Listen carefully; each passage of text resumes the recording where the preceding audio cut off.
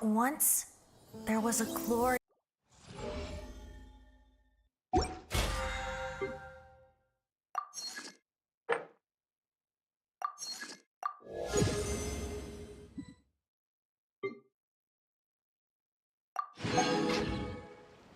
Inactivity serves no purpose.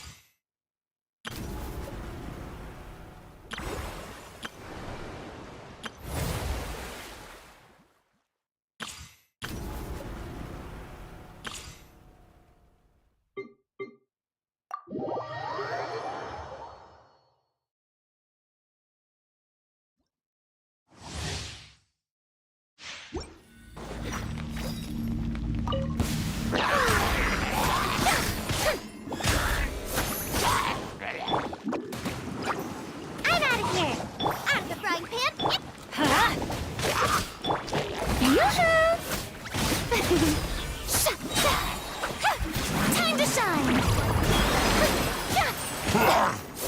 Come on out!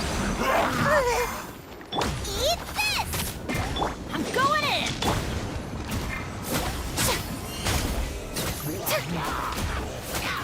Strike a pose!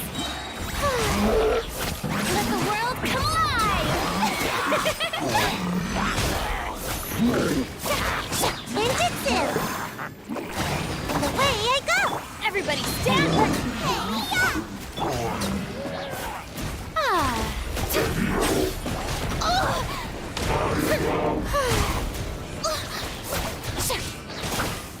Let my name echo in song!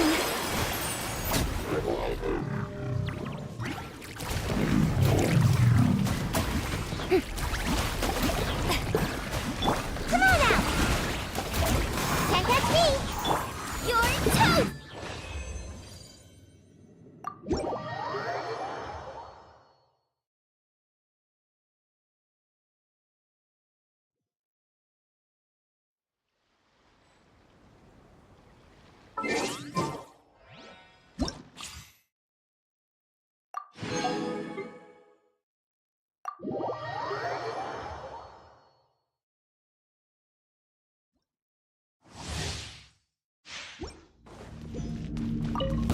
Come a little closer.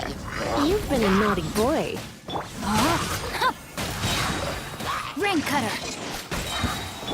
Try not to enjoy. Job. Taking a turn for the better. The doctor was seen.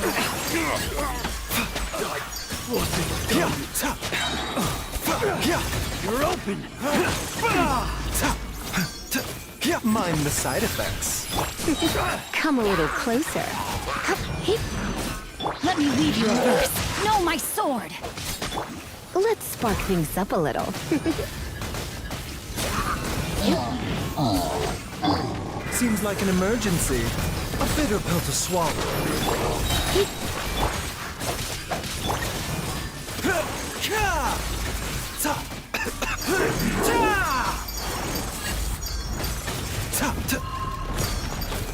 You're in for a...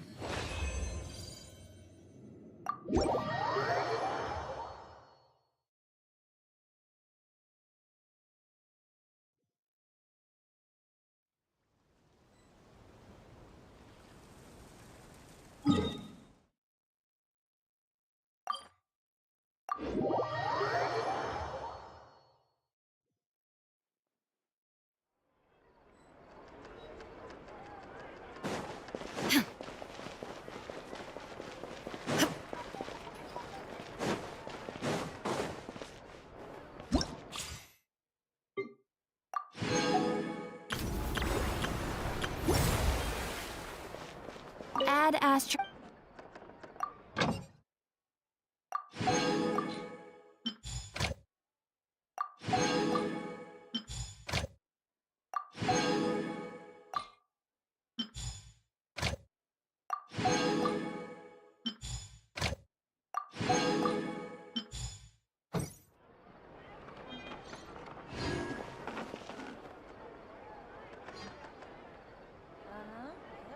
There'll be an extra fee for that. None of them believed me. I'll think about it. Can we play Banker next time?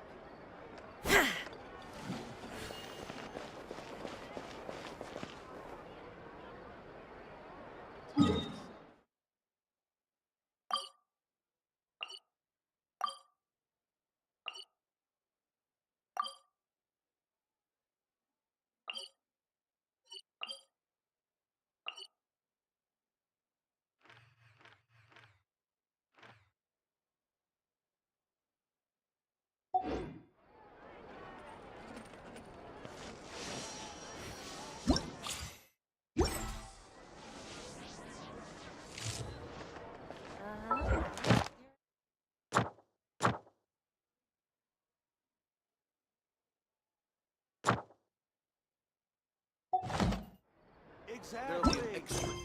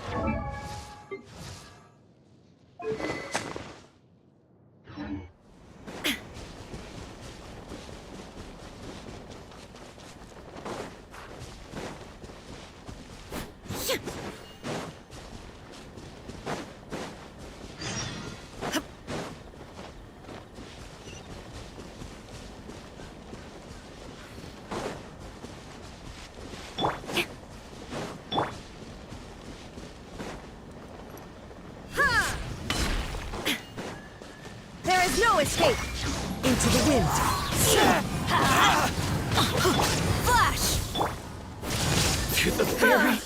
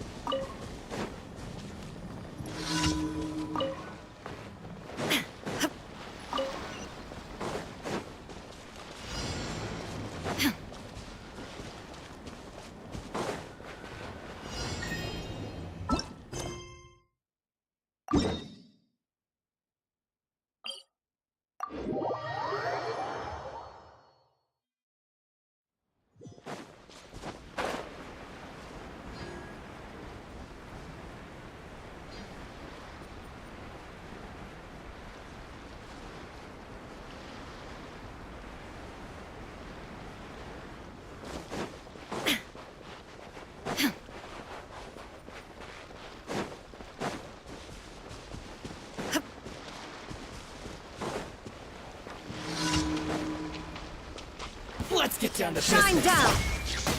One with nature. As one with wind and cloud. Going in! Storm the front! Quiver! Inazuma shines eternal! The fairy. Finally,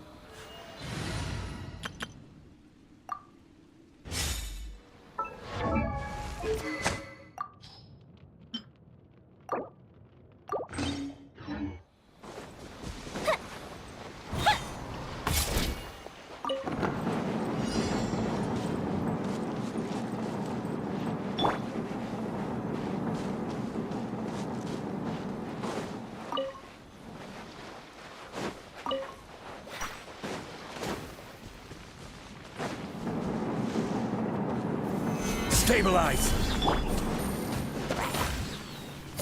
Busted. Gotcha. Things are about to get dicey. This is order. Fire hazard!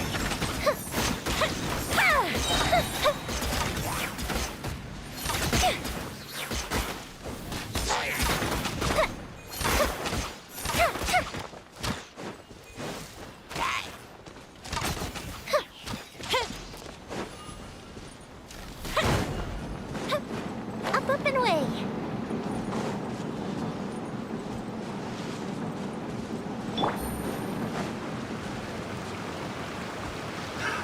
Another test.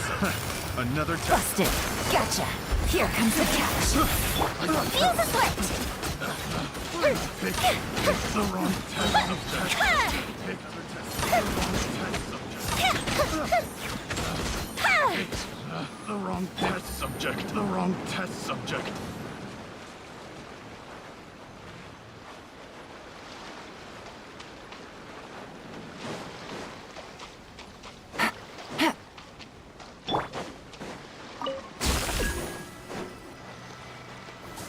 Solidify.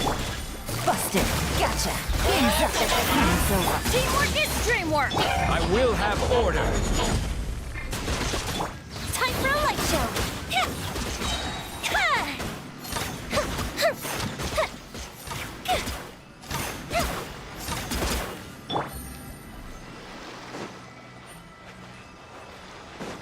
Take it easy.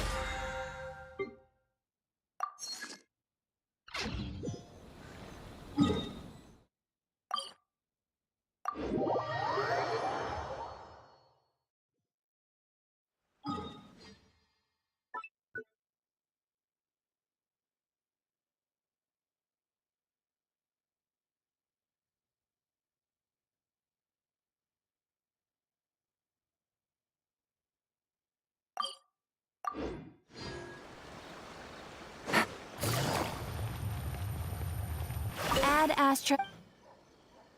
Thank you for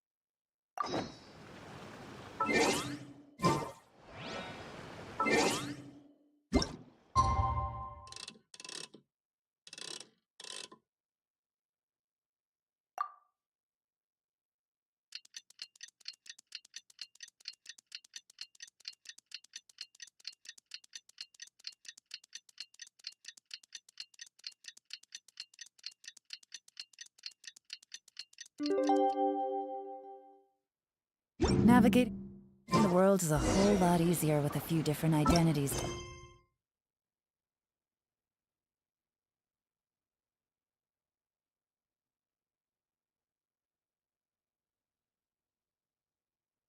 Choose from.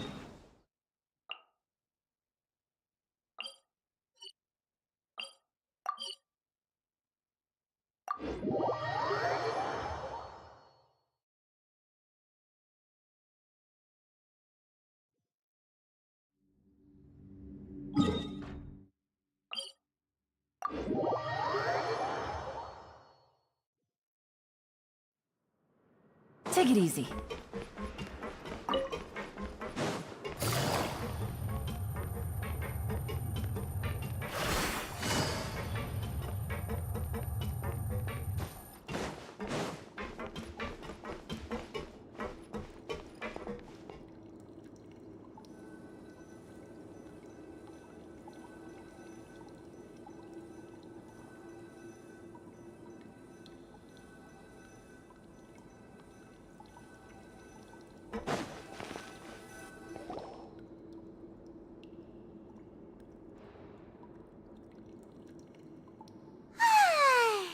Now for a little rest after breakfast. This is the life. Wait a sec. Isn't something important supposed to happen today? Oh, today's our big day! We're supposed to leave the Fortress of Mirapede! Come on, we've got to go complete the release procedures now!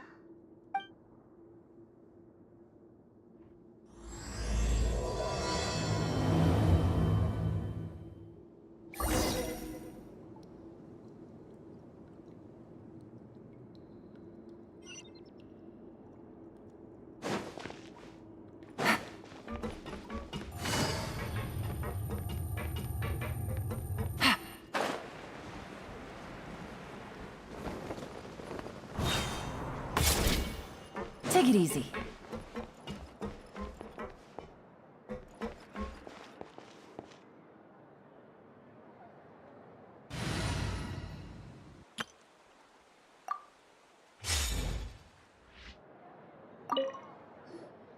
Please, sign here.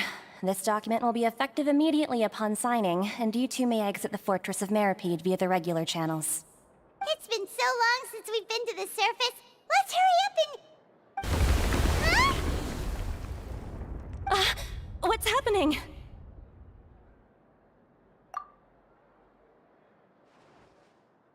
I'm fine, thanks. But I wonder what that tremor was just now. Let's go ask the Duke.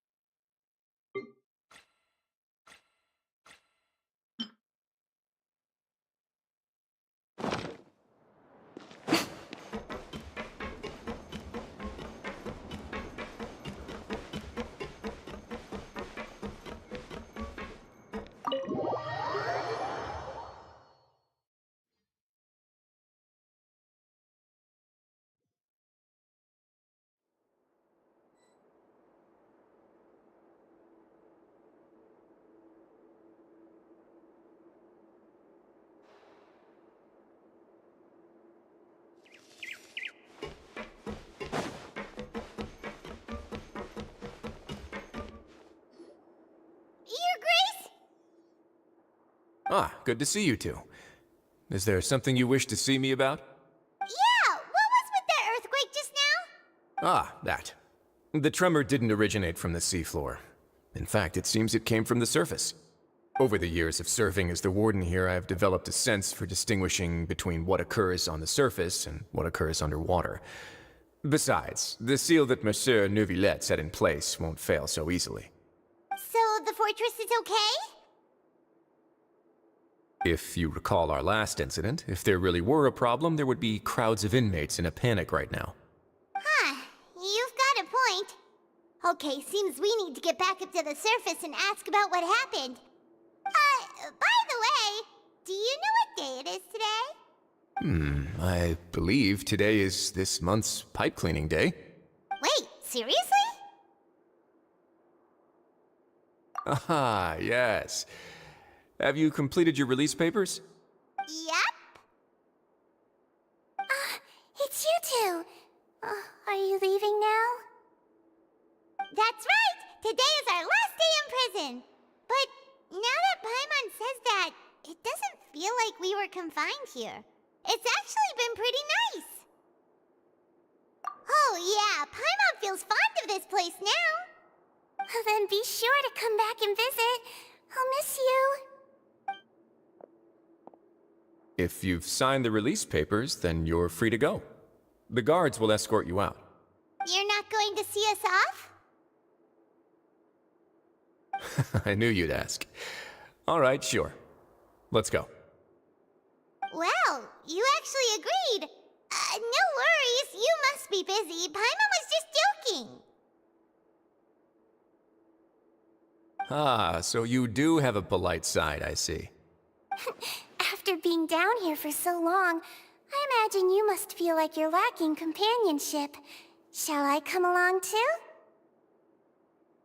Yeah, don't worry, we'll come back to see you. Paimon really likes the cafeteria here. The chefs sure do know how to make good grub. I hope you won't be here as convicts the next time I see you. We'll do our best to stay out of trouble. Well, it seems our work in the Fortress of Mirabede is finished.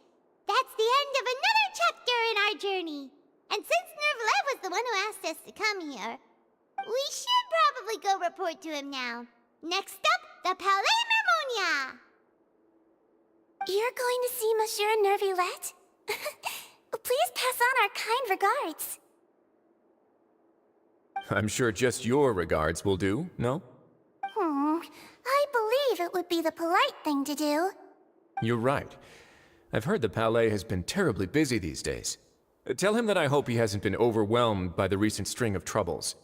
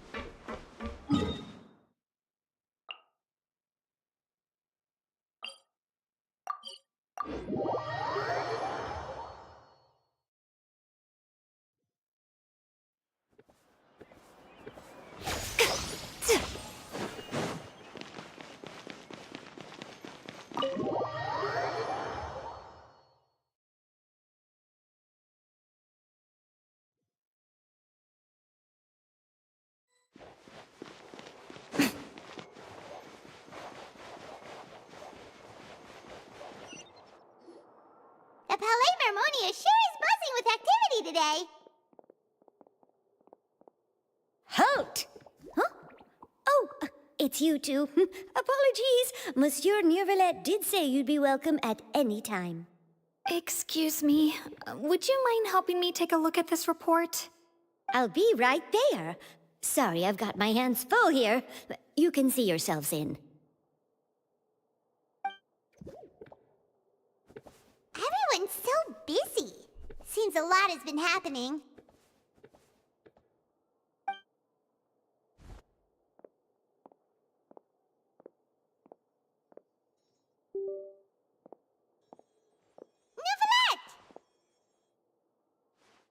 Hello. You've come at the right time, but you'll have to wait for just a moment, as there are some urgent matters I must tend to first. In the meantime, please, have a seat. If you'd like to have something to drink, let the Melusine outside know. That's all right. We just ate. Very well, then. Let's take a break over there while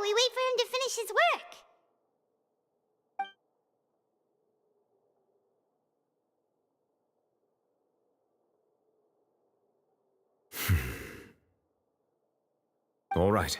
That should wrap things up for now. Are you done with your work? Yes, sorry to keep you waiting.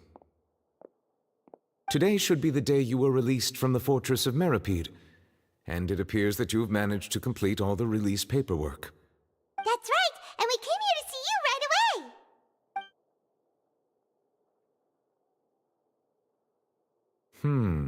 A massive whale. Do you have any idea what that might be? Judging from your description, that cannot have occurred in any ordinary waters, but rather something like the primordial sea. A whale of that size and shape cannot usually be found in the waters of Tevat.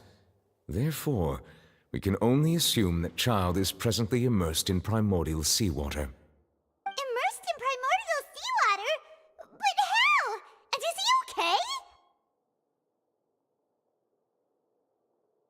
Most people wouldn't be capable of entering in the first place. I'm not completely sure how he could have gotten there myself. Yes? What is it? Ah, right! Paimon felt it too! We asked the Duke and he said it wasn't from underwater, so we figured you might know something about it. It turns out that I have just received a report about this particular matter. In fact, that's exactly what I was busy with a moment ago. The source of the tremor was here on the surface near Poisson. After the shaking stopped, the water levels in the Poisson area rose at an alarming rate. The water levels rose? Oh no! What about all the people there? Fortunately, the water levels only rose for a short period of time, and have already returned to normal now. However, I still have a bad feeling about the whole phenomenon.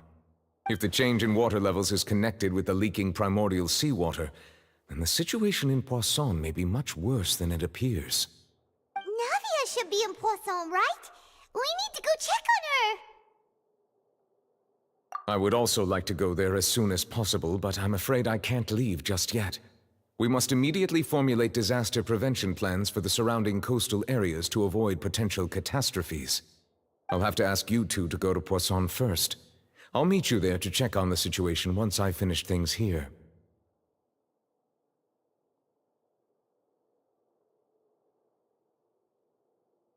There's no time to lose! Let's get going! Please be careful.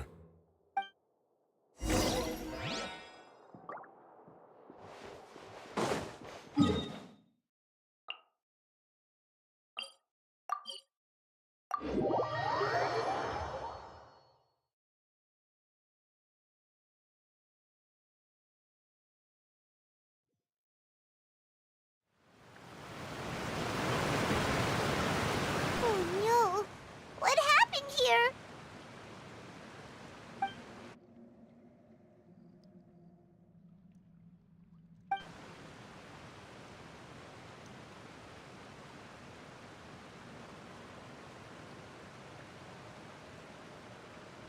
Navia should be around here, right? We need to make sure she's still... Paimon means we need to check on her.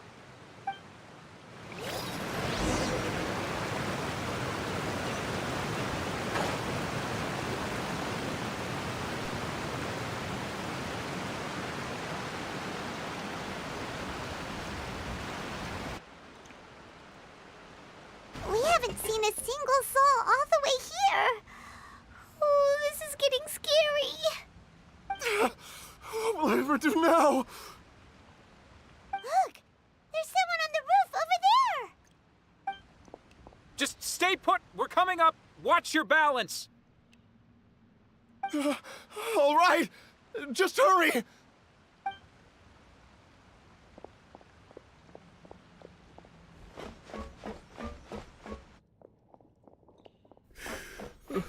I'm not young anymore. How will I survive on my own? My Desiree! Oh, he looks pretty sad. My leg! My leg! How could this have happened? It hurts! Just hang in there. Help is on the way. You can hold my hand if it makes you feel better.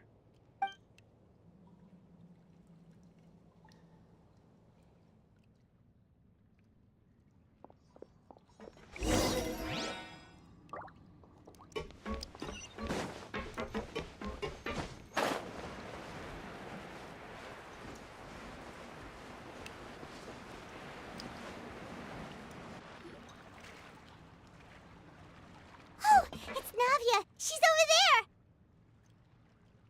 Hey, Navia, are you okay?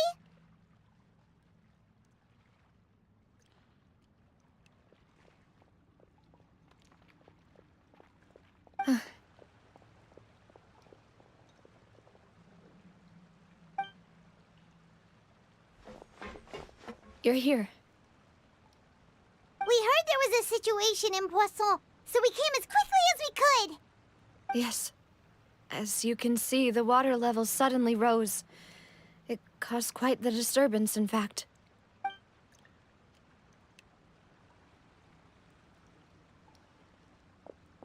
Demoiselle!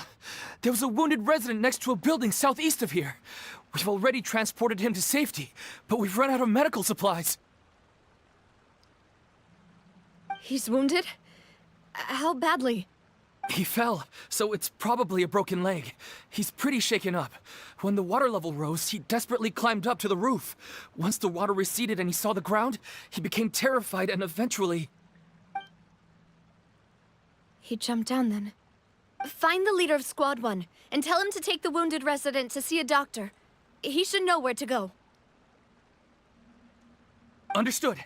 I'll take over his search and rescue mission in the meantime. All right. You'll be in charge.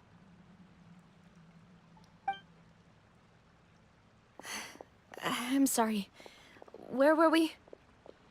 The situation in Poisson? Ah, right. Allow me to explain.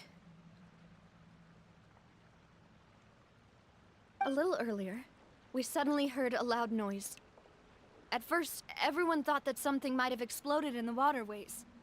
But before we knew it, water started pouring out from everywhere. The rushing water seemed a little odd, almost like the unique color of primordial seawater. Some people didn't realize the danger and thought it was just ordinary water, leaking from somewhere. Everyone on the street who happened to be close to the water didn't have a chance to escape. As the water levels rose, they suddenly disappeared. They were all dissolved. Those who realized what was happening started to flee in a panic, desperately trying to get to higher ground. Many were injured in the stampede, and some people fell from significant heights. The Spina di Rosula initiated rescue operations as quickly as possible, but there have been a lot of casualties. Fortunately, the water began to recede after some time, and the chaos came to an end. The water that flooded the area contained primordial seawater, so the lower levels of Poisson are still hazardous. To ensure everyone's safety, I've asked the people there to leave as soon as possible. No one knows if this could happen again. All we can do for now is try our best to help evacuate the residents. We still haven't completed the head count, but we'll have some numbers soon. How awful. And all of this just came out of nowhere. It was quite frightening indeed. I only wish that everything that just happened was a bad dream. Is there any way we can help, Navia? Thank you for being so willing to help in a moment of crisis like this. You don't know how much it means to me. I really can't express how grateful I am.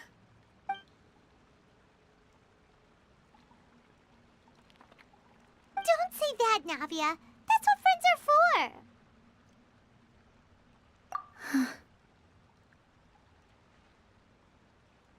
Demoiselle! We've got a situation here! I'll be right there. Sorry. I need to go for now. And out she goes. Seems it might be a while before she can take a break.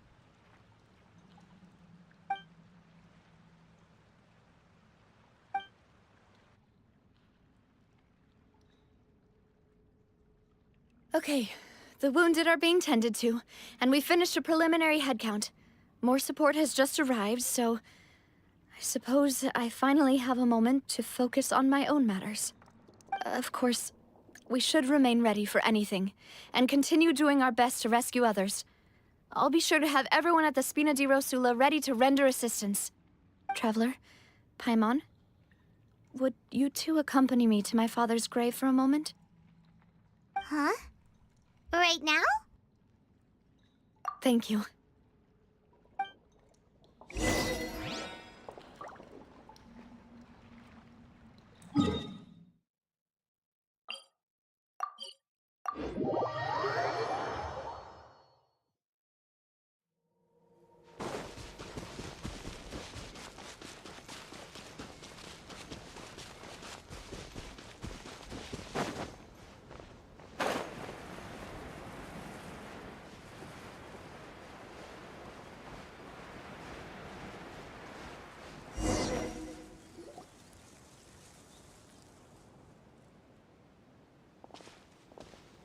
Not a lot of people here, huh? Well, given the time of day and the whole situation in Poisson, Paimon doesn't think there'd be a ton of people here visiting graves. Right. That's how things are now. The living are so exhausted that they've no strength to spare any words for the dead. Navia?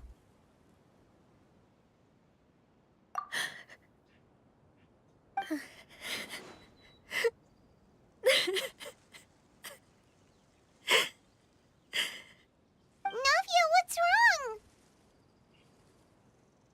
Sorry. I just... Malus and Silver... They won't ever come back here again. What should I do, Papa? Huh? What happened to them? Everyone agreed on the rescue plan, but still... I was the one who initiated it. They were helping evacuate the residents, but they couldn't leave in time. And they were caught in the seawater.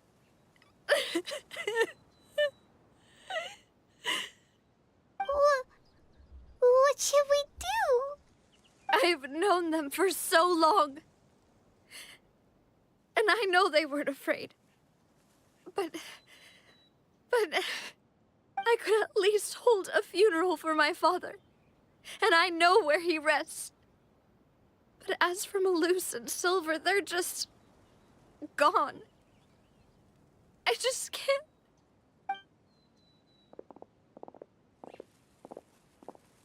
Everything looks so clean after it rains. Even the gravestones. I didn't expect that you'd enjoy a glass of red wine in front of Master Callus's grave. I can understand. Besides, the scenery here isn't half bad. See, it's not just me. I always want to bring something when I visit Papa. Perhaps we might even have a picnic. He wouldn't be angry, would he? Ah, how could Master ever be upset with you, demoiselle? Yet the cemetery is the home of those who have passed, is it not? Everyone ends up here sooner or later, no matter who you are. Buying yourself a plot in advance, are you? No need yet. But when I do, I hope you'll let me be buried beside Master Callus, demoiselle. Hey, stop joking around. I'm quite serious. That way, it'll save us both the trip to see each other whenever you visit your father's grave. That makes sense. In that case, could I be buried on his other side? After all, besides you, demoiselle, the two of us could certainly be considered Master's closest companions, no? Personally, I believe we fill those shoes just fine. Why are you bringing this up all of a sudden? Seriously. All right. I'll remember your requests. But I'd really prefer not to talk about this stuff. And what do you mean by saving me a trip? I'd make the journey even if I had to visit you two somewhere else. I'd promised to let them rest in peace here. But here I am breaking that promise. I'm sorry for letting you see me in a mess like this. I don't usually cry, really. Paimon doesn't know how to help you feel better. But, well, she understands how you feel. I had always thought I could make my wishes come true. But now that I think about it, that never solely relied on me. Many things can only be accomplished with someone else's help. Malus and Silver have helped me so much. But by contrast, I could do nothing for them. I'm so sorry. You can spend as much time as you need here, Navia. We'll stay with you. Thank you. Right now, you don't know how much that means. By the way, you can have a look at this. It's a list of victims from the incident that took place here. Obena, Khan, Burnett, Giverny, Francine, Karina, Daisy Ray, Joinville, Jolienne, Esson, as well as Malus and Silver. So, everyone else is safe. But still... It's okay. I know what you're thinking. And you're right. We lost Malus and Silver. But we were able to save more than we anticipated. The overall outcome indicates that the cost was worth it. Right! Don't think that way, Navia. One person might be saved at the expense of another, sure, but that isn't something we should ever consider a trade. Malus and Silver were not the price for saving anyone. They're heroes. You're right. Thank you, Paimon. What you said just now was pretty amazing, actually. I'll remember your words. Oh, really?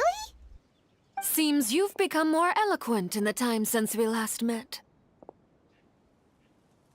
The knave? What are you doing here? Ah, is everything going well on your side?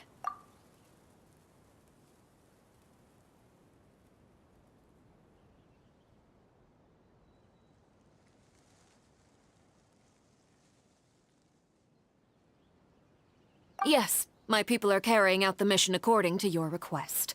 All the residents of Poisson have been evacuated, and we're preparing to relocate them to higher ground. As for these supplies, we have everything taken care of. There is no need to worry. Thank you very much. Wait, do you two know each other? We just met recently. Right, Miss Navia?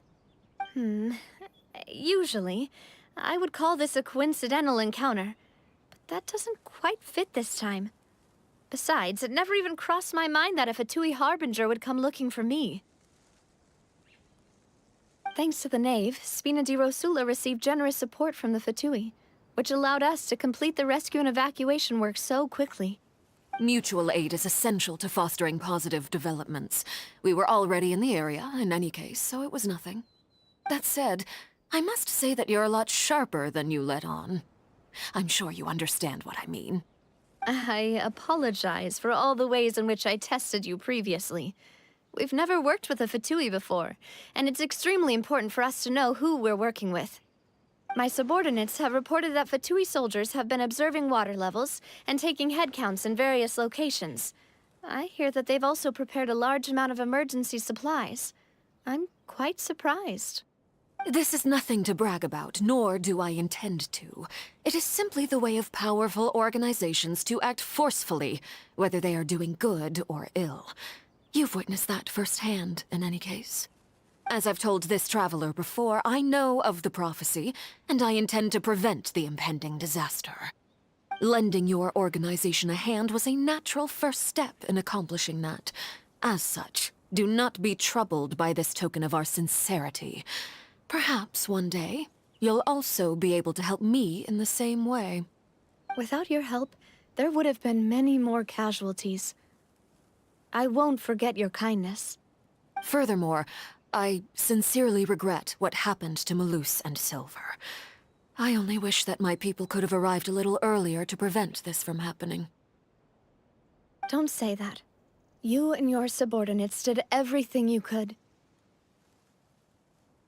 As Paimon said, Malus and Silver didn't choose to sacrifice themselves for any specific person.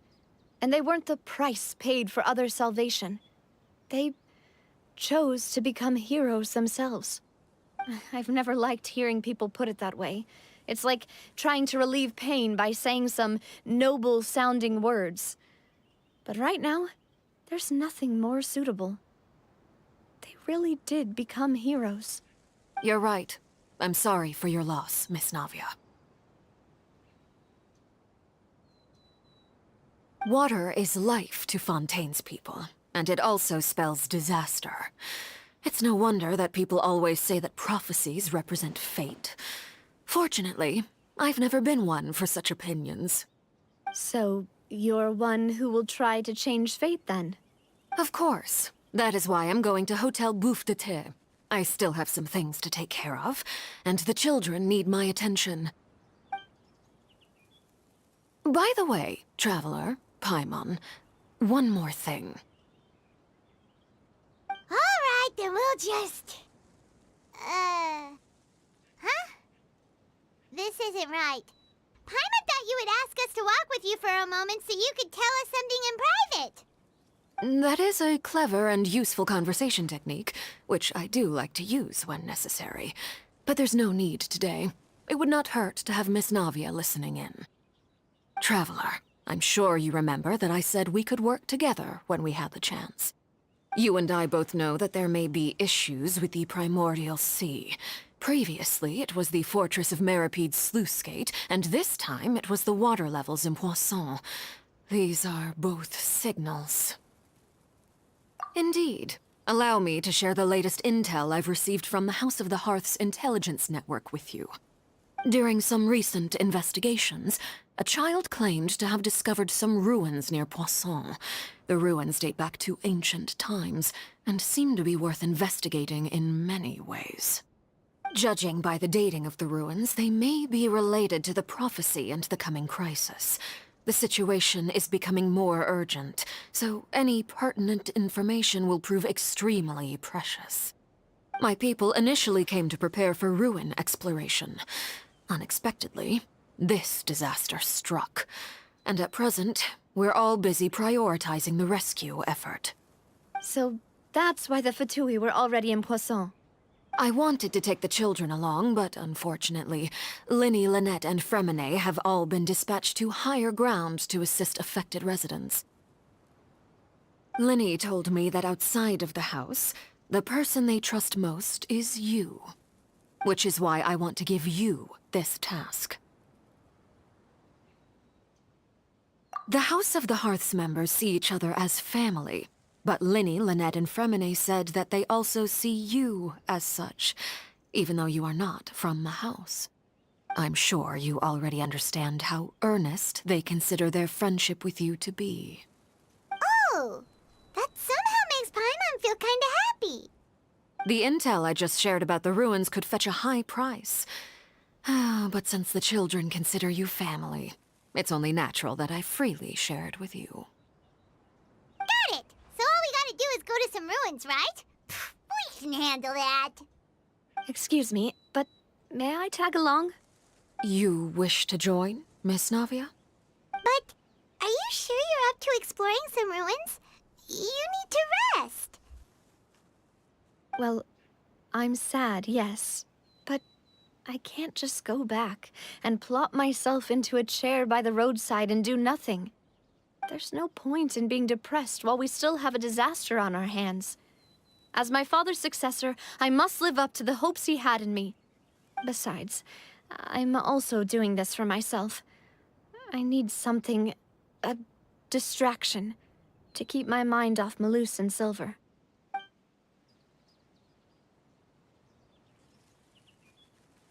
Since you put it that way, I have no objections. What do you say, traveler? All right. The ruins are to the south of Poisson. Here's the map. Okay, the three of us will handle it. Come on, let's pack up and get going.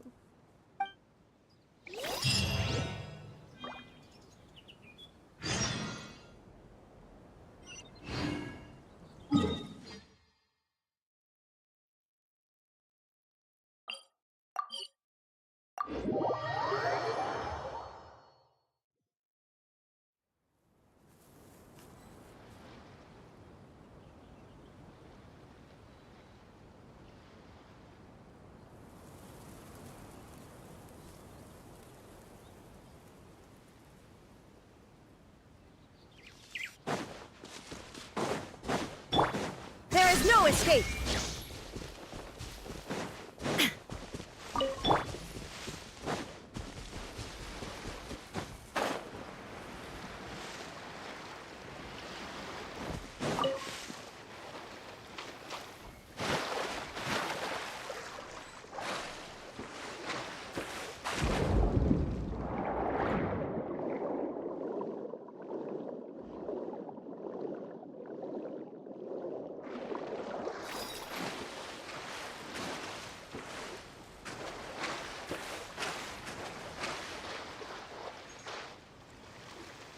So, are these the ruins the knave was talking about?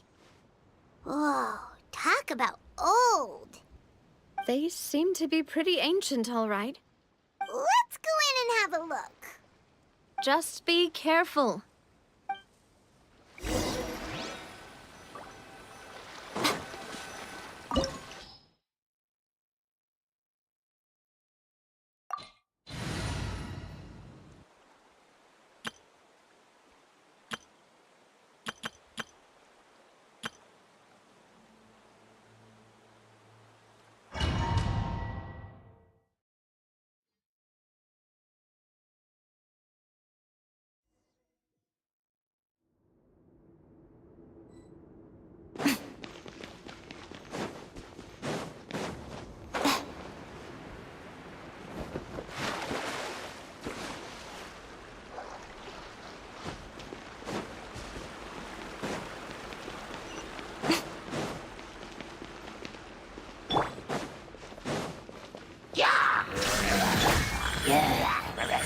Right now. Let's light it up! Right here, right now.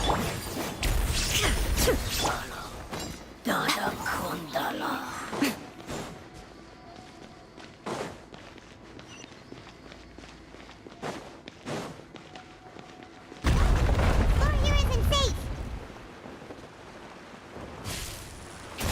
Illusion shattered! Right here. Into the wind.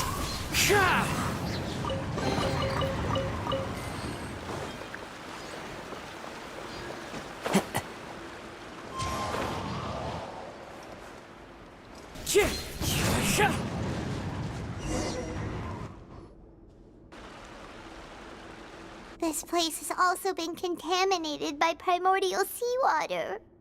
Yeah. And a lot of it, too.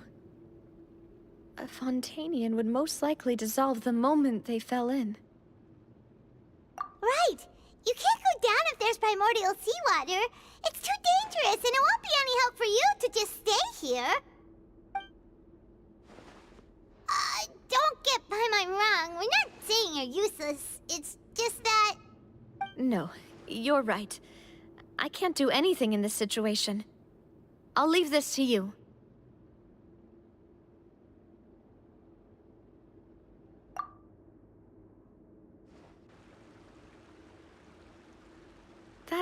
complicates things.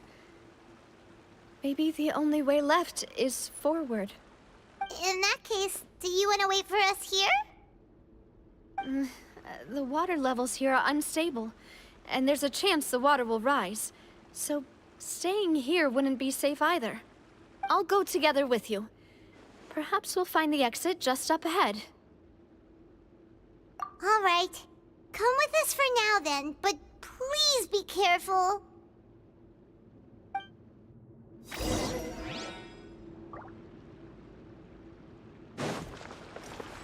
Oh no, it's a dead end! Let's try climbing over from the side.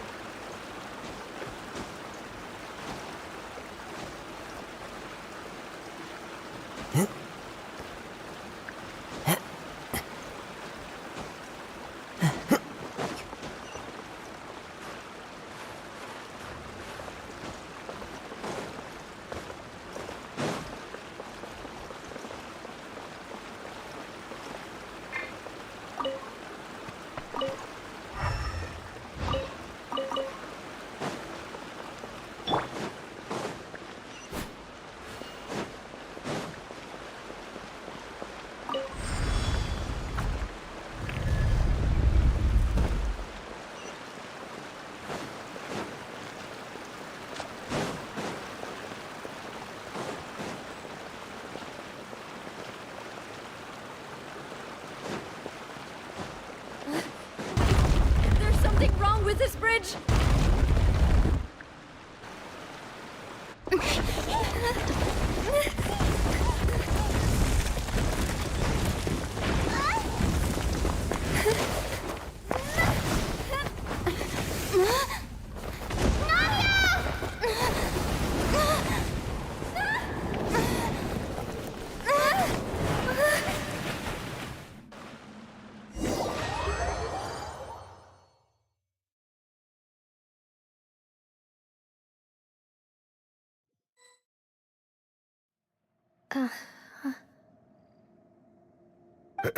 Demoiselle? Huh? Demoiselle, what are you doing here by yourself? Would you be standing here till dark if I hadn't come to get you? Maybe she just wants some time to herself, Malus. Oh. Was I... Yes, it would appear so. I must be tired. That's quite possible. However, you were the one that suggested we go out for a walk. Oh, right. I nearly forgot. It must have slipped my mind when I dozed off. I haven't had a nap today yet. Have I? This is a familiar feeling, yet something's a little strange.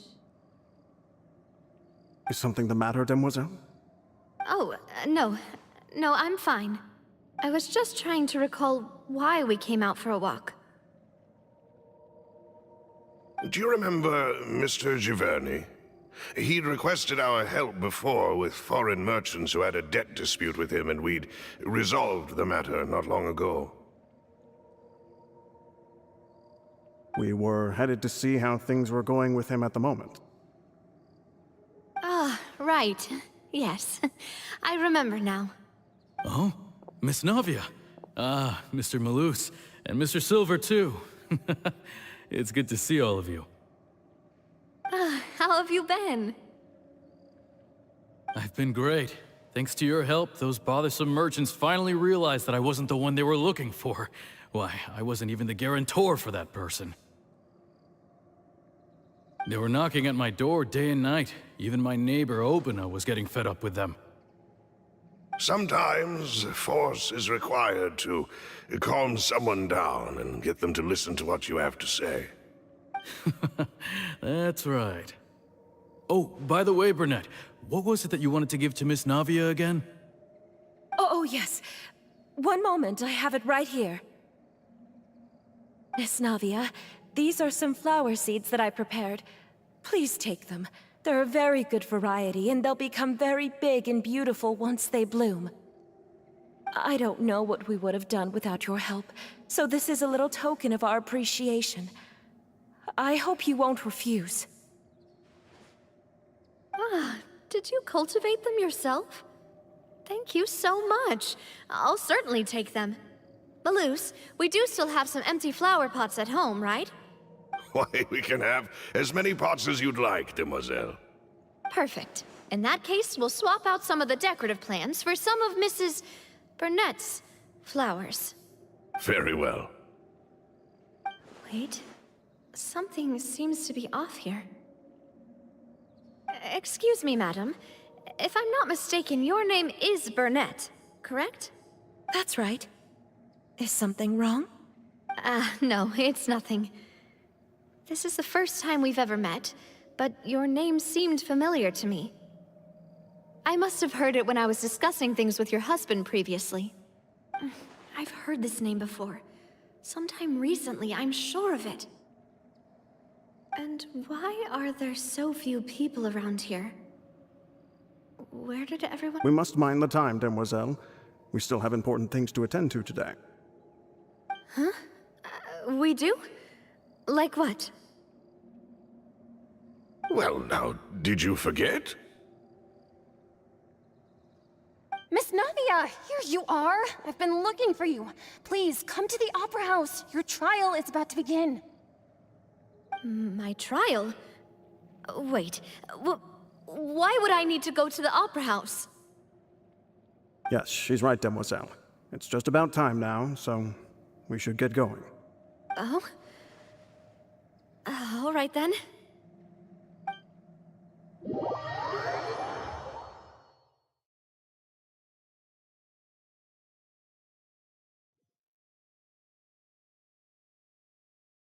Look, it's Navia! She's here! And her two attendants are with her! Goodness, everyone's finally here. There sure are a lot of people here to see the trial. And they all seem to be oddly... excited about something. I even know some of these people. Karina, Desiree, Joyville, Jolien, Essen. Why are so many people here? And why do I have no recollection of this case? And as for the judge... huh? Where's Monsieur Neuvillette? Please sit in the defendant's seat. Don't worry, Silver and I shall accompany you. All right. But are you sure you can stand behind me? Typically, it wouldn't be allowed, but today is an exception.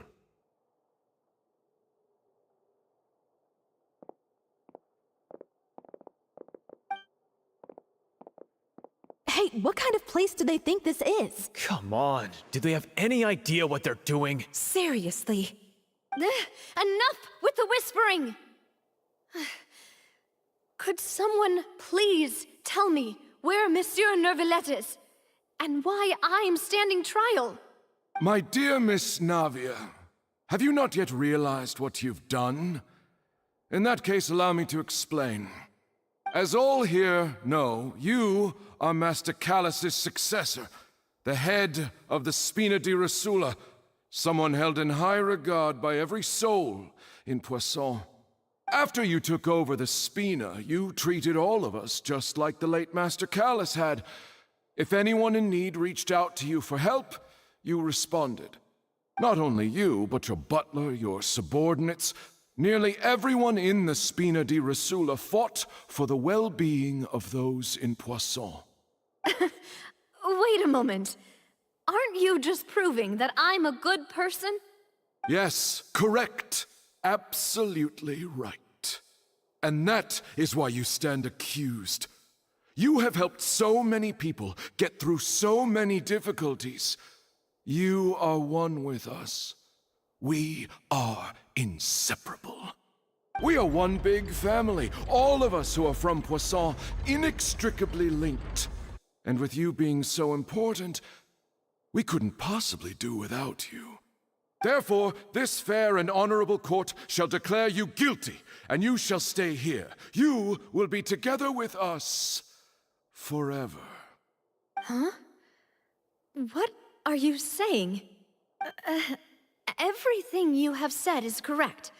I have indeed done a lot for my hometown, and I would be willing to be with you all, but what is the purpose of having me stand here like this?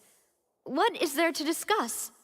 Ah, well, if that's what you think, then I have no further comments. How wonderful, Miss Navia!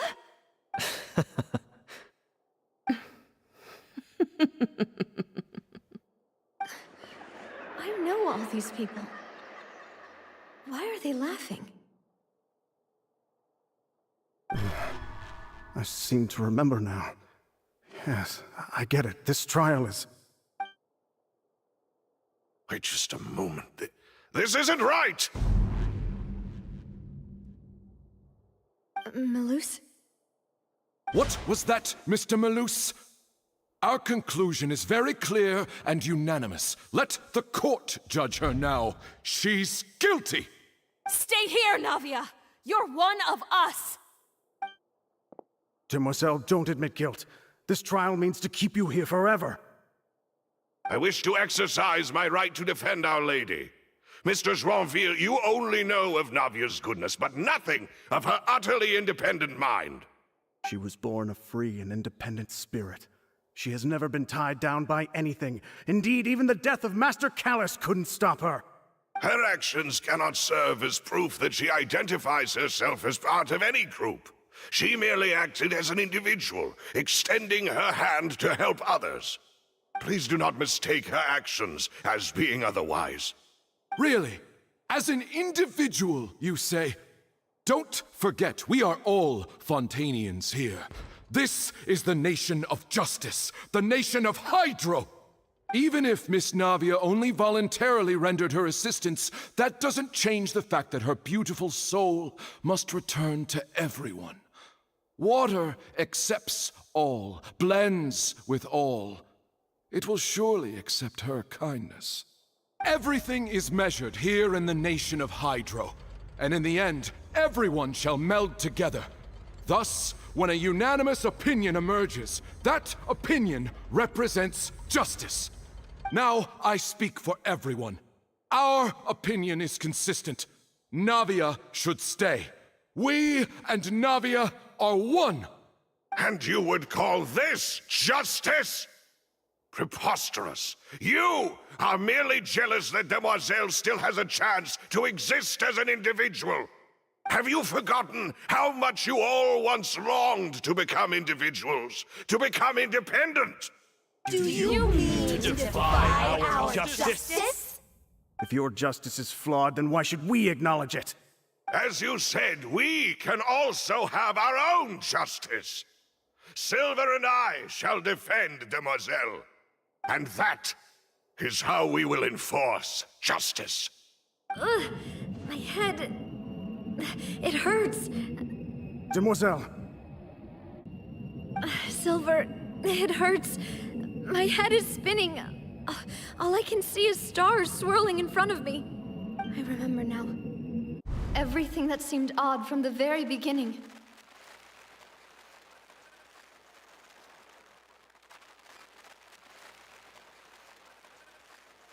Karina, Desiree, Joyville, Jolien, Essen, and Mr. Giverny and Mrs. Burnett, who we met earlier.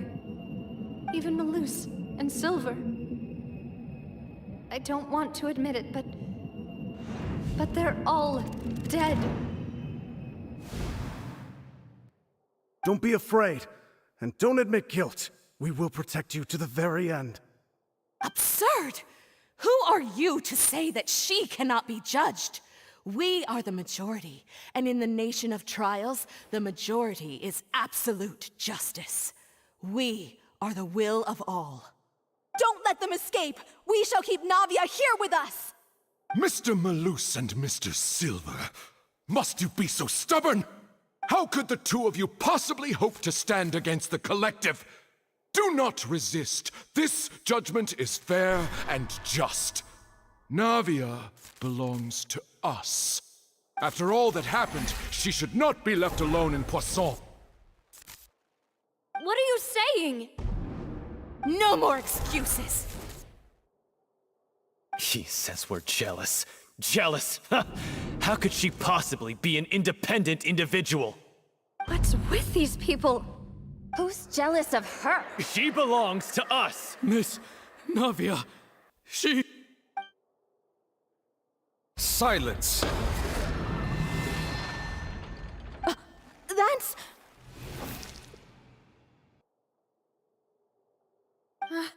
Monsieur Neuvillette! Such commotion is prohibited in the court. The accusations you just presented are nonsense and cannot constitute a proper trial. The court will adjourn for the rest of the day. In this, I shall hear no objections from any unauthorized party. Our thanks, Monsieur Neuvillette. Please leave with me, Miss Navia, while there is still time. But... Go on now, demoiselle. This is your only chance to leave this place. What, can't bear to leave us behind or something? Malus. My apologies. I couldn't resist making one little joke once I realized that this shall be our last goodbye. Malus... Silver... Quickly, you must come now! Goodbye, demoiselle. Farewell.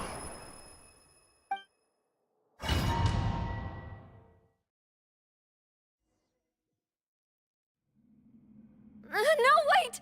Just a second! Navia? You're awake. Good. I must have been dreaming. Malus and Silver were still alive, and they were defending me at some insane trial. It looks like you're all right. Did all the sad feelings cause you to have a nightmare? Paimon could give you a hug. The ruins you were exploring suffered a cave-in. When I arrived, I found you falling toward the water. You were just about to be dissolved within, but I...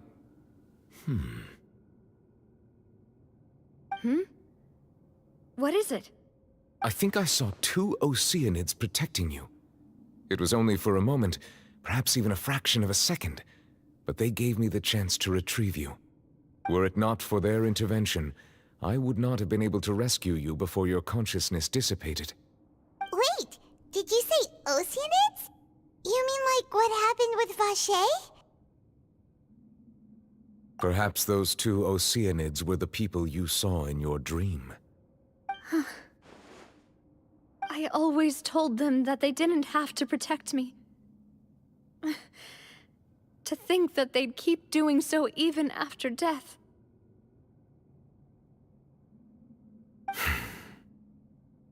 Please come with me.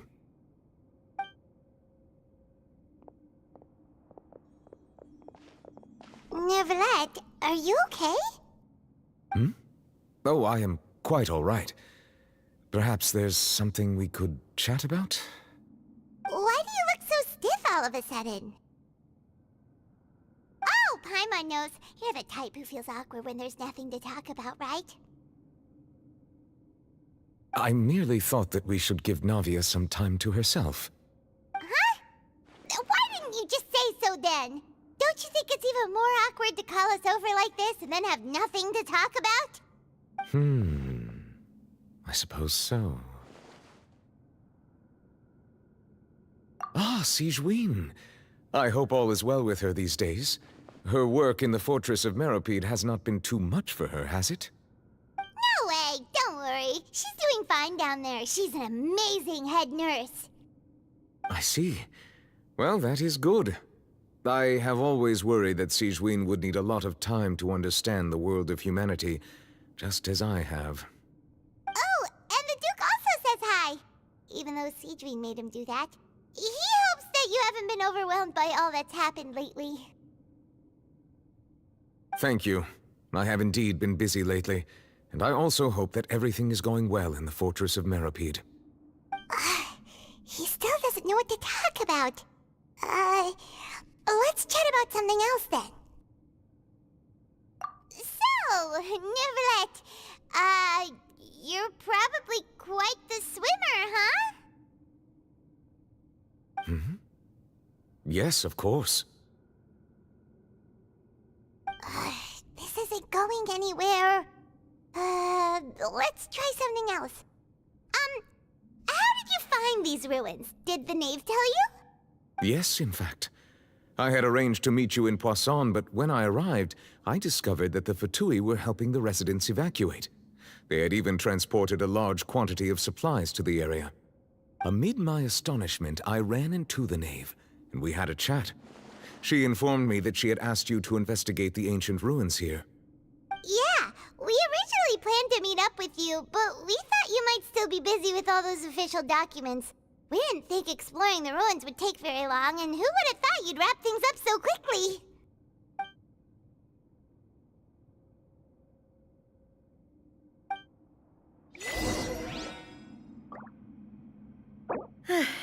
I'm sorry to have kept you all waiting like that.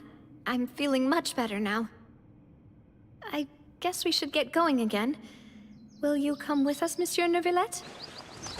Yes, if you wouldn't mind my company. All right! Another one joins the party! Let's get going then!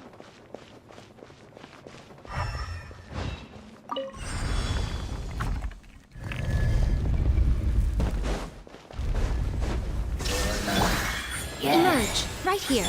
Fallen leaves, adorn my night, wind strider. Everybody stand back!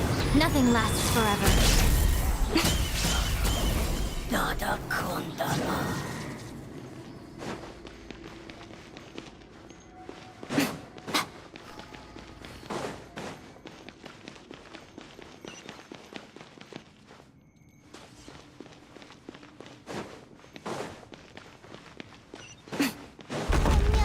Another unstable path.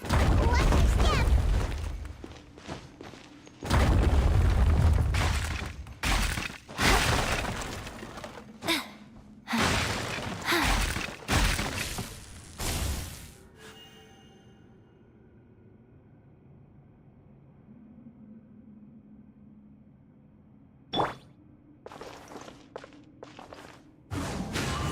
Follow the wind.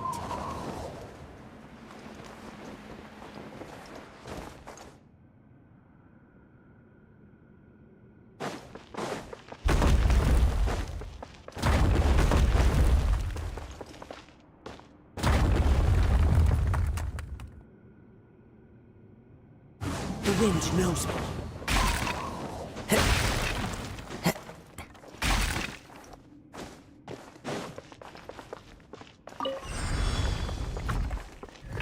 There is no escape! Watch out! There are rock spirits over here!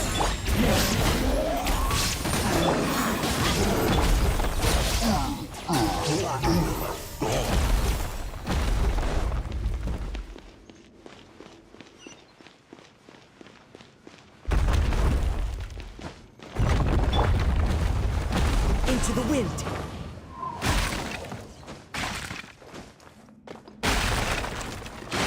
Almost at the top. Keep it up!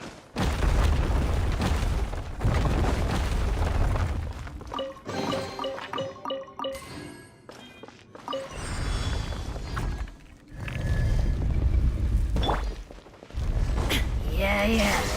Right here. Right now. One with nature. Clouds high. The birds come. Going in! A sight to behold. Dear me. Now you shall perish!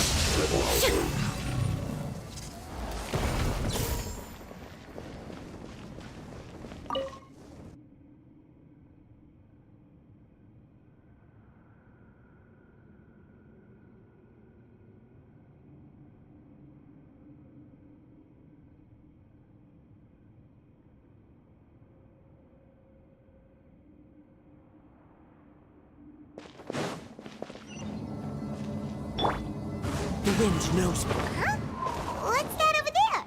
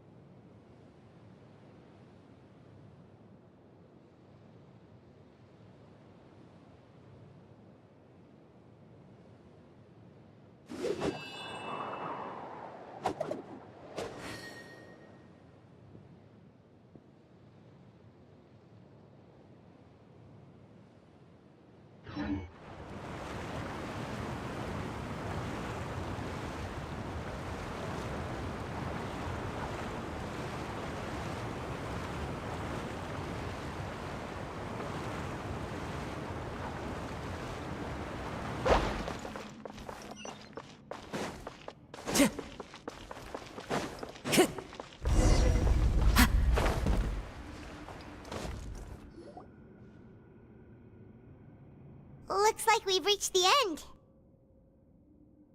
This is the place. There should not be any other hidden spaces in the vicinity. The path sure had some twists and turns, but it turns out that this place isn't actually that big.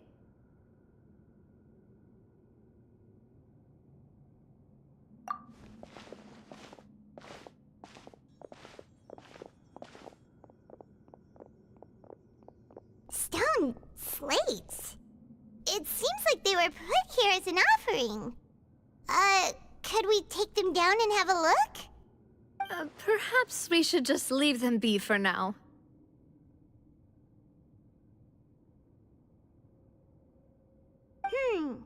There are 4 locations in total, but only 3 stone slates. The slate that should be in the first empty spot is missing. The surrounding walls also show signs of damage. There's something written below. Let Paimon see. Reason dictates that this nation be destroyed. I shall record the history of its future here in its past. Say what? It feels like someone left these slates and these words here for a purpose. But does he mean that Fontaine should be destroyed? That would fit the circumstances dictated by the prophecy, yes. Indeed, the slate's contents correspond to it. Take the second slate, for example. There's a person kneeling here.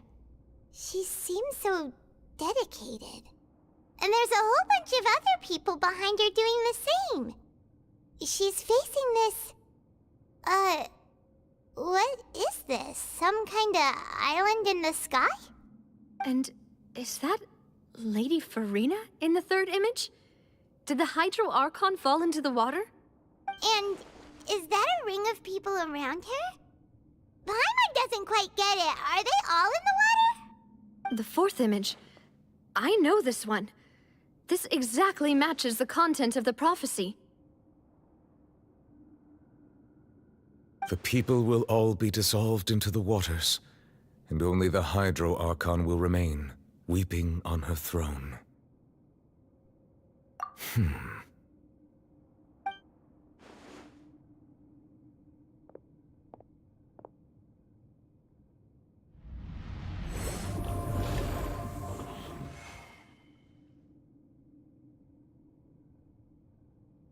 More information should be hidden in these slates, but I fear I cannot easily uncover it, most likely due to us missing the first slate. I am very sorry. Don't blame yourself, Monsieur Neuvillette. Deciphering ancient stone slates isn't one of your duties. Ooh, Paimon's getting the chills just looking at these slates. This says that it's the history of the future, right? That means the prophecy's sure to come true. I really hope it doesn't mean that. Still, Paimon feels like these images are kind of weird when you look at them together.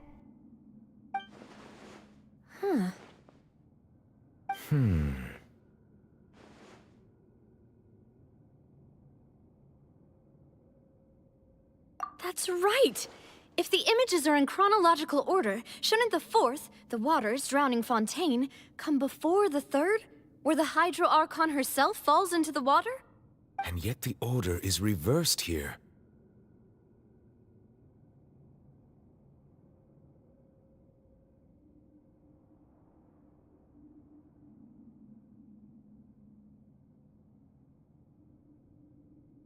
If we go by timing, Lady Farina only emerges in the third image. That means that the person in the second image might be the previous Hydro Archon. Egeria, then. I had never met her, but her appearance here does match the records. The previous Archon kneeling before the floating island in the skies, as if confessing a sin. Did she herself commit that sin? And if not, why would she be in such a posture? Also, I'm still wondering why these ancient stone slates are here at all. Judging from their contents, could this place be the origin of the prophecy? Does that mean that someone, or some people, once saw these slates? But who would have created these slates and left these words here?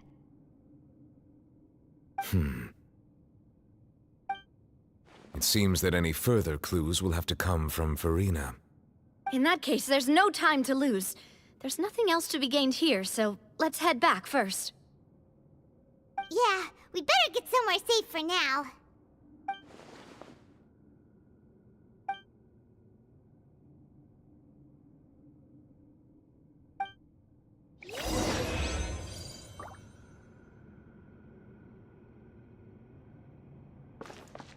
Time to go.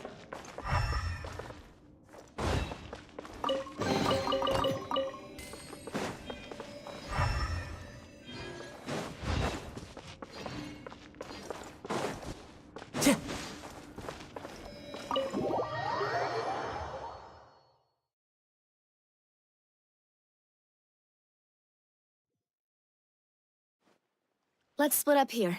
I'm going to check on what's happening with the Spina. You know how it is. There's some things you just need to be there for yourself. You still have energy for that, Navia? Paimon's already beat. Just head back to the Fleuve Cendre and have a rest then. Thanks for keeping me company all this time. I'll depart as well. Thanks for your hard work today. Rest well, everyone. Traveler, I will go talk to Farina tomorrow morning to ask about the stone slates. I'm sure that you're concerned about this matter as well. If you have time, drop by my office. I will share the results of our discussion with you. Are you really gonna talk to her about this directly? Will that be a problem? Paimon's getting a little scared now that it's come to this. She has long been harboring secrets, and will not give them up easily, which makes it all the more my duty to ensure that she understands the present situation. Alright, we'll leave it in your hands then. You're probably the best person to talk to her anyway. I will be carefully considering my words tonight. Traveler, Paimon, our safe house at the Fleuve Cendre is always open to you, as ever. So please don't think you're an imposition. All right. I'll be on my way then.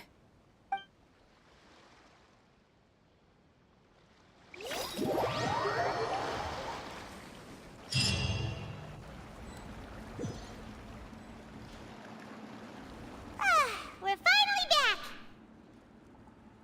Welcome back. We've got a special menu prepared for you two tonight.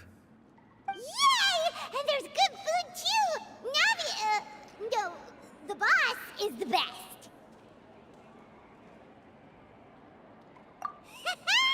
Ooh, desserts! Nice, these are all Paimon's! Paimon's already starting to forget what happened today. Oh, that voice. Is that who I think it is? Huh? It's you two. What are you doing in Fontaine?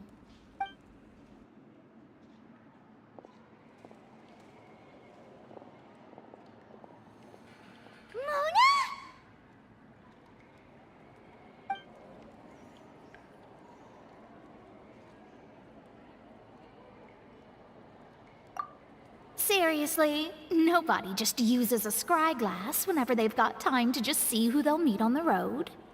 Still, we didn't expect to see you here. Wait, you're not a Fontanian, are you, Mona?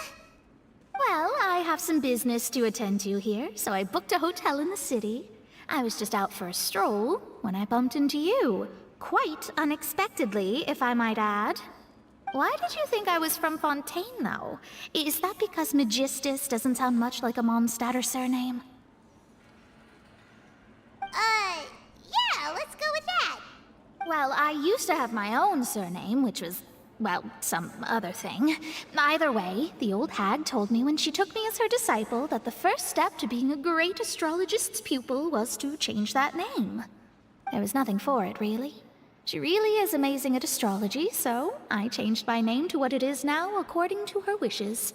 To my surprise, however, Magistus is not the name of some ancient house or clan. It isn't? Nope. Although it is used by us in place of surnames, it generally just means great. Wow! Imagine including a boast in your name. Hey, are you gonna have to put that into your genealogy as well? I reckon so. In any case, I'd give my disciple a name like this as well, if I were to take one. Astromancer Barbeloth Trismegistus. Whoa, that's a long one. Does it also mean great or something? My name means Mona the Great Astrologist. As for the old hag, hers is, in plain speech, the thrice-as-great Scholar of the Stars. Just take it as a title specific to astrologists. Thrice as great? That's so petty. I know, right? That's just how she is. She used to call herself Magistus, actually, but when she took me in, she changed her name to Trismegistus. Talk about excessive. Magistus is thus the calling card of our school, so to speak, which makes it about the same as a surname. It's all right if you don't get it. You can look into it further should you need to study astrology more deeply. That sounds terrible! But anyway, you're not Fontanian, are you, Mona? You're from Mondstadt, right? Well, I was born in Mondstadt, yes. My parents migrated to Dornman Port, and I traveled with the old hag for a while, after which I settled down in Mondstadt City. Oh, that's a good thing then. At least we know you won't be dissolved by Fontaine's waters. Speaking of that, I'm sure you're aware that a bunch of things have happened here in Fontaine, right? I know you're not a local, but I'd avoid getting too close to any water that looks strange all the same. There's something ominous about it. Well, the water, I mean. That was the main reason, yes. Just a while back, the Steambird invited me to take part in a panel and speak about the circulation of the prophecy as an astrologist. The invitation was sent quite early on. I don't think anyone expected Fontaine to be in this much trouble. What do you make of that prophecy, Mona? Just tell us what you think as an astrologist. Your word would go a long way to make things more certain and less scary. What I can tell you is that I'm an astrologist, and that this prophecy concerns the fate of Fontaine, even that of Altivat. Ascertaining this is akin to reading the fortune of the whole world. I'm afraid that this is not something that just anyone can do. If I could do it, you would no longer call me an astrologist, but a visionary. But on the flip side, the prophecy is so huge and powerful that it must surely come from a powerful visionary. Its contents involve the fate of the world. Disregarding it would be a mistake. A visionary? Sounds really powerful and all, but does such a person really exist? Of course. The old hag could do it, and I'd bet there are others amongst those Hexenzirkel colleagues of hers who could do something similar. Are you sure? All right, I'll help you. It isn't often that I see you with such a serious look on your face. I'll tell you once I hear back from her. Thanks, Mona! You're amazing as always! Oh, well, this is something only I can do after all. So yes, your praises are quite welcome. That's the greatest of astrologists for you! Of all the people we know, you know the star's the best! Indeed, indeed. That's the spirit. Oh, sorry. I came to see what all the commotion was about. If there's anything you need, do not hesitate to inform the Spina di Rosula. Oh, whoops. Guess we were getting a little too carried away there. Well, I'll go tend to my own business now. If I receive any news, I'll be sure to come find you two again. And there she goes, quick as rushing water.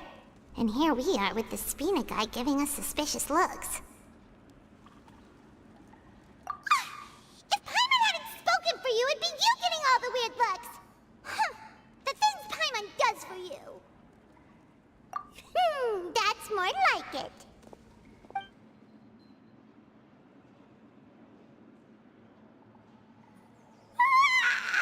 Good morning. To be honest, Paimon's still feeling kind of sleepy. But it's time to get up, Traveler. We agreed to go see Neuvillette, so let's pack it up and get going.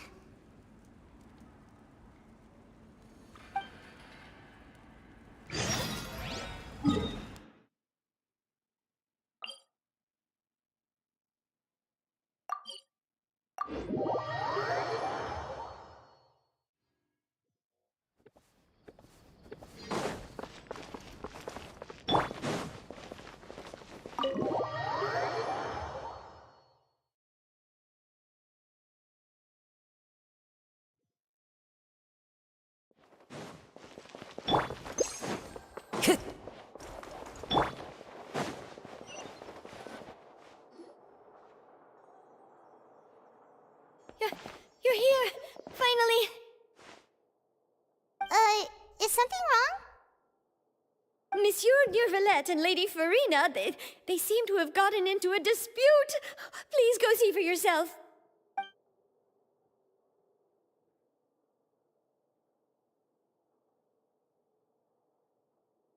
Like I said, I've already explained everything! And yet the problem has not been properly solved. There is little space for excuses between us. It is not my intention to offend you, but please, tell me where you stand. You are the Hydro Archon Focalor, are you not? Look at this. This is a list of the victims from the recent Poisson incident.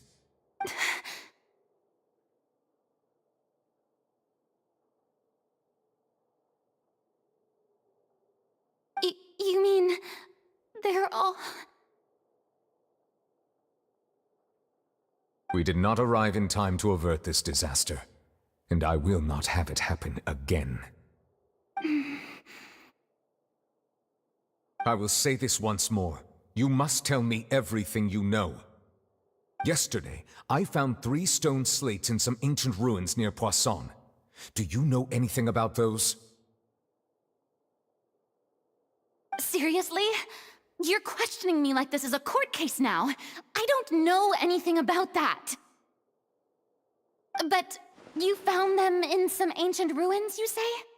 That's correct, which is why I came to ask you some questions. There should have been 4 slates, but one of them was missing. The other 3 feature different images that seem to correlate to the prophecy. The prophecy? The second of these slates depicts the previous Hydro Archon Egeria kneeling before a floating island in the sky, as if confessing something. Do you know nothing of this either? I don't. I've never seen such slates. I'll ask you again. Do you really have no information regarding the previous Archon? My deciphering of the slates indicates that the Hydro Archon Egeria once had to confess to, or apologize for, a certain sin. If anyone would know about it, it should be you. All gods don't have the same secrets, you know. She was herself and I'm me. Is it really so strange that I know nothing?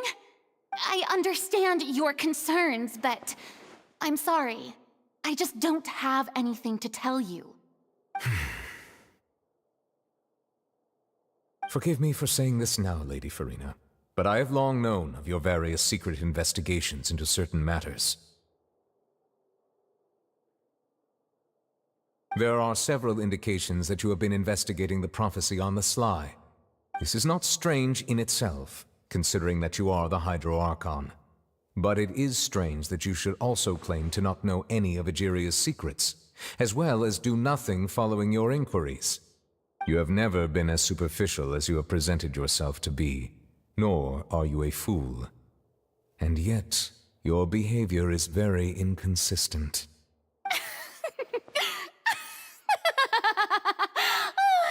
So you've been watching me all this time, have you? I didn't think you were that type. You... Well, since you know about my secret investigations, then you should know I'm actually working to take care of it. There's no point questioning or suspecting me. You're the Eudix, but you're still my subordinate. You should be following my lead. Just trust in me, you're Archon, and do as I say. Never mind whether you can truly convince yourself to or not. It'll all turn out fine. That's all I have to say. We do not discuss this matter again. Oh, the opera's about to start. Toodles!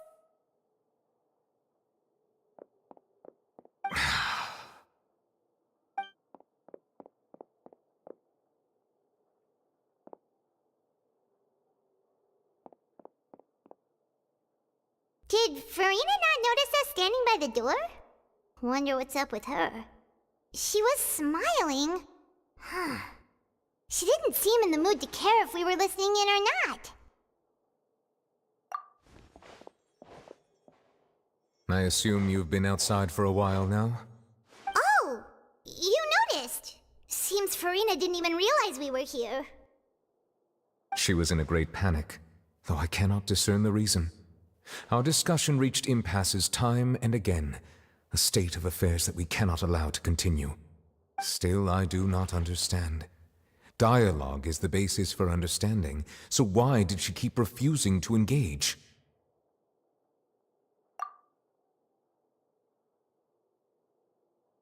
Everyone in her inner circle has noticed that she is hiding some secret.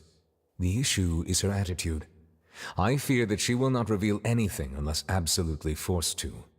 We may have to create a situation in which she will have no choice but to speak. Oh? Like what? Normally, people will only reveal the truth when standing trial. Perhaps we must have the Hydro Archon experience just such a scenario. But Farina's seen so many trials, and she's really good at dodging questions. How do we make sure that she won't just slip away at the first chance she gets? We will need to consider this thoroughly, join forces with various parties, and then do what we can.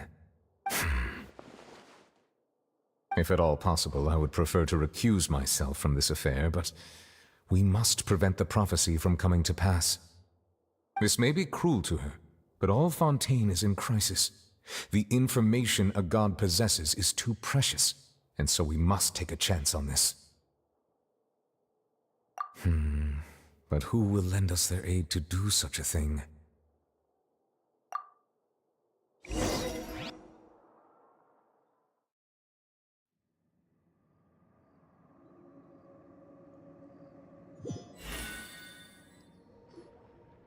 Well, that's everyone, huh? Speaking of which, it was pretty smart of you to think of hiding here. Poisson was just involved in a disaster, so it's presently devoid of people. That naturally makes it the best choice. And here you are drinking tea like it's the most natural thing in the world, huh? That's what families should do. Sit and enjoy a leisurely time together. It's nice to enjoy tea here, you know? Care for a cup? Lend me your ears, everyone. Or perhaps one of you might like to start us off. How about you, friend? Me? No, I don't think I can. Then, how about you, good sir? I fear that I will cause the mood on this boat to become as somber as it is in court. Well then, I guess we're lucky we've got a local like me to organize things. Wonderful, the spotlight at last. I guess I'll be facilitating things from here. That was a little long-winded, don't you think? Oh, you might be right. Anyway, to cut to the chase, our friend here, the Traveler, has brought us together to discuss something. As for what that is, well, let's start by saying that we'll be pooling our efforts together to create a series of traps. Oh, how intriguing. Well, it's just an expression, really. One that I just learned from Chlorand, and used on the spot. So, let's invite her to explain in detail. A round of applause, please.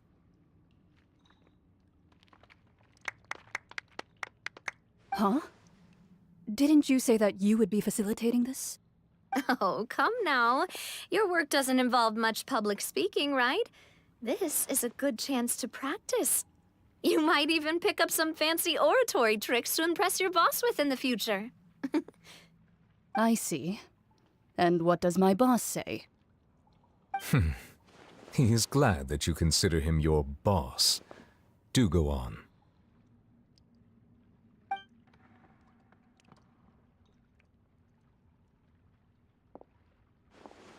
In that case, do any of you have experience hunting? Not that I recall. Fremine and I once used a wooden stick in a basket to catch wild rabbits when we were younger. As for Lynette, oh, right. You were sick that day, weren't you? I've also gone diving to catch some fish before. Does that count? I'm afraid not. You may or may not have heard, but Fontaine once played host to a group known as the Marechaussee Hunters. Though that was their name, They did not hunt animals, but rather various monsters left behind by the ancient dynasty of King Remus. Today, Fontaine's monster population has already thinned greatly, so the hunters have blended back into society, taking up arms in other lines of work. They even left a unique methodology of hunting in their wake. A trap comprises of the following components: bait, a trigger, and a containment device. Sometimes a lethal implement will also be necessary to deal with the prey. So, if we were to build a trap together, right now, what would you choose to build it with? For me, I would prefer something basket-shaped. Pigeons and rabbits will see the bait and naturally enter the snare. Our line of work requires a deft hand, and we're some of the best in the industry, so you can count on our techniques. You used some of those techniques while moving the people of Poisson, didn't you? My subordinates mentioned that you even performed some magic for the bawling children. Yes, and I even managed to gather some intelligence in the meantime. I'm quite the multitasker if I do say so myself. I'm afraid I can't claim that as my strong suit. I prefer more stable methods, like placing bait in the water and waiting for the fish to come within reach. That's the kind of method I would count on. Calm and steady. Exactly the kind of person who would catch loads of fish. And I can be their assistant. With discretion, I'm sure. I'd probably use some sort of mechanical animal. Papa once bought me some small clockwork squirrels, mice, and such. When placed in the forest, they can attract others of their kind. I remember that you liked those too, didn't you? I did. And that would be a good way to go about it. If they're realistic enough, animals of the same kind will follow them all the way to the trap. What about you, Monsieur Neuvillette? I fear I do not have any related experience. That makes sense. You usually solve problems directly, without the use of any such tricks. But I do have one more question for you, monsieur. If we were to create a trap now, how would you design it? I would like for it to be effective, but bring no harm to the prey. A more gentle trap would be ideal. Kind, as always. However, our intention doesn't necessarily change the containment device and the type of implement we need.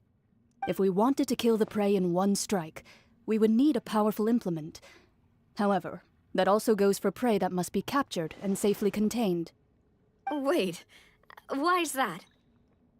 Only a hunter who's a true expert at subduing their prey can snare it without harming it.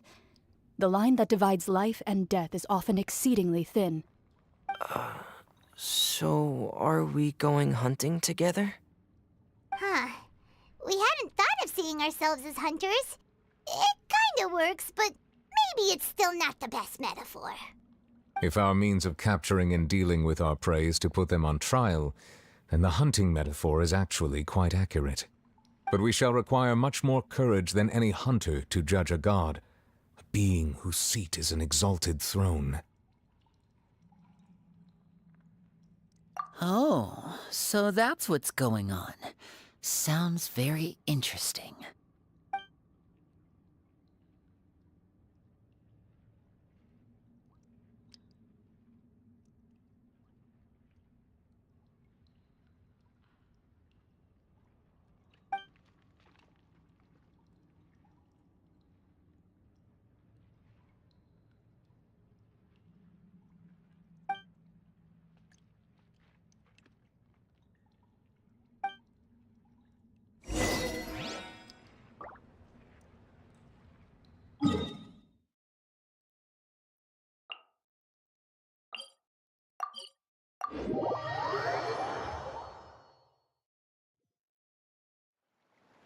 Illusion shattered!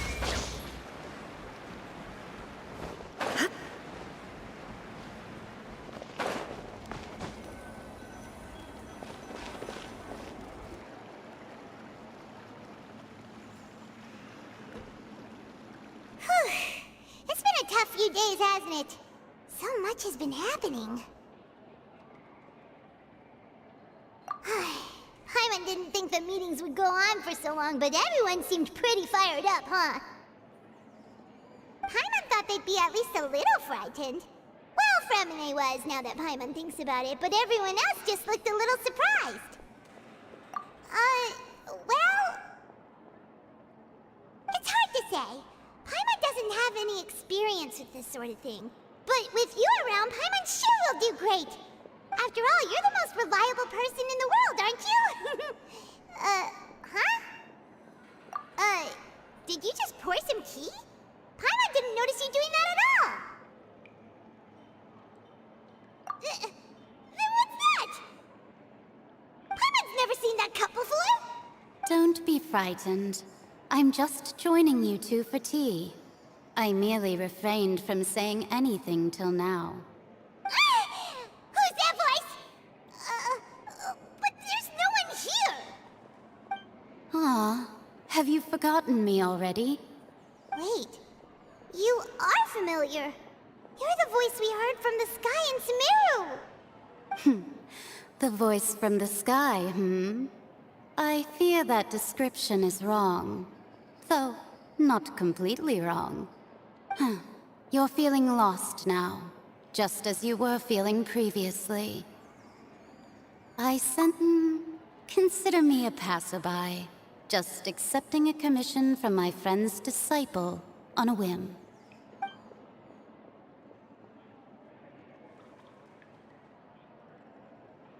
The prophecy. Yes, what has been prophesied will be fulfilled. You may view such things as the history of the future. What? Then is there any way we can stop it? I believe you have witnessed a failed attempt with your own eyes. Can everything in Teyvat so easily be changed? Ah, so you've caught on. Just as prophecies are usually only the future as seen from the perspectives of the gods, could things be happening in hidden corners where the god's gaze does not fall? Are the things that you shall see different from the fate that the gods perceive? What is she talking about? It all sounds really impressive and important and stuff, but it also sounds kind of scary. I believe that you understand, right? Some things are insignificant, but others you must reach out to change. Ultimately, fate shall serve as your only guide, no matter what will happen in Teyvat's future. All you need to do is to play your part. This was good tea, by the way. Thank you for your hospitality. Well, that'll be all for today. The voice. It's gone.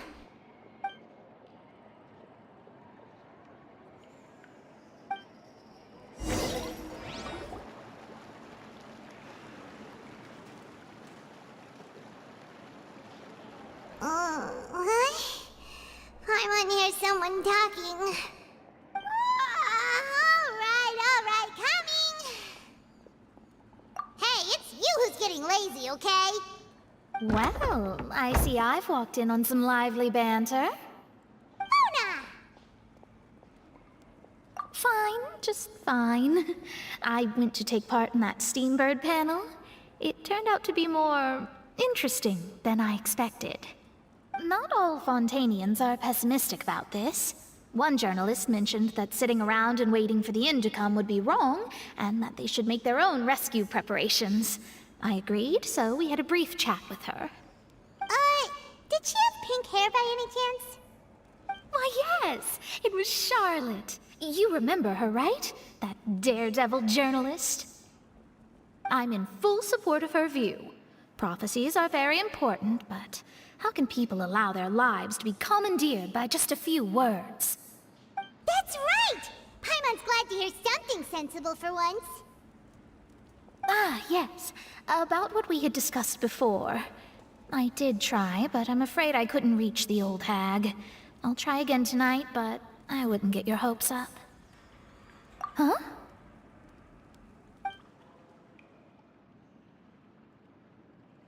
Goodness gracious. Are you serious? She said that even the god's gaze has blind spots. Pretty bold if you ask Paimon. Most people would believe the gods to be all-knowing, right? The Hexen Circle members are certainly anything but ordinary. As for the mage named N, the old hag has mentioned her a few times. She said that N's sense of direction is incredible, and that she loves guiding those who are lost. But I've never met her, and if she were still alive, she'd be... well, suffice it to say that the hag's at least a few hundred now, and N's been around for longer than that. Whoa. The Hexen Circle sounds like a scary group. But they must really stay in shape to live so long. Their abilities alone are pretty terrifying. If she came to see you personally, then the problem you're facing must truly be of great importance. Well, it's not like Paimon could understand anything she said.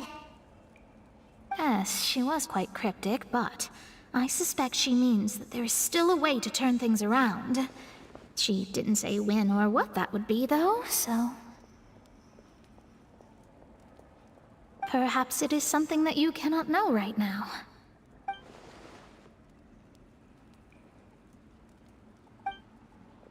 Traveler, Paimon, are you two all right? Oh, we're fine. We're just a little down right now. It kind of feels like the end is coming, you know? I see. I feel that same sense of desperation, too. I guess you could consider me someone who has often witnessed fate. So far as I have seen, it cannot be swayed. But even so, I still hope for, and believe in, miracles. Astrology is eternal and rational, but fate may not be. It is cruel, but it can also be beautiful. Perhaps that's what En was trying to tell you. Not to lose heart, and to believe that what you are seeing playing out before you is not yet set in stone. I did originally think of steering clear of all this, but I couldn't. Even if this is all futile, I still wish to help everyone. If we don't struggle to the last, then how can we face the end when it comes? Huh. You do have a point. There I go, talking about astrological principles again. Sorry about that. The moment I start talking about work-related stuff... I need to get going. It was worth trying to comfort you, even if only a little. I believe that you'll help those who are struggling in the same way I did. I suppose that might be why we always seem to meet by coincidence. Paimon feels kind of moved by what Mona said. But also kind of sad, too.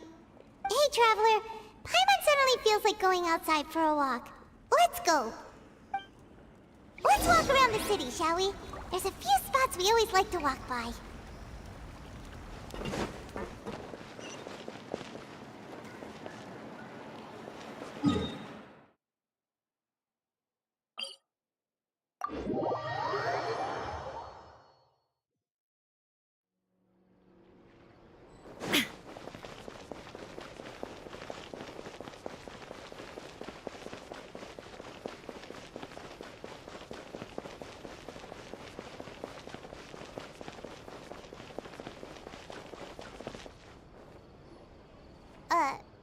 Huh? Our names are written in this newspaper. What's going on? Let Paimon see! The underwater stronghold, the Fortress of Meripede, has continued in its noble autonomy, but that does not mean that others cannot interact with it. My recent attempts to enter the fortress bore little fruit. Huh. Guess Charlotte still hasn't given up on that. Thus, did an Outlander friend become the focus of this report? A blonde adventurer with their white fairy, legends trailing in their wake. It is said that this mysterious traveler once visited the underwater fortress.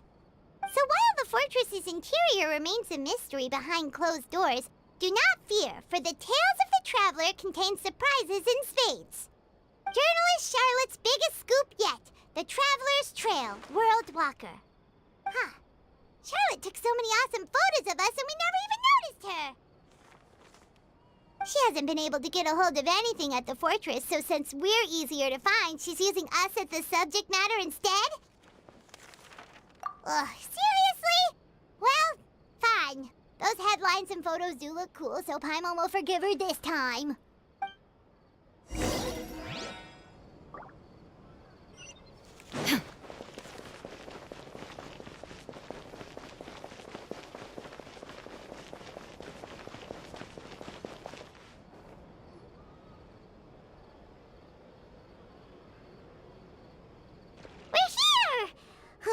Paimon's hungry. Should we go in and get something to eat?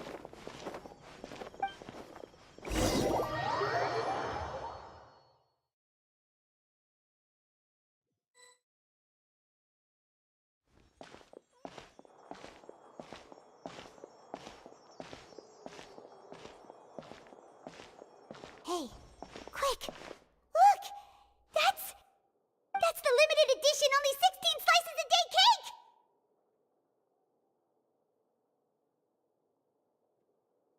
It was so delicious the last time we tried it! Despite the tense situation we were in, let's give it another go! I'm sure it'll be great! 1 slice of cake, please. Someone showed up after all!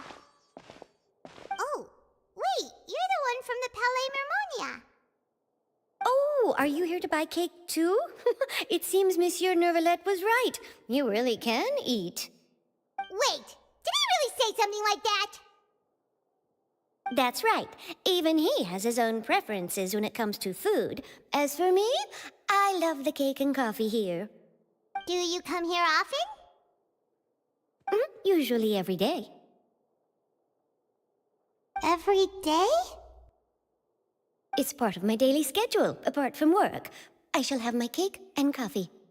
Then what if someone told you one day that this place would be closing soon, and you wouldn't get to eat cake here anymore? What would you think? But why would it close? Well, Paimon doesn't know either, but maybe the waters will rise tomorrow. You know, like in the prophecy. Oh, the prophecy. To be honest, I haven't paid much attention to that. No, still, even if there'd be no more cake tomorrow, that wouldn't keep me from having some today. No, it's the same for eating in general. You might not be able to eat tomorrow, but if you can do so today, then you should carry on. That's what people call living, you know. Huh. Don't be sad. Excuse me, could I have 2 more slices of cake to go? These 2 slices are for you. Sijuin said that this kind of expression you're making is what humans call being sad. Oh, you know Sijuin? I sure do. She was born before me, and she sometimes comes to the surface to teach us things about humans. She said that humans are creatures that are saddened easily, yes, and you can only lift their spirits by feeding them delicious food. So please try the cakes here. I've got something else to do, so I'll be going now. You two try to stay in a good mood after eating, all right? Bye.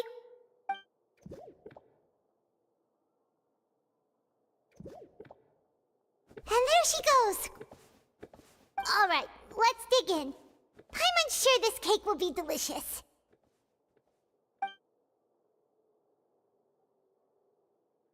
It's more delicious than last time, and the flavor gets even better with a sip of tea.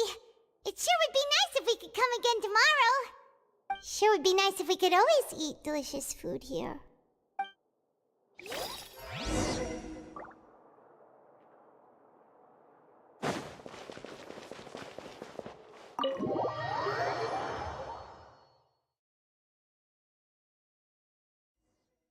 Oh, we're near the Steambird office. Let's go look for Charlotte and have a chat.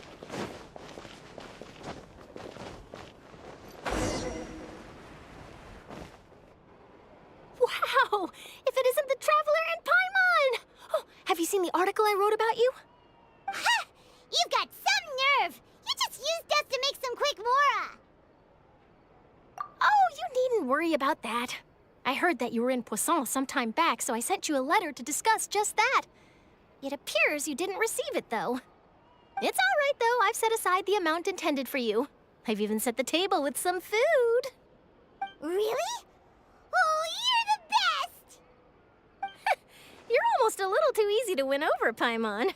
If I were a journalist with ulterior motives, you'd be in trouble now, you know. Oh, Paimon knows you're not like that. Still, what brings you here all of a sudden? Were you looking for me? When Mona mentioned you, we thought of coming to see you at work.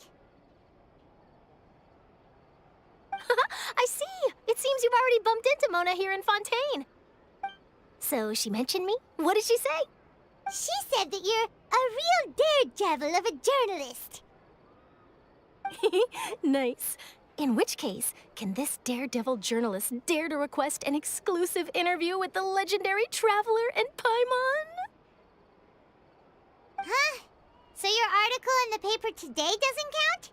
Oh, of course it doesn't. That was more like live photography. What I'd like to do is dive deeper and ask you to talk about the things you've seen and experienced. Yeah, are we even qualified enough? Why not? If I say you're worth an interview, then you're worth it. But not right now, of course. I'll need a few days to prepare. Oh, in that case, we'll just chat when you have the time then? Oh, so that's a yes? Ooh, splendid! I'll tell the editor-in-chief immediately. I'll have to apply for lighting, a venue, some props, and... Whew, so much to get done now. Talk to you later. Wait, Charlotte, Paimon's still got a question for you. And what's that? If, just for example, Fontaine were to be flooded tomorrow, what would you do today? Huh. That's the prophecy you're talking about, isn't it?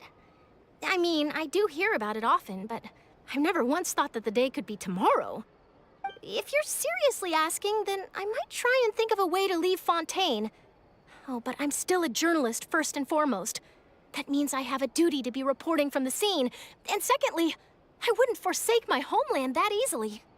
From what I've seen, most people don't know what they'd do should the worst come to pass. In truth, it might be better just to behave like normal rather than worry over such an end. So in all likelihood, I'd probably still be prepping at the office for that interview of ours. I know what you're thinking. That sounds a bit sad, but I've always believed that it's best to do what you enjoy.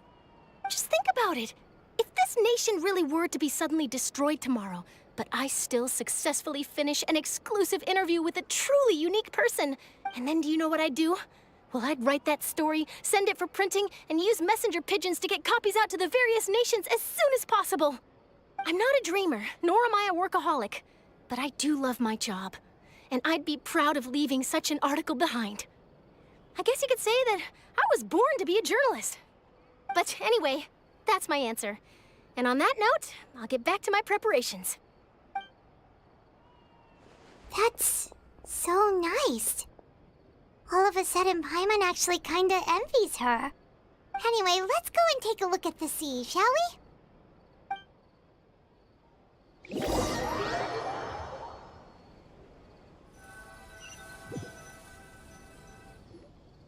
The sea breeze and scenery can be a pretty soothing combo, huh? Paimon's been thinking. If it wasn't Fontaine, but all of Tevat that would be destroyed tomorrow, where would we go and what would we do? No, Paimon should ask, if you could choose, what would you like to do?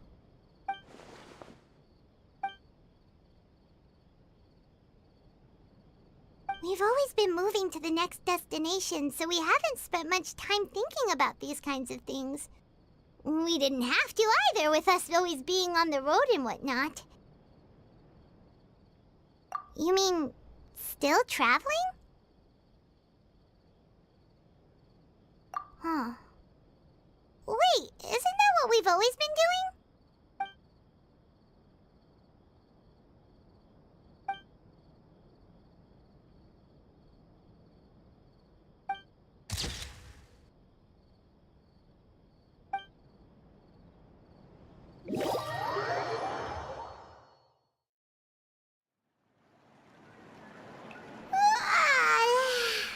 Feels like you'll grow mold if you stay here long enough. But it's still better than the Fortress of Mirapede, that's for sure. It's not only damp there, but salty too. Ah, so the two of you are still here. Wonderful. Oh, you're from the Palais Mermonia, aren't you? Yes, I'm Isadora. Monsieur Nervillet sent me to look for you two before. I heard that afterward you went to the Fortress of Meropide.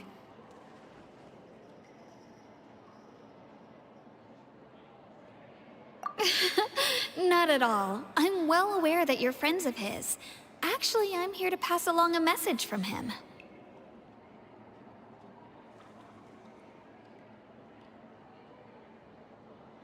Yes, inside the Opera House. The Maréchaussée Phantom has declared the incident a small-scale riot. A riot?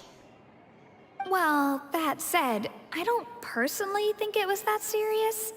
Lady Farina was watching a performance at the Opera House, and while she was resting during an intermission, some other audience members suddenly started harassing her, loudly accusing her of doing nothing about the prophecy crisis. And before she could respond, others started to join in. The crowd continued to grow, and protests against the Hydro Archon started to break out. So people have started to put the blame on Farina. Guess they finally found an outlet for the pressure they've been under due to the prophecy. I agree. People will naturally rely on gods, as is customary. But the moment people feel threatened, gods are also the first to be blamed. So what happened after that? Is Farina okay? Seeing that the situation was spiraling out of control and that further argument was pointless, she claimed that she'd gotten tired of this and left in a hurry. The Maréchaussée Phantom had their hands full maintaining order and did not catch where Lady Farina had gone. Only when things had stabilized did we realize that she had gone missing. So, you mean she's still missing? That's right. The Maréchaussée has dispatched many people to search for her, but we don't have any leads yet. That said, I don't think there's much to worry about. She is a god, after all. Even if she were to fall into the hands of rioters, what could ordinary people do to her? Good. Monsieur Nervillet sent me to tell you about the situation, but he didn't say anything else. Don't worry, this is more than enough to go on. Thanks for keeping us informed. Ah, is that so? Well, all right then. In that case, you two take care. I'll be heading back to the Palais now.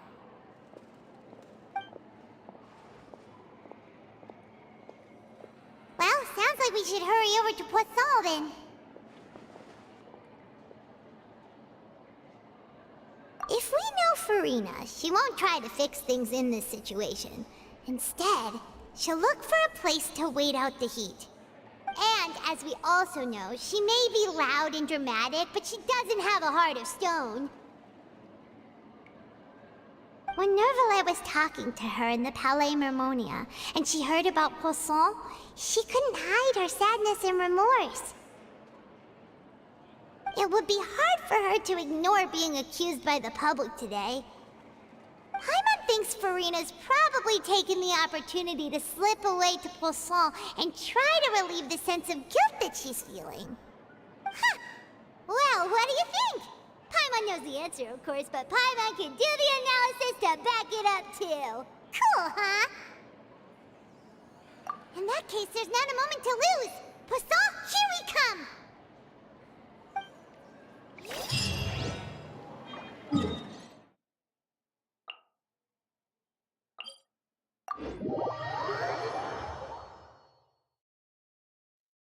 This place looks deserted. Could Farina really be here? Let's try to find her as soon as possible.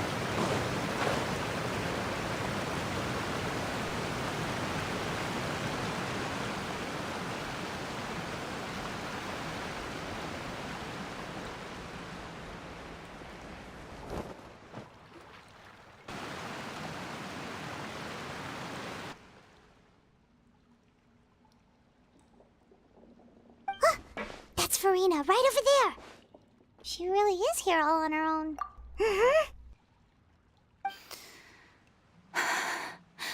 Should I just give up? This is all meaningless. What was meant to happen did happen after all. Everyone's dead. I'm sorry. I am so sorry. Give up, Farina. There's no point in holding out. I'm sorry. But what can I even do other than to repeat meaningless apologies over and over? Who's that? Don't worry, Farina. It's just us.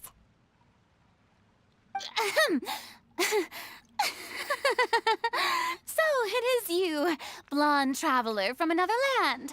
Why, I almost thought you were someone from that mob of my ignorant subjects, come to kneel and beg for my forgiveness. Farina, you were crying just now, weren't you? The tear stains on your face are obvious. What do you mean, tear stains? Oh, I remember. The show at the Opera House earlier this morning was so moving. I'm still trying to process it. Who did that uncivilized rabble think they were, disturbing my enjoyment of the arts? They even dare to tout their Archon. I must teach them a lesson. I can just imagine their twisted and frustrated faces once they realize that I'm nowhere to be found. Oh, and I'm sure Nouvellette and those people from the Marche Sauce Phantom are freaking out right next to them, too.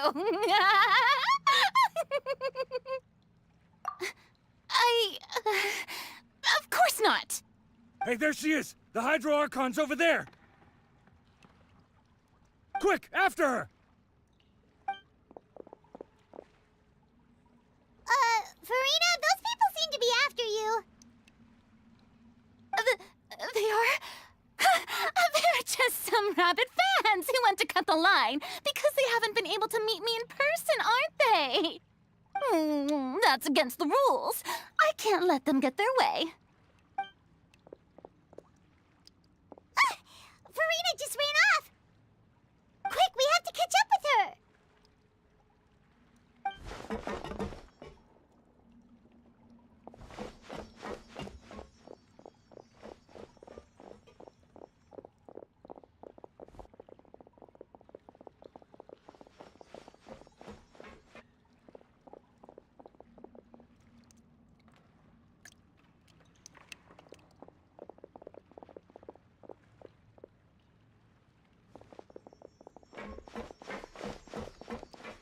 This should be the place, right? Hey, Farina! There's a good hiding spot over here. Quick, come to Paimon before the rest of them catch up to you. What is this place? Hurry, they're almost here! Fine. I suppose haste is warranted. Lead the way.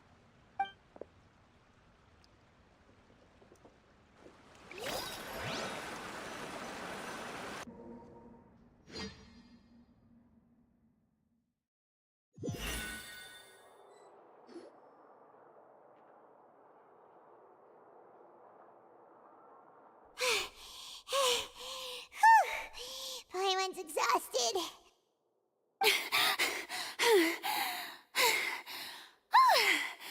I'm so tired. I totally thought they had caught me. No, I mean, I merely gave in to the sheer enthusiasm they displayed.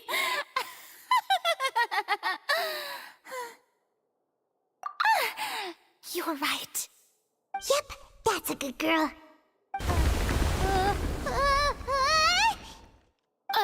What's happening? The ground's shaking. Is it an earthquake?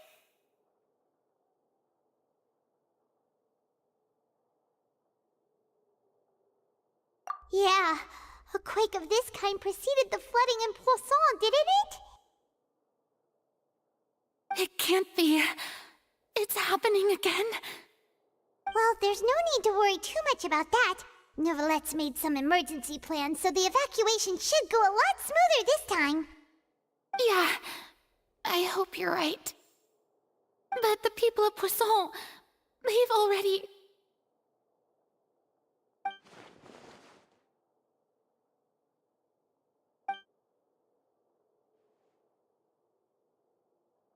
It's true. I've been investigating the prophecy for hundreds of years.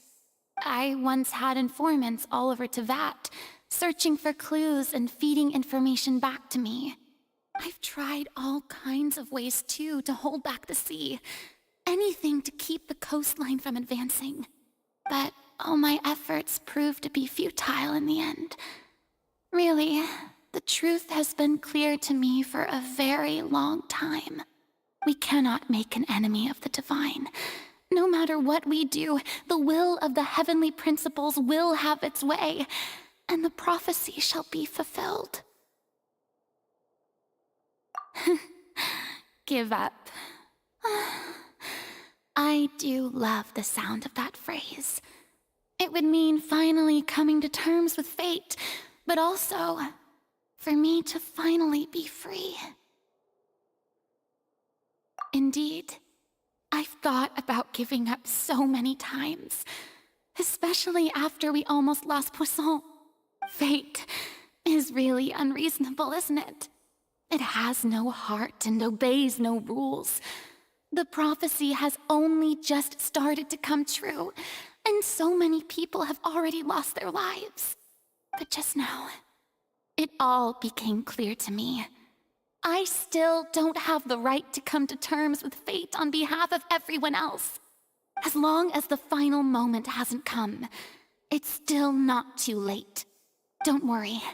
I will keep hope alive for everyone until the very end.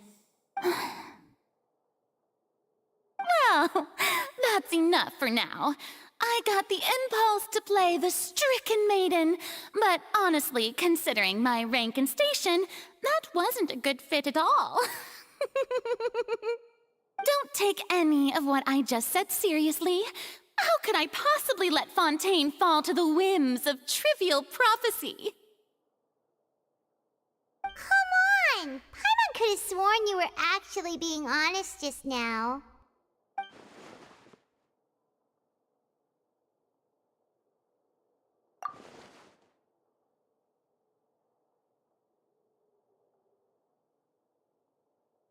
Share my burden. That's impossible. It was fated right from the start that this would be my duty alone.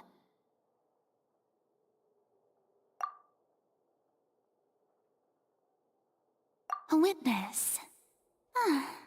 Yes, I've heard that you came to Tevat from beyond the stars, yes. In other words, you never belonged here. And if Tevat is, in its entirety, a show on a stage, then you're just a spectator, aren't you? If that's the case...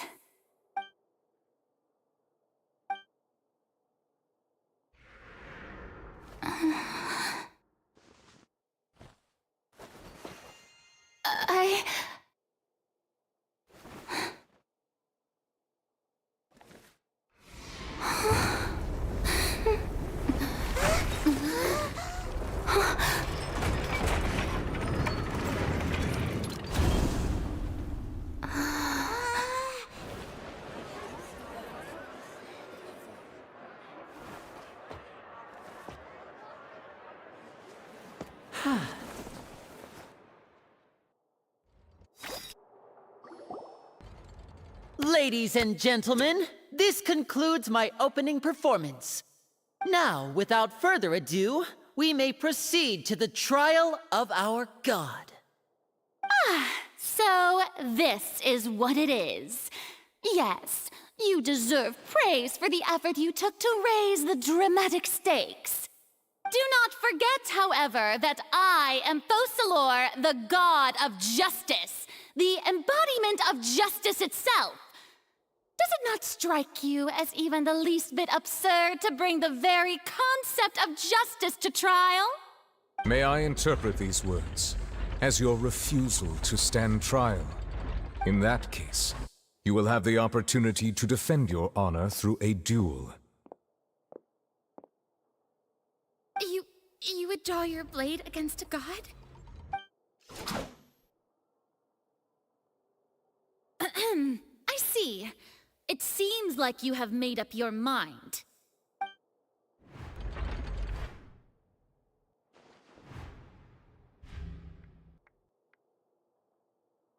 Paimon can't believe it. She just surrendered. What the heck is going on? Did I just see an Archon surrender to a human? Wow, how utterly humiliating. Lady Farina, what is the meaning of this? Shh! It would seem that there has been a misunderstanding. To be clear, the raising of both hands is not always an indication of surrender. Looking for excuses again, huh? I raised my hands just now to indicate my acceptance of the trial. No duel shall be necessary. I will admit that I've been running away for a long time. I'm sorry, everyone. I was unable to protect the people of Poisson. It is my duty to stand trial for my crimes. You are not the only ones to be disappointed in me. I, too, am exceedingly disappointed in myself. But now, it is time for the Hydro Archon to show you her courage and resolve. I, Farina, will use this trial to show the world the true meaning of justice! This time, I will protect you. Applaud and rejoice. One of the most outrageous and fantastical arcs known to the opera epiclese is now unfolding before your eyes. Mark my words, this shall be one of the most exhilarating and brilliant shows ever to grace the stage of Fontaine. The trial of the Hydro Archon, Focalor, will now begin! Woohoo! Oh, now we're making history! Why does it feel like Farina just took over the whole thing? Like, come on! Didn't she just get forced to stand trial for her crimes? Also, even though she's still acting super dramatic, she is taking this seriously this time, right? All right, then. Who will be my opponent in this trial? The court asks the prosecutor to please take the stand.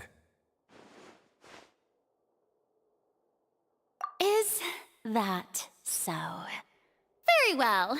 Then please speak, witness of Tivat, my accuser and fated opponent.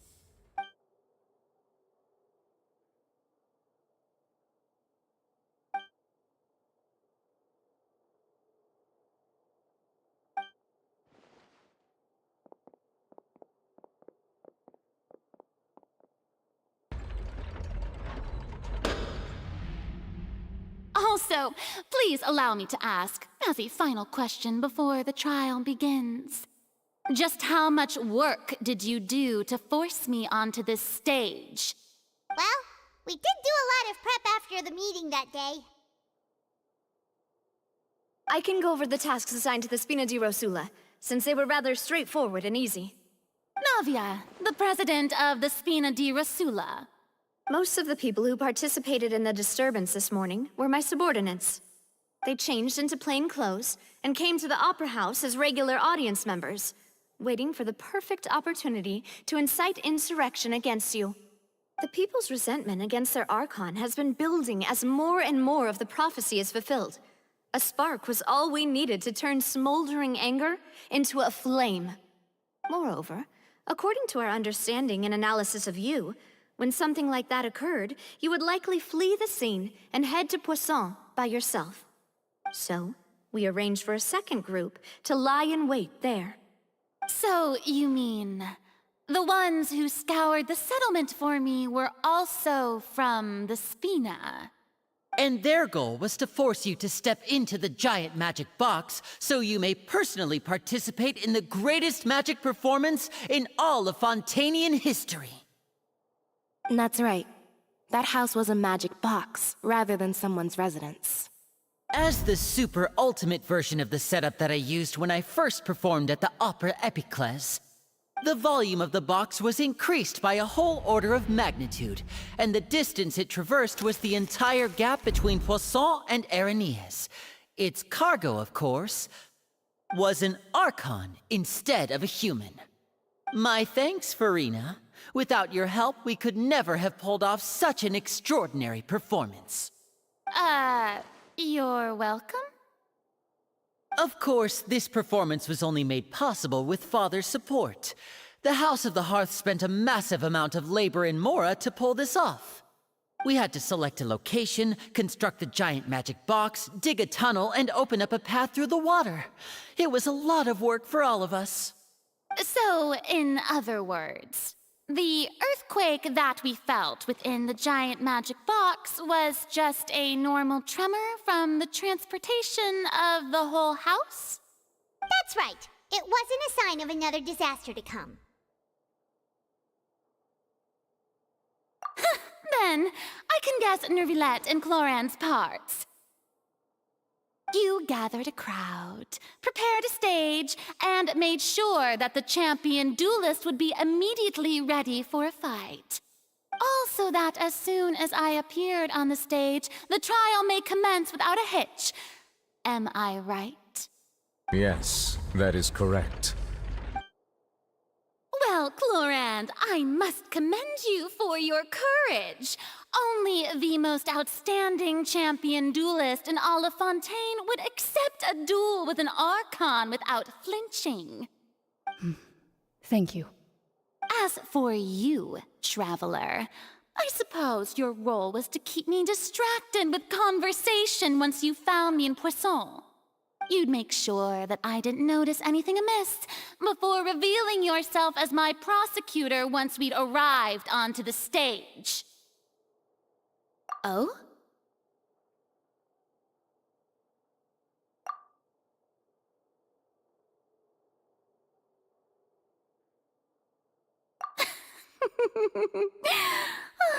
Is that so?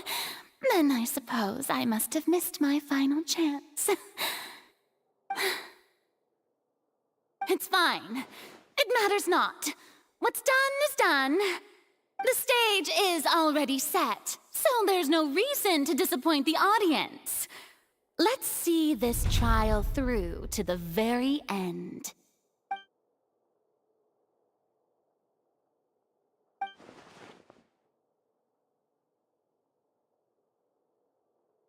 Madam Prosecutor, please allow me to pass this along. This is a document that Miss Charlotte applied for and received permission to share with you during the trial. According to her, it should speed up the proceedings. Huh? Charlotte wanted to give us something? Oh, so she's here too! Hey, Charlotte! Oh, Leb Hymancy! Isn't this the exclusive interview that she did with us before? So she's... Wait, then that means this document is a perfect timeline of everything that's happened ever since we stepped foot in Fontaine! So in other words, we can refer to this anthology of evidence every time we want to use something from our journey as evidence for an argument! Let's quickly confirm the information in it. Just think of it as a refresher, alright? You defeated the Hydro Archon in the very first duel you took part in at the Opera House. That's one for the history books, all right. You defeated the Hydro Archon in the very first duel you took part in at the Opera House. That's one for the history books, all right.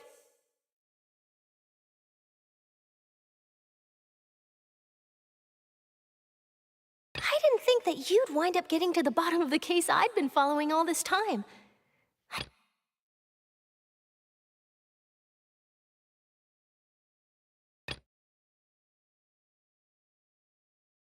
I didn't think that you'd wind up getting to the bottom of the case I'd been following all this time.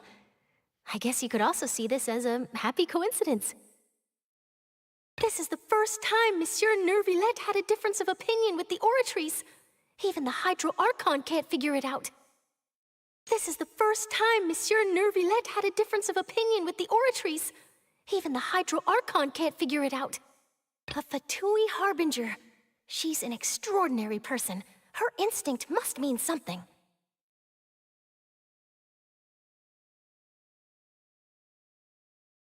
The fortress of Meripede was almost destroyed in a single day.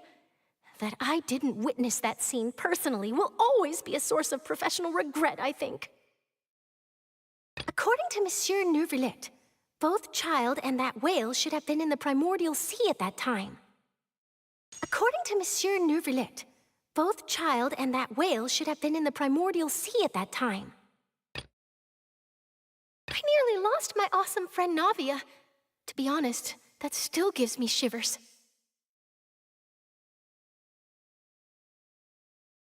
The words of someone as extraordinary as a witch can probably only be truly understood when something surreal happens to you.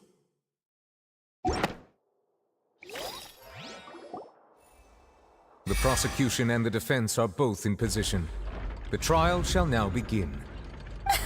Oh, come on, Nervillette. There's no need to repeat all the unimportant legalese. Just fast forward to the part where the prosecution lays out my offenses. As the defendant and the lead actress of this performance, I still haven't even been informed of my supposed guilt in all of this.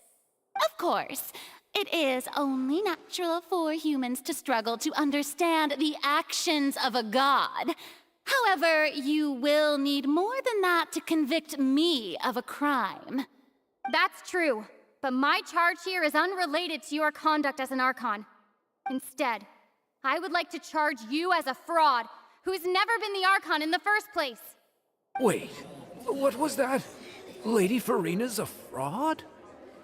Hey, I came here thinking that we were going to try the Hydro Archon for forsaking her duty, but did I hear that right? She's not our Archon at all? Charge accepted. Lady Farina, do you plead guilty to the charge?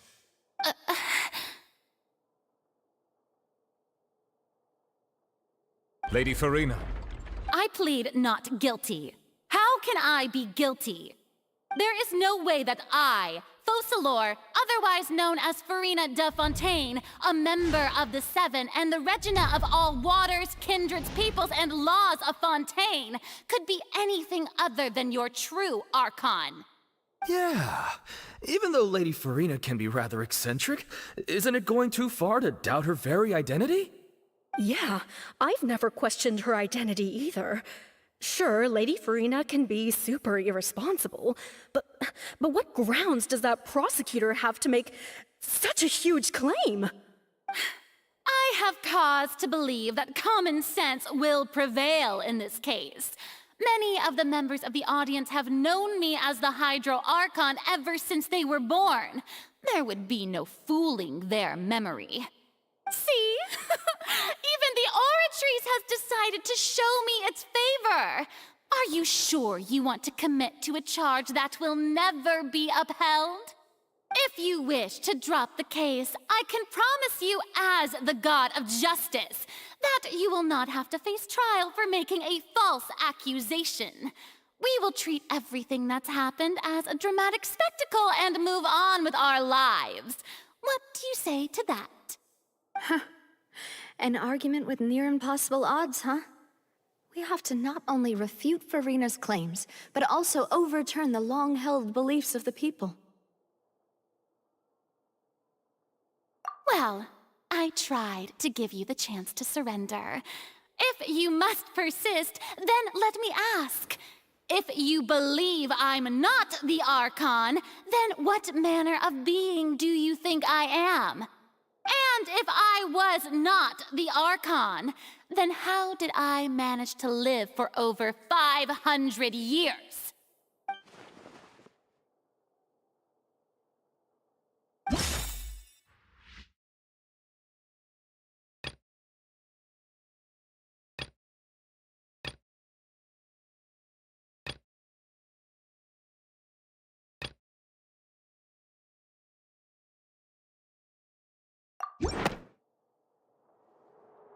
That doesn't sound right.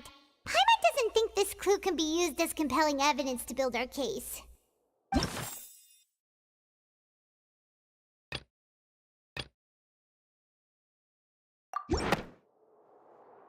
First of all, you may be a member of another long-lived race, which would allow you to naturally possess an extended lifespan. And second of all, even if that wasn't the case, there could be other ways to extend your life. Who gave you that idea? Was it the knave? You'd sink so low as to use a harbinger's words against me. A curse? I once thought it possible that the aura of an Archon might naturally resemble a type of curse. But in light of this claim, perhaps what I sensed was not your divinity, but a curse after all. You sensed it too, huh, Neverlet?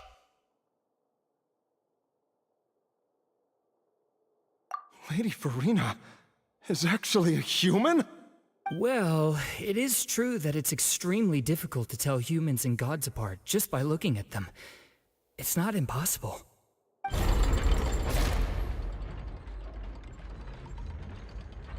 Well, don't start celebrating too early now. Even if I have been carrying a curse like you said, how does that prove that I am merely a human being?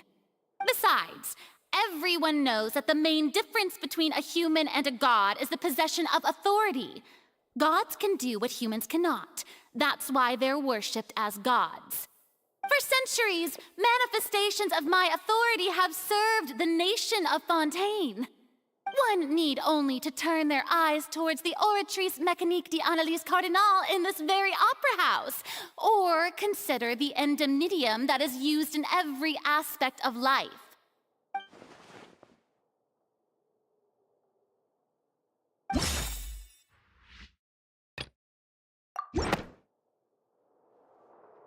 You tried to reference the Oratrice. But weren't you as confused as all the rest of us when the Oratrice declared Child to be guilty without any proof? Otherwise, you should have come up with a good explanation for that by now. Didn't I make myself clear at the time? The decisions of the gods are naturally difficult for humans to comprehend. There is no need to provide an explanation. Lady Farina, I believe a reminder of your current circumstances is in order. While the court is in session, the principles of justice and the law must come before all else. While you are an Archon, you are also first and foremost the defendant in this trial. You will prove yourself unable to defend against the prosecution's charges if you continue to withhold vital information against the rules of the court. I never thought you'd use that kind of rhetoric against me. That was no trick of rhetoric, Lady Farina. I've merely reiterated the rules of the court. Rules that all should respect and follow. So, you neither knew why Child was declared guilty, nor did you understand the structure and operations of the Oratrice.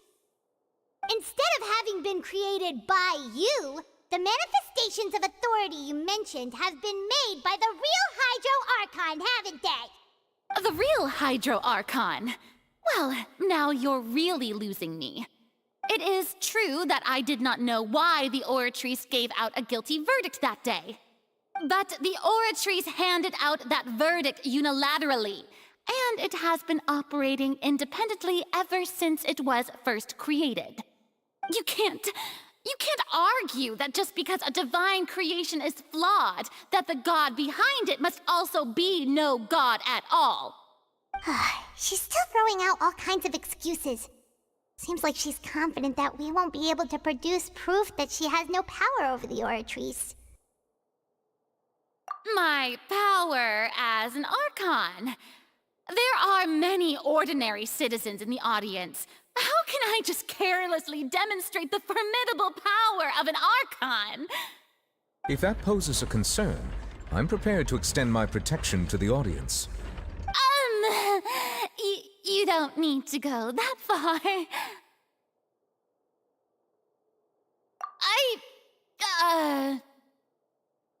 Aren't you the Hydro Archon? Or is it that you can't even wield the power of Hydro, much less the authority of a god? Indemnitium! Yes! It's all because of Indemnitium!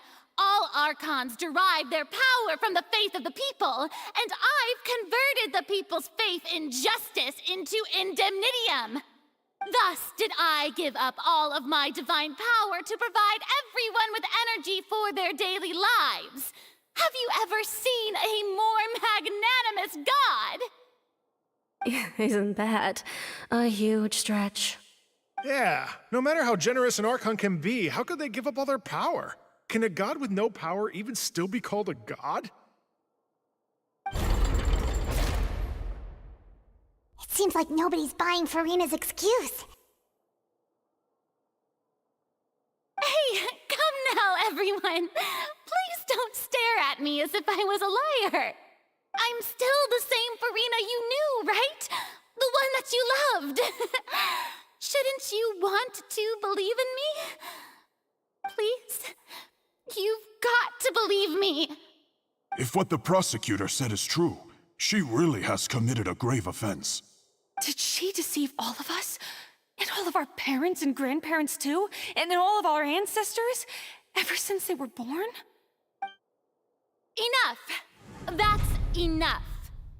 Tell me then, if I'm not the real Hydro Archon, then who is?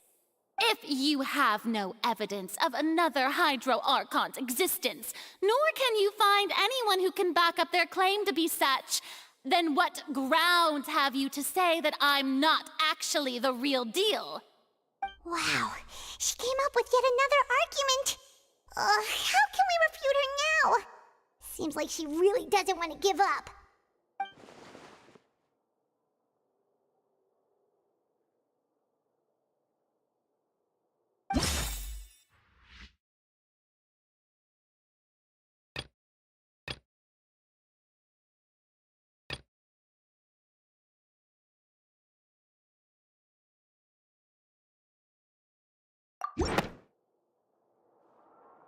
That doesn't sound right.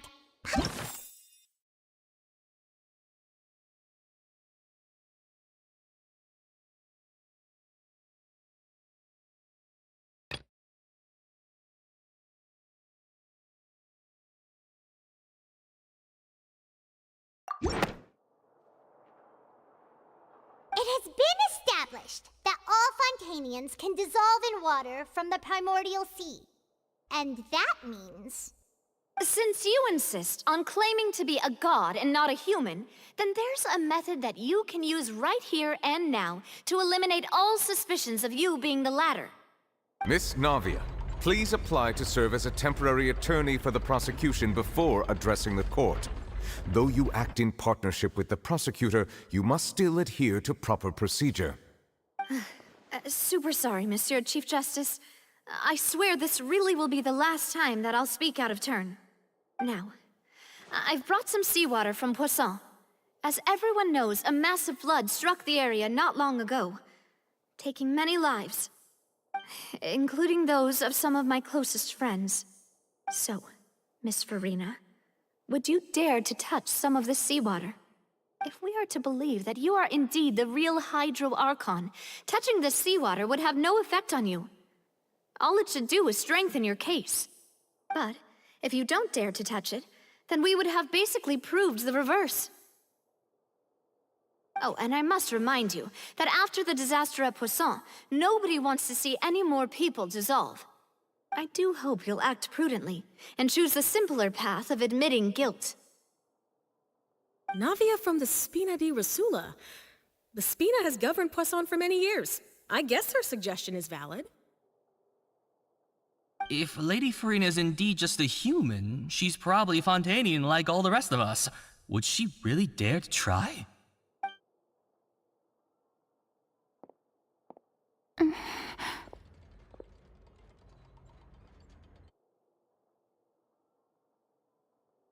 Lady Furina, this test has been unilaterally proposed by the prosecution.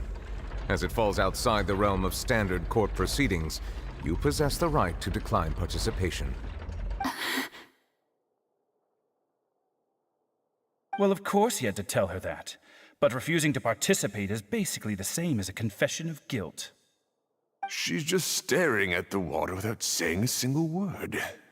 It really does seem like she's quite terrified of it. That could only mean... What's going on? Is she really planning to... that's not what we thought she would... Due to the inherent risk of the test, Lady Farina, you may... Hey!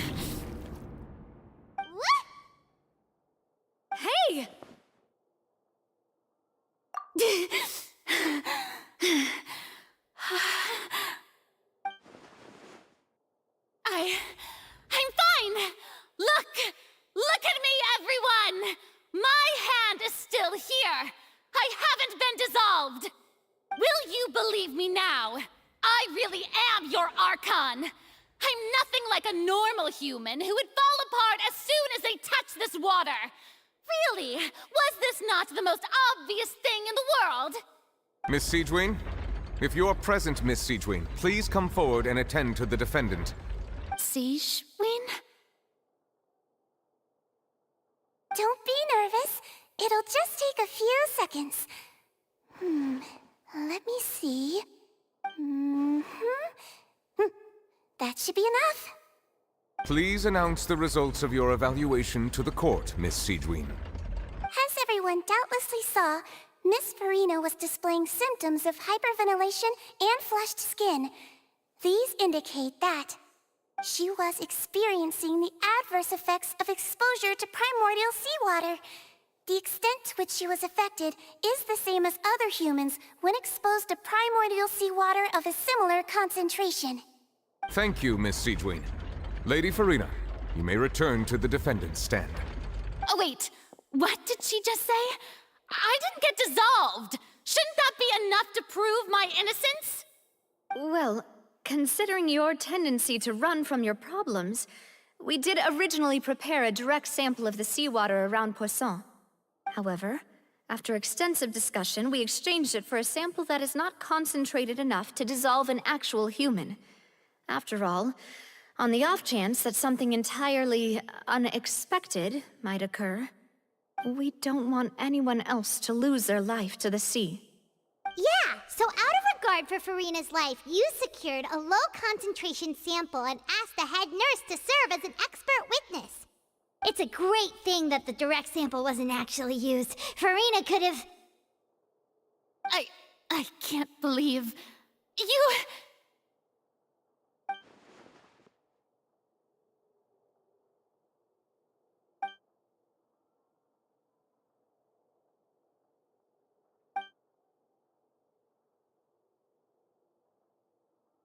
Listen to me, everyone! Please don't give me such cold and disdainful looks! What happened just now didn't prove a single thing! Think about it! How can you conclusively prove that an Archon can't also be affected by the primordial seawater?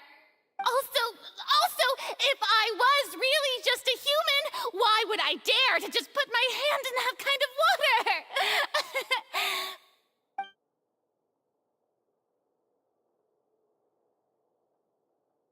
Please, everyone, anyone, just listen to me!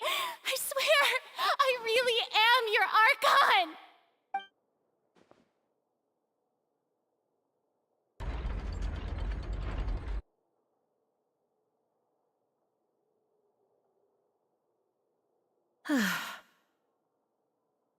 I don't think anything she says at this point will sway anyone. The odds are just too stacked against her now. With all the things that have been said, Paimon doesn't think there's any way left for Farina to win. I believe the time for arguments and presentation of evidence has come to an end. If there are no objections, we will move on to the final judgment.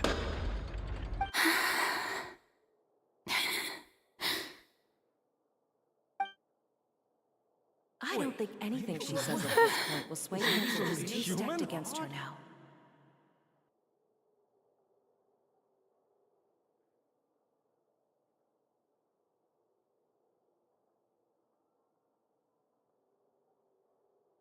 In my capacity as Chief Justice, I shall now render judgment on Farina's misrepresentation of herself as the Archon of Fontaine. As a human who knowingly deceived her fellow citizens, Farina is guilty.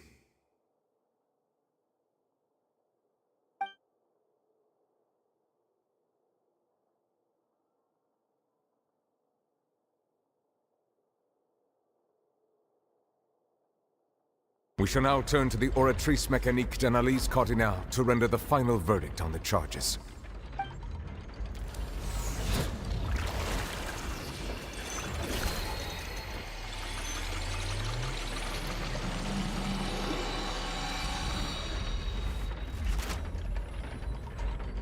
According to the judgment of the Oratrice Mécanique d'Analyse Cardinale, Farina is... Well, what's wrong? What's the Oratrice's verdict? No, the Oratrice also displays a guilty verdict. Isn't that correct then? However, the exact wording of the verdict is thus: the Hydro Archon, guilty, to be punished via the death sentence. The death sentence? That's actually one of the available sentences? I've always thought that it was just a myth. The one and only time the death sentence has been handed out at the court, and it's been given to the very person we've worshipped as the god of justice? What an unexpected twist. Farina's been sentenced to death by the Oratrice? We just wanted to use the trial to show her the seriousness of things so she'd tell us the truth. How did things escalate this quickly? This outcome is indeed quite strange. According to Fontaine's current definitions of justice, as well as its recommendations for criminal sentences, is this sentence really appropriate for the crimes that have been committed? Yeah! Even Fauché wasn't sentenced to death by the Oratrice.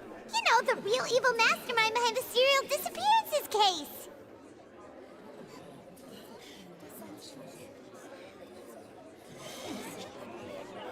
Indeed. Not only is Farina's sentence overly excessive, the very point of our trial today was also to prove that Farina has never been the Hydro Archon in the first place. But now, the Oratrice seems to have deliberately invoked the title of the Hydro Archon. What does this mean?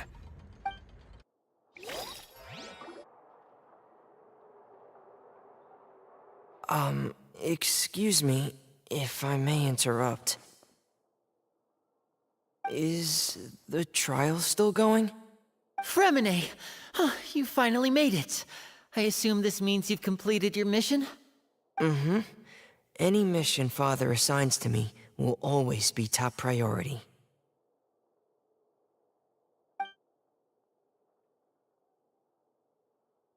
Is that the first prophecy slate? Huh. So the knave privately arranged for Fremine to try and find the missing slate. I looked everywhere and finally found it at the bottom of the sea. It took me a long time to get around some dangerous stretches of water. But has the trial already concluded? Then... doesn't that mean I've come too late? Oh no. Father will be disappointed in me. Thank you for your hard work, Mr. Fremine. Please allow me to review the record left on the slate.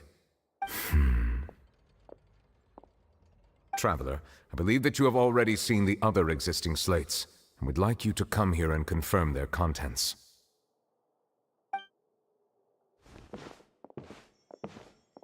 Huh? So what do you see? What is it?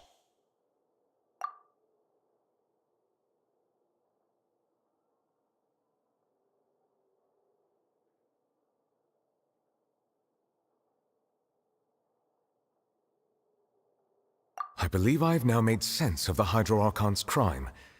It has to do with Fontaine's lost history. Huh? Isn't the Hydro Archon just guilty of deceiving her people? Oh, wait, no, that's Farina, and we've already proven that she's not the Hydro Archon. So when you say Hydro Archon, do you mean the real Hydro Archon we've been kinda talking about?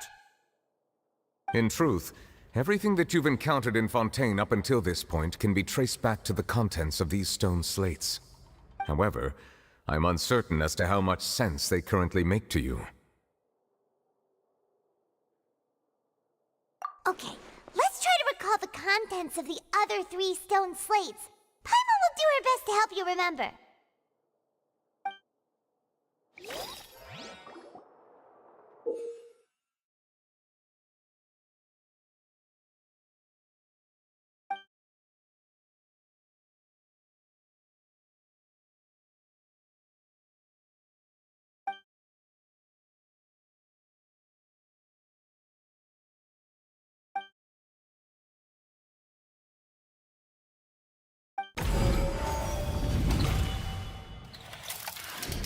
The first stone slate describes what you just said. It seems to show the previous Hydro Archon using her divine power, and then the Oceanids turn into humans. Does that mean that Fontanians are transformed Oceanids? Oh, Paimon wasn't expecting that. But if Oceanids can turn into humans, then perhaps this process can be reversed as well. The second stone slate shows Celestia floating in the sky, and the Hydro Archon and her people worshipping it together. But the heavens still brought judgment down upon them. This must be the point when the Hydro Archon and the Fontanians were branded with their original sin. Does this mean that the original sin and the Hydro Archon sin are the same thing? The third slate shows the Hydro Archon sinking into the sea surrounded by many people.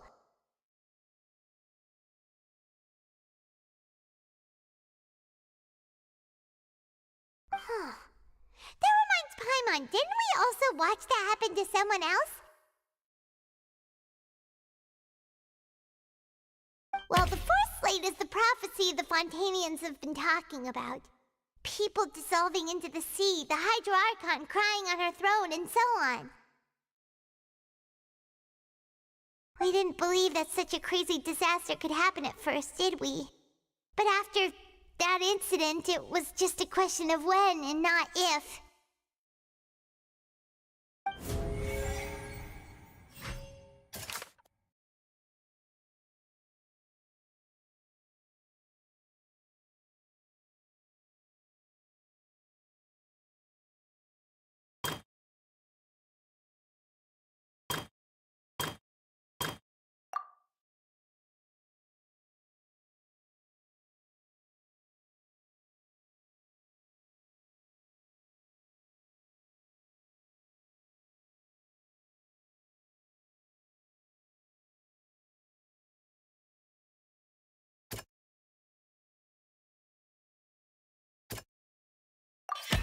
We know from the case of the serial disappearances of young women that Fontanians can be dissolved in primordial seawater. And the first stone slate tells us that long ago, the Hydro Archon used her power to turn Oceanids into humans. This might be the reason that Fontanians can dissolve.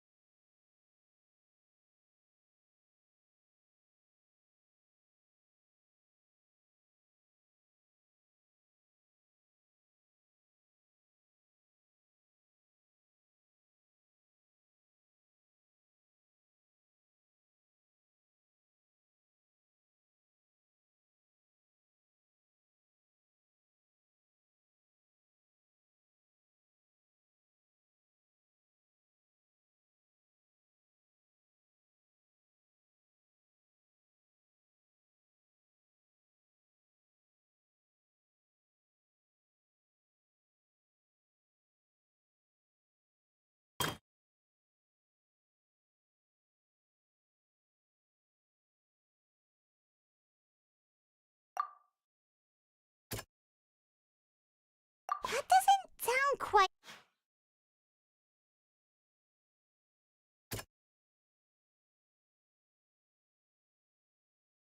That doesn't...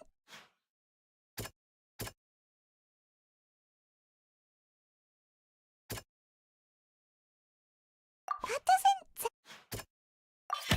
The prophecy from the stone slates found its way into society, but not many people believed it at first. The fortress of Meropide was nearly flooded with primordial seawater, which we know can cause Fontanians to dissolve. It seems increasingly likely that the prophecy may come true. If we hadn't dealt with it in time, things could have gone very badly.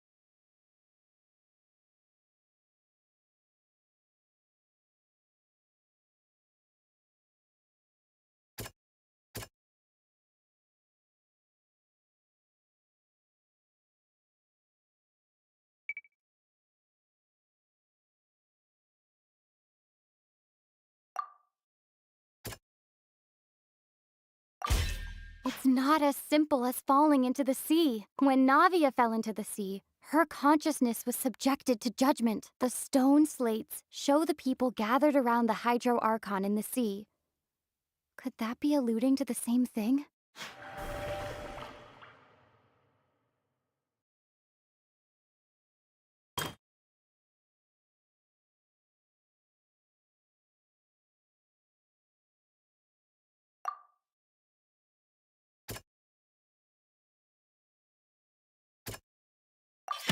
Perhaps what is about to take place has all happened before. The true sin of the Hydro Archon that Nervilette mentioned, and the original sin cast down on the people of Fontaine by Celestia, as recorded on the stone slates. They'll dissolve into the primordial sea but won't cease to exist. Their essence will flow in the seawater, converge, and take the form of an oceanid.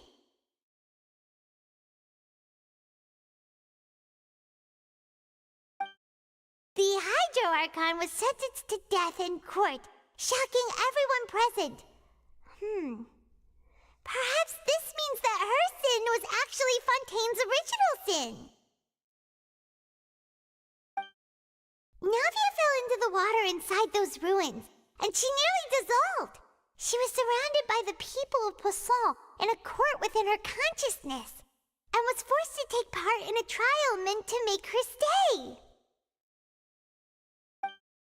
The eruption of the primordial sea at the fortress of Meropide was the surest sign that the prophecy was about to come to pass no matter what.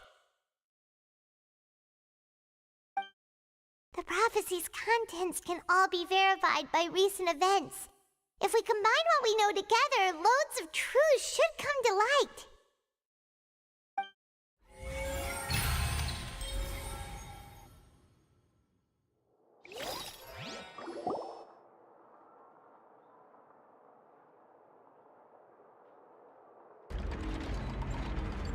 Huh?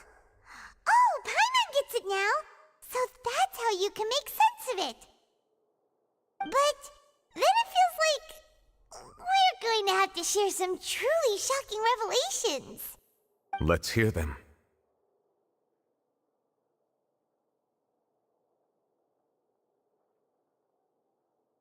Incredible. Linny, did you hear that? We're not real humans.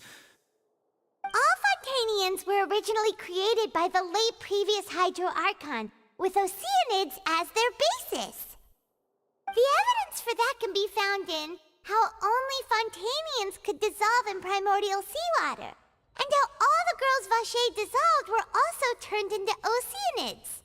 Oh, and according to Navia, when she was about to get dissolved, she also saw everyone gathered around for a trial, all of them in the shape of Oceanids. Indeed.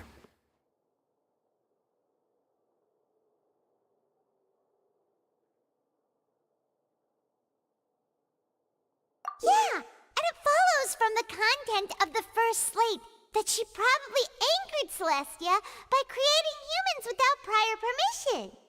That could also explain why the Oratrice judged the Hydro Archon to be guilty. It's to account for that ancient sin. The Hydro Archon's true sin was creating us? And yet, after many hundreds of years, the Hydro Archon's creations have turned around to try to judge the Archon within the Opera Epiclese. The twists of history are often the most unexpected of all.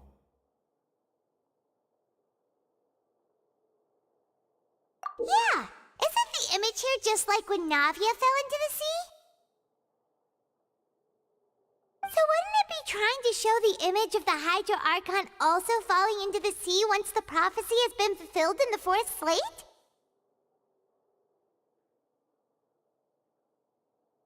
In the end, the people will all be dissolved into the waters, and only the Hydro Archon will remain weeping on her throne. Only then will the sins of the people of Fontaine be washed away. Did Paimon get all that right? You've made some keen deductions. I must say, given how much you still don't know, it is impressive that you've already managed to connect so many pieces of the truth. However, while you were able to decode all the information on the slates, they've also been etched with an additional layer of hidden information using a different power source. When we were at the ruins, I tried to decipher the hidden information recorded in the slates. But since we only had 3 slates at the time, I was unable to come to a full conclusion. Now that the slate collection is complete, I shall make another attempt to decipher the narrative recorded within. If everything goes well, we should finally be informed of the unadulterated truth.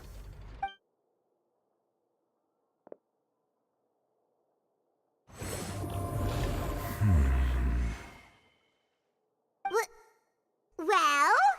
Did you get it? I believe I should share this truth not only with you, but with all the people of Fontaine as well. I will try to briefly summarize it for you.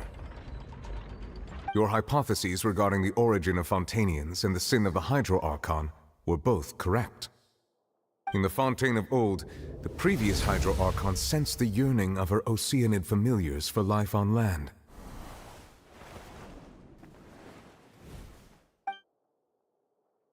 The Oceanids were enamored with the beauty and romanticism of human beings, and wishing to have those experiences for themselves, expressed to the Hydro Archon their desire to become of a similar kind.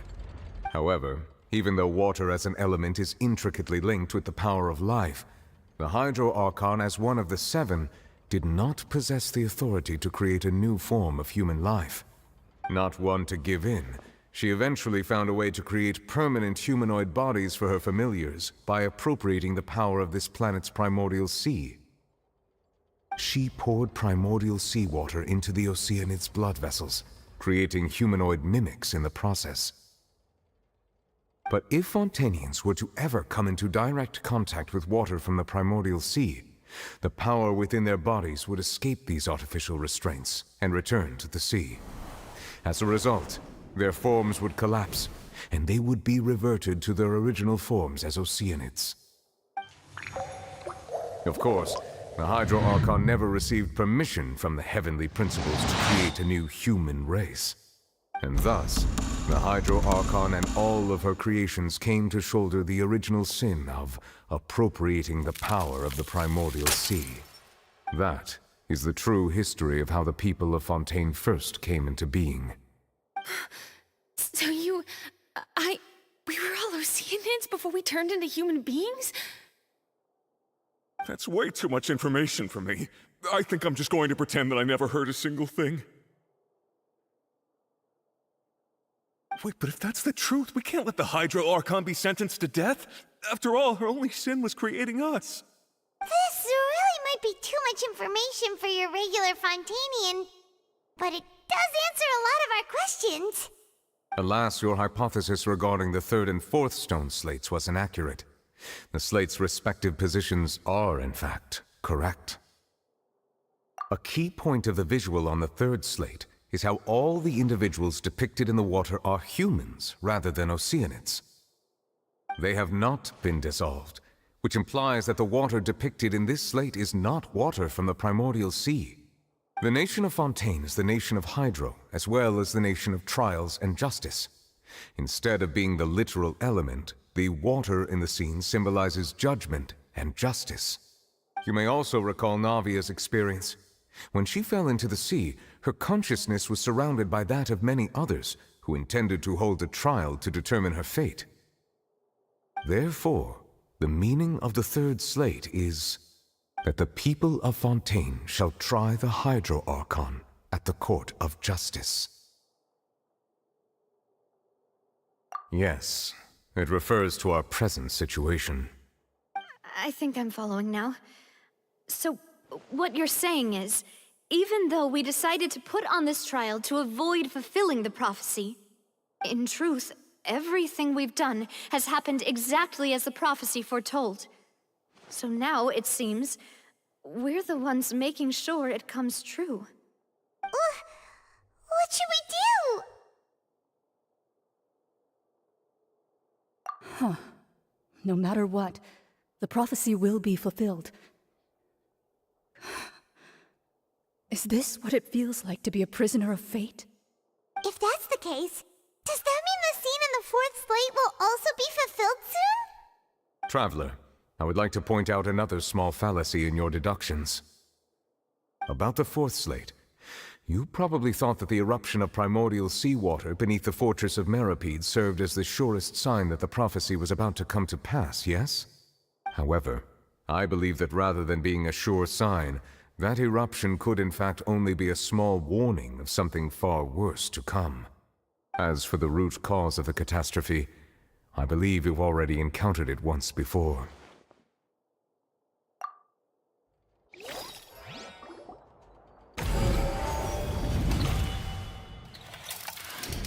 This eruption was just a small warning of the things to come. We must find the root cause of the disaster.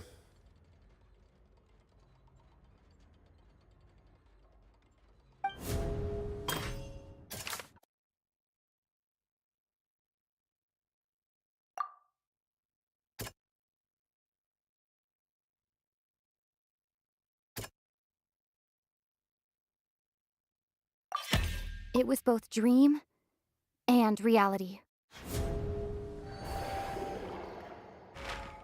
If we're talking about a true culprit, that could only be that thing inside the primordial sea, right? The truth, the original sin, the trial, and the root cause of the disaster.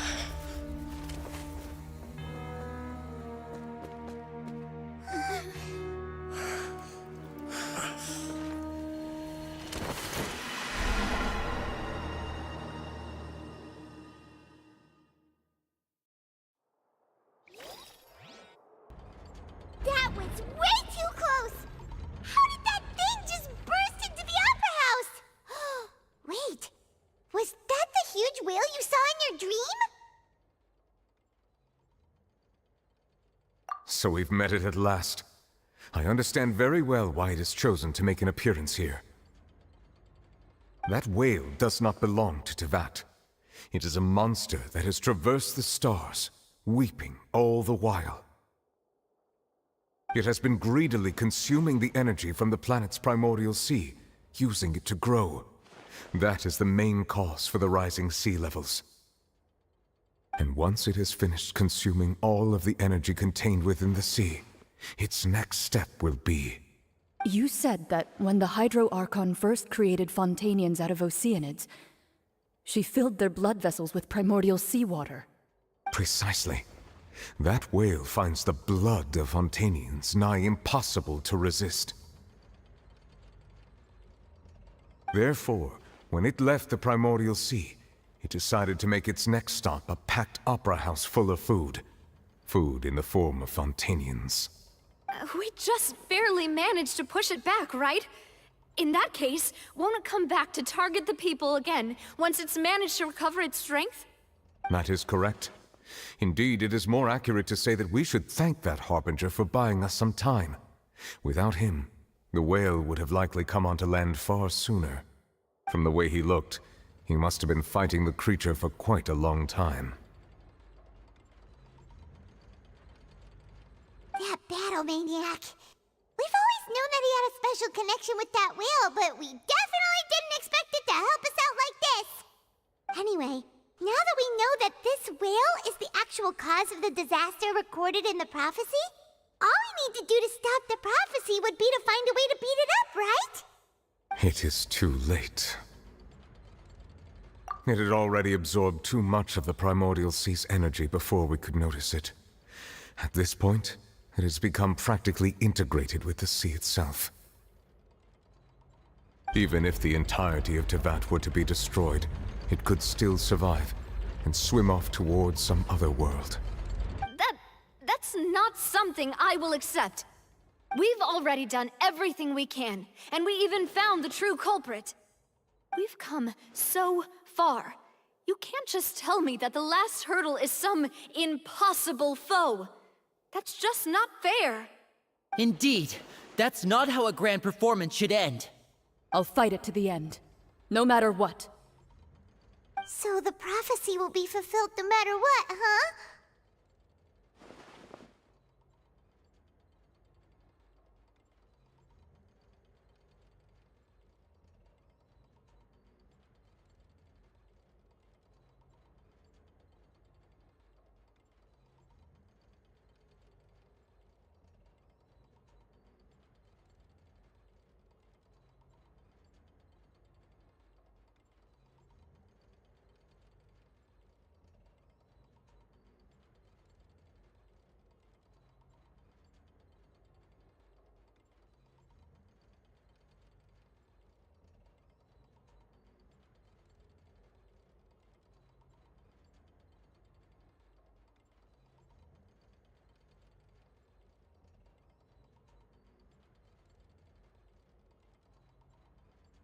The prophecy. Yes, what has been prophesied will be fulfilled. You may view such things as the history of the future.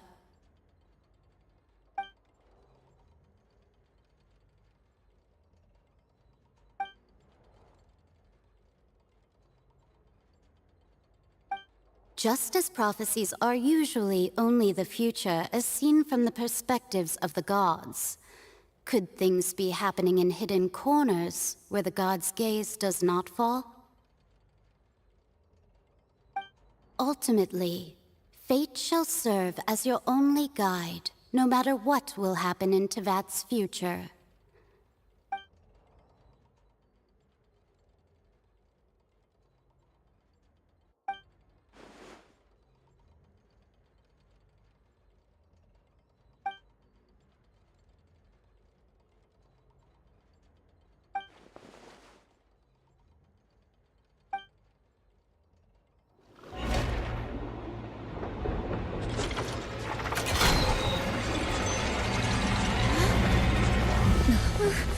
What's happening with the oratories?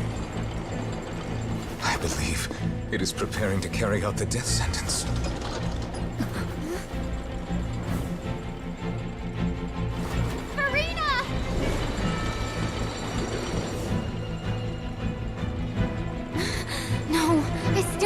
answers!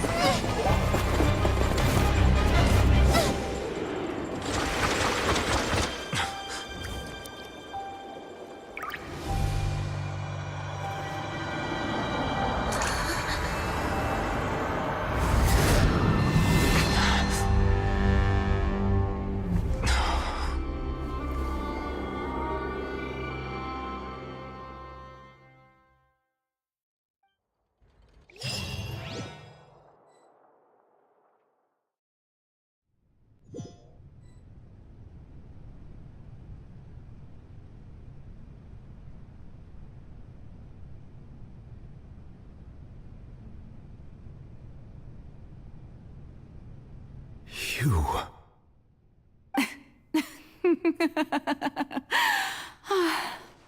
Sorry. That shocked expression on your face is just too amusing. I couldn't help myself. You are not Farina. Who are you? The sweet sound of bewilderment. Marvelous. A sure sign that my attempt to deceive everyone was a resounding success. But to answer your question, I am Focalor. You know, the god. Focalor? Why did you deceive us? Oh, that wasn't my goal, of course. Goodness, no. But I had to fool everyone else too, if I was to stand any chance of deceiving the heavenly principles. Deceiving the heavenly principles? It's all because of that pernicious prophecy. Dreadful, wasn't it? Everyone doomed to dissolve. Fontaine condemned to be flooded. One was not amused. In fact, one was positively bemused when that problem was thrust upon me by my dearest predecessor. That's the former Hydro Archon Egeria, for the uninitiated. It hardly gets more disastrous than a preordained national catastrophe, now does it? She knew full well that the prophecy would surely come to pass. And as one of the seven, she also knew full well that one defies the heavenly principles at one's peril. So yes, as you have no doubt surmised, it was a rather impossible situation that I found myself in. I spent a terribly long time mulling it over, alone on the ocean floor. And I was almost growing barnacles by the time I finally realized there was only one possible solution to this confounding conundrum. I had to outwit the heavenly principles, allow the prophecy to be fulfilled, ostensibly at least, while saving everyone at the same time. I'm a genius, I know. I can only assume that's why Egeria chose me as her successor. Although, looking back now, it was hardly the inheritance one dreams of. Between the task of saving the nation, the quotidian duties of the Hydro Archon, and not to mention the original sin of creating a new race of humans, I dare say she left me quite a colossal mess to clean up. But one can only play the hand one is dealt. I did not choose this, any more than I chose to be one of her Oceanid familiars. So you were also once one of the Oceanids, transformed into a human by Egeria's hand? Yes, I was. I always dreamed of becoming human. And I still do, even now. In my eyes, to be human is to be part of the greatest opera ever known. After becoming a god, I separated my divinity from my body and spirit, leaving behind only a self that was as naive and bewildered as my past self on her first day as a human being. The me you see before you now is that divinity. And the human counterpart I left behind, I named Farina. She could feel joy, sorrow, and everything in between. She could be as vain and conceited, or as meek and vulnerable as she wished. Her strengths were of a kind only a human could possess, as were her shortcomings. But in my eyes, Farina's humanity was what made her perfect. She was perfectly human in every way. The person I always wanted to be.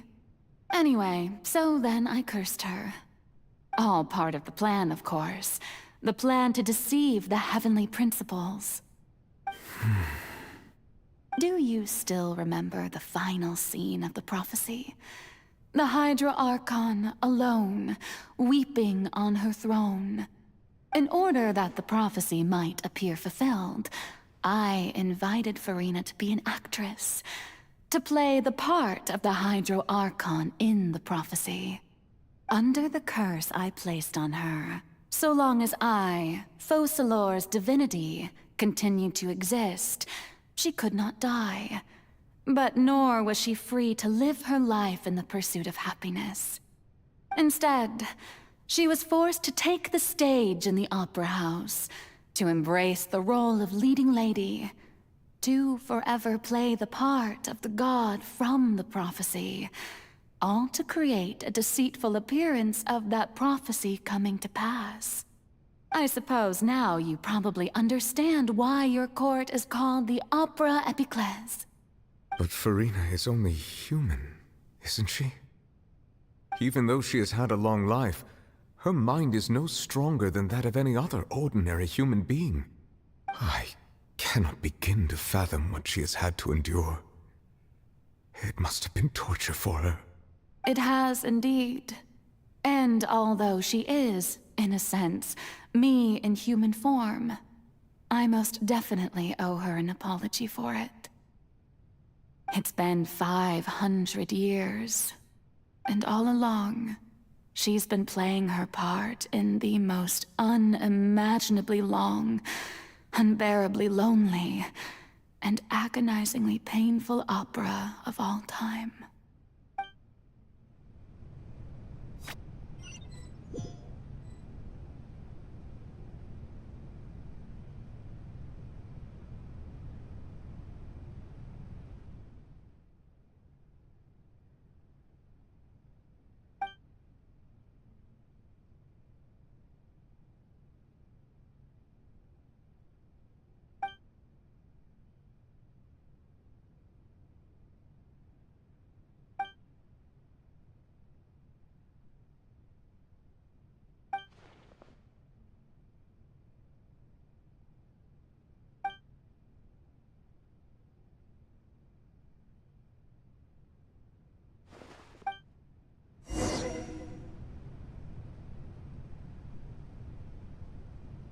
There is no escape!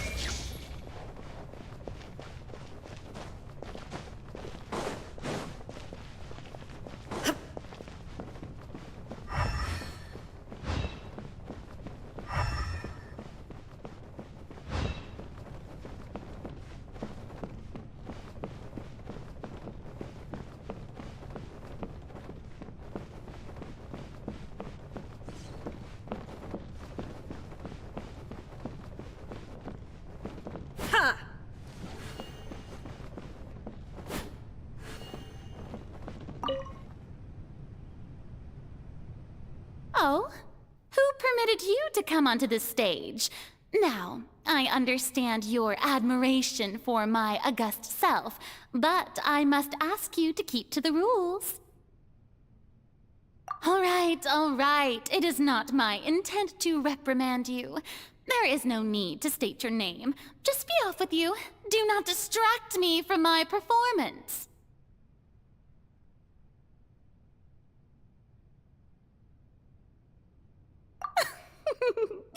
Oh, do not jest.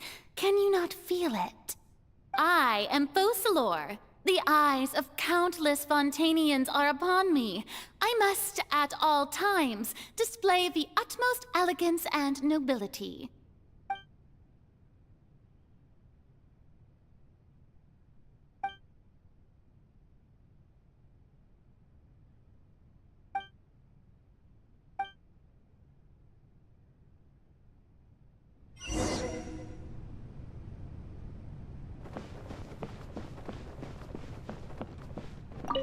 there, audience.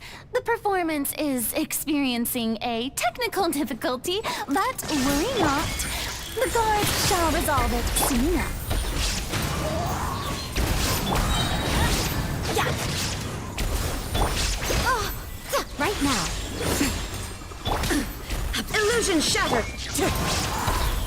Time to go. Hey, what gives?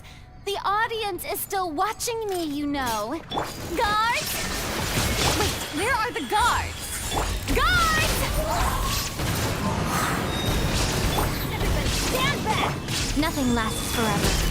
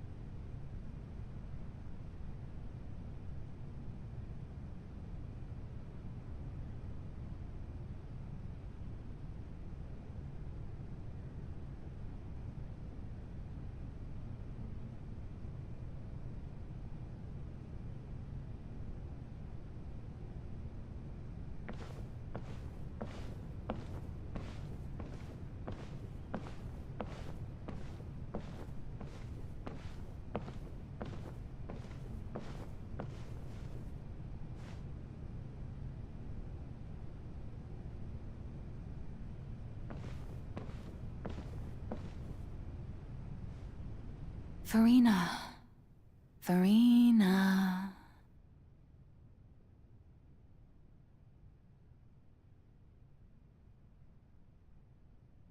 Huh? Who's that? Who's calling me? Where are you? Be not nervous. Be not afraid. I am before you. Wait a moment. You're mirror me? How can this be?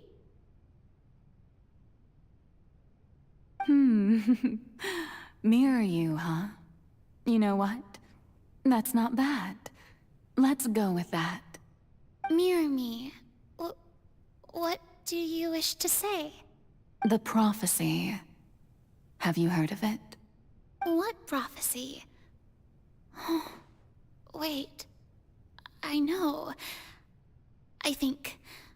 I don't know why, but it's in my head somehow. The people will all be dissolved into the waters, and only the Hydro Archon will remain, weeping on her throne.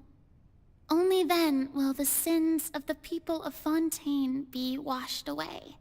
Oh, very good. You know it well. What's going on? I can't seem to remember anything clearly. The only thing I know for sure is this prophecy. Will it really come to pass? Yes, it will. And that is why I've come to you. Disaster will come to Fontaine sooner or later. Things will develop just as the prophecy declared. There is no escaping it. But doesn't that mean everyone will die? I'm a Fontainian just like them. Will I dissolve too? Oh, don't worry. Magical meetings exist in this world precisely to give people a chance to turn things around. It is the reason why you met me today. I will tell you how to save everyone, but you may have to suffer somewhat. Oh, so there's still hope after all. Goodness, you frightened me. You spoke so much and with so much certainty. As for the suffering, well, I will admit that the first thing that came to mind was, why do I have to be the one to suffer? But if the prophecy will come true, I'll also die anyway, right?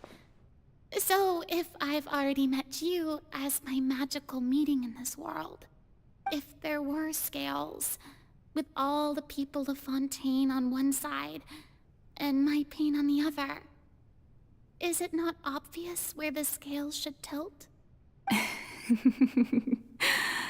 You truly are the perfect human. My ideal. I suppose this would also be the justice that belongs to you. Huh? Don't worry, it's nothing. Listen well. Fontaine has just lost its Hydro Archon. I need you to play a role. That of the new Archon. Play as a god? That's right. You must begin a never-ending masquerade. You must never let anyone suspect your identity. If you can keep it up, then I shall have my way of defying this prophecy. But should your identity be revealed, then all hope will be lost. But how will I do this? A human assuming the role of a god without being exposed. Don't worry. What you must do is not to turn yourself into a real god. You simply need to play the role of a god as humans imagine them to be. Being a human yourself, I'm sure you already know what such an entity would be like. Remember, your true challenge will not be pursuing divinity, but contending against humanity. I'm still not sure I understand, but I'll try. I'll try to do this. So, how long am I going to have to play this role?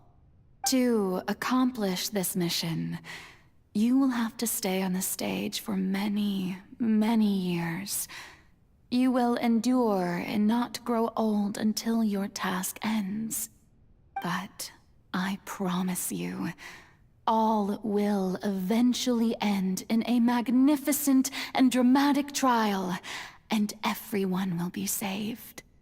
A trial, huh? How exciting.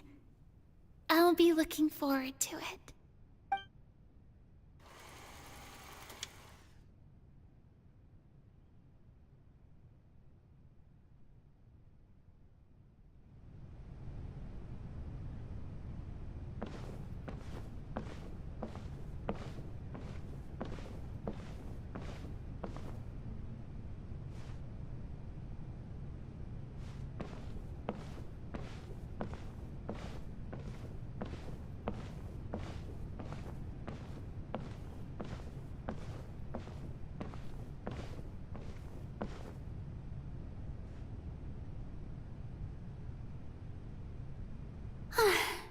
The Maison Cardinalise has announced my accession, but this is my first time facing the people. What should I say to most appear like a god? To be honest, I still don't know. Perhaps I should first try to act natural. Ladies and gentlemen, good evening, and welcome to the Opera Epiclese. I'm sure you've all heard about how I have taken on the role of Hydro Archon. Indeed, I am Farina de Fontaine, your new Archon. In truth, I know little about becoming a nation's new god, but it will be my honor to guide you all. As the god Focalor, the god of justice, I shall do all within my power to lead you into an age of fairness and justice. Once again, thank you all for coming.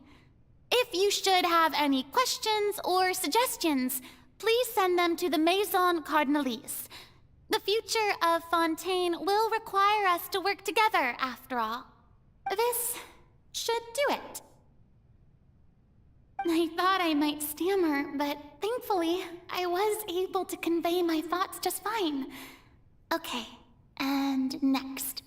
That's the new Hydro Archon. Is this some kind of joke by the Maison? I would have thought that a being that surpasses humanity would be a bit more assertive. Hey, did you hear that?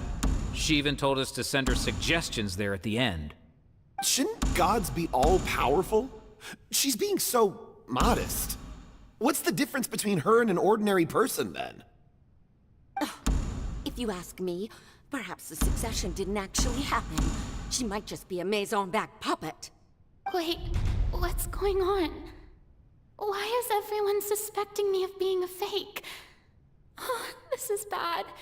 If I get exposed here, there'll be no saving the people from the prophecy. Right. Mirmi said that I just need to play the role of a god as humans imagine them to be. Calm down, Farina. Think. What do the people want? How would they imagine a god to speak and act? Assertive, with a strong sense of presence. One who can dispel all doubt. That is the character I'm fated to play.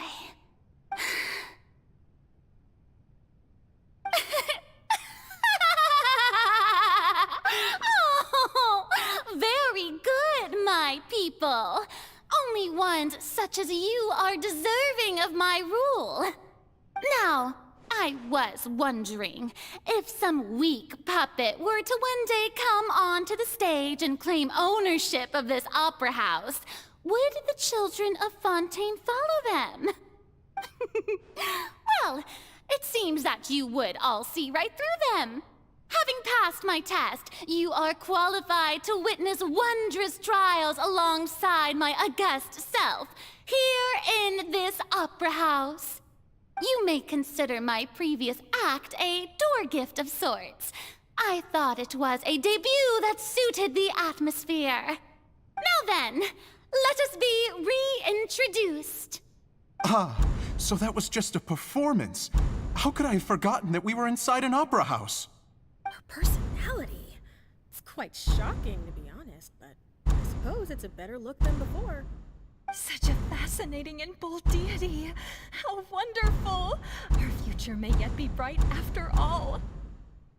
It seems I've turned them around. Best follow this flow and restart my accession speech.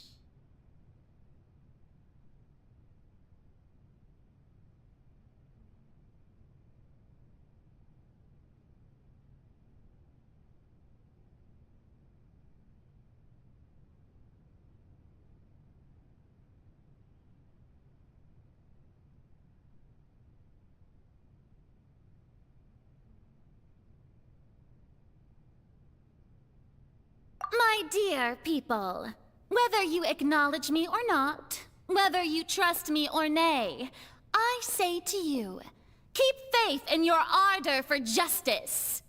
We have heard it said that this nation's sins can no longer be washed away. Well, I say that justice is most fragrant when it blooms amid sin. No, this won't work. They'll suspect me again. I must play the role that they want me to play. The scales of justice should not weigh heavy in the hands of its god. On one side, it must carry fairness and justice. And on the other, praise and applause.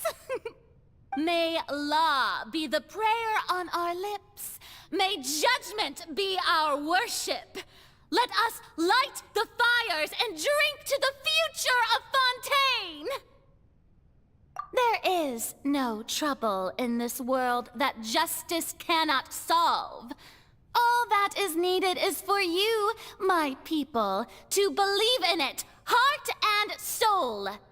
So long as I, the Archon Focalor, stand within the Opera Epiclese, so long as I stand before the Oratrice, I shall even judge the gods of this world!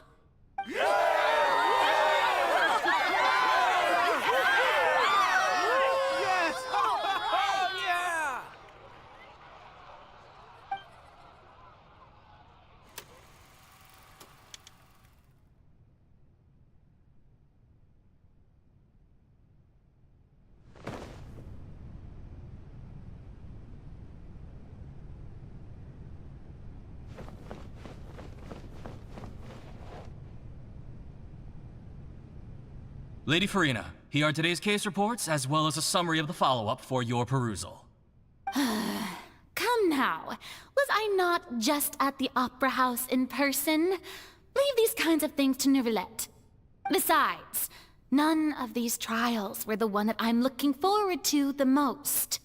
If I may be so impertinent, what kind of trial are you truly looking forward to? A magnificent, dramatic, and wondrous trial. A trial to end all things. How could you hope to understand? That's true. I fear I lack the ability to grasp your divine thought, Lady Archon. No need for fright, and do not take what I said before too seriously. Go now, do your duties. The trial I await. It will come one day.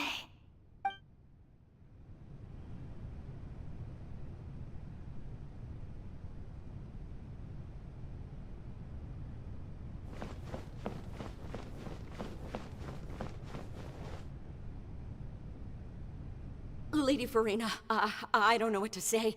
Thank you for agreeing to see me. No need to thank me. Or rather, thank your own sense of perseverance instead. Long have you stood in line to meet me, have you not? Oh, I'm afraid that's just an inevitable consequence of my divine charm. All right. Deoteria, is it? How is your son's illness? You remembered me, and you knew of my family, too. He is doing much better now. In fact, he is far more of an ardent believer than I. He was the one who forced me to seek an audience with you, and to bring your words back to him. Oh, good. Very good. If this should happen again in the future, please do not hesitate to come and tell me. Going down to citizens' homes every so often, while not usual practice, should serve as a fine change of pace.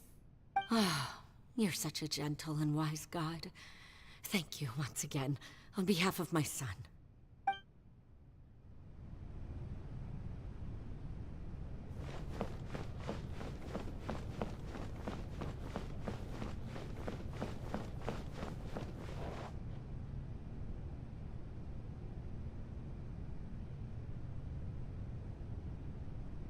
Lady Farina, here are the latest hydrological reports. As for the specific parameters you asked to take note of, I'm afraid things still don't look good. I see. It's as I thought, then. As your god, I did already expect this, but I wanted to see how far your human wisdom would allow you to analyze it. All manner of signs indicate that the prophecy will still come to pass. Forget it. That's not something you need to worry about right now. Well, as I understand it, the Fontaine Research Institute is also trying to find a way to counter the rising water levels. Really? Have they found anything? I'm afraid that they haven't found any effective solution thus far. Oh, is that so? Well, no wonder. This issue has reached the realm of the gods, after all. Still, their spirit is praiseworthy.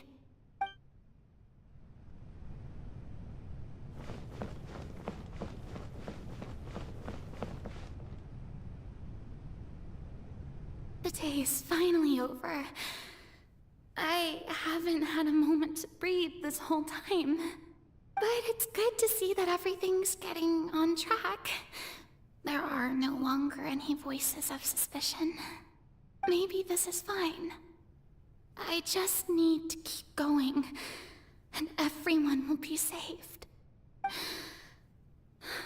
All right, Farina, don't think too hard about this. You need rest. Tomorrow's a new day.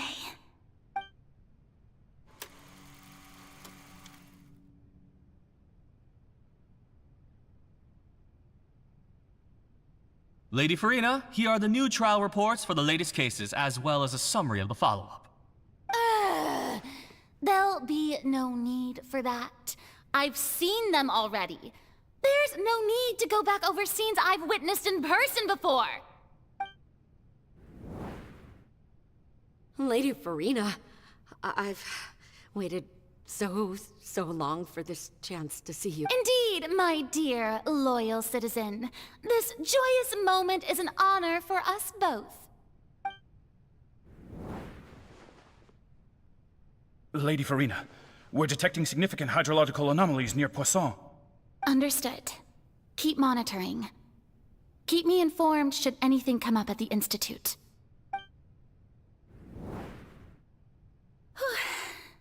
I don't think I let anything slip today. I must show the people that there is nothing to worry about.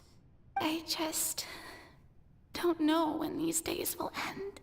I feel utterly exhausted. Best to rest early today, too.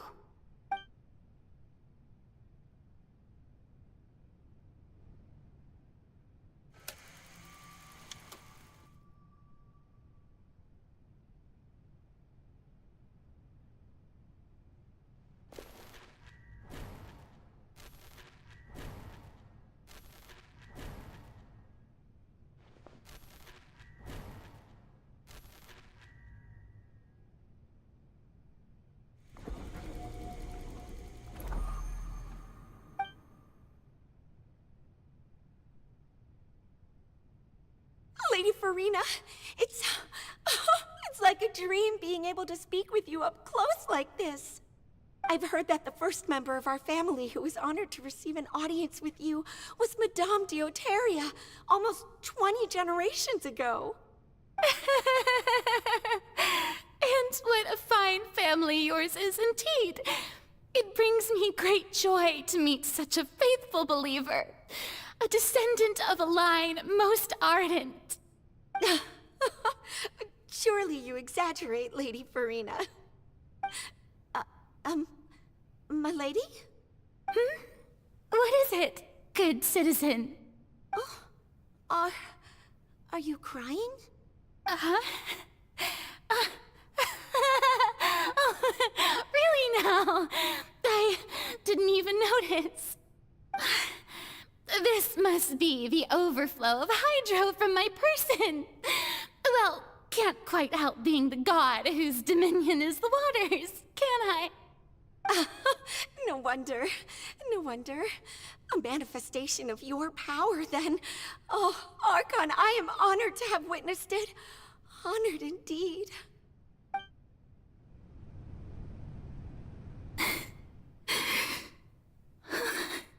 So interminable.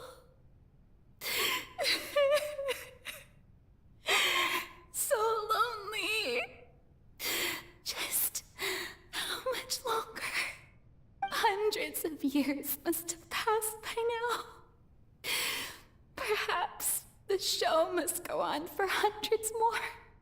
I never imagined that it would hurt so much. Have I reached my limit? No.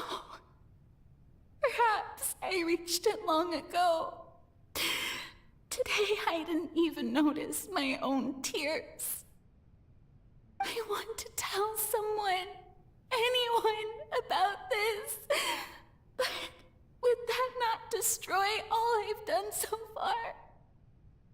I've conducted so many investigations across the centuries, but there's not even a sliver of hope that we might break the prophecy. All I can do is keep heart. I must maintain this act. It is the only way to save Fontaine. Please, mirror me. You have to succeed.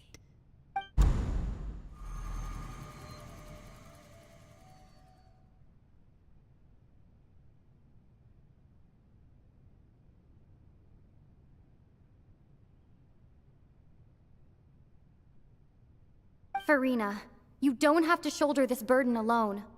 Although I don't know what you might be keeping from everyone, your people are more than willing to share your burden with you.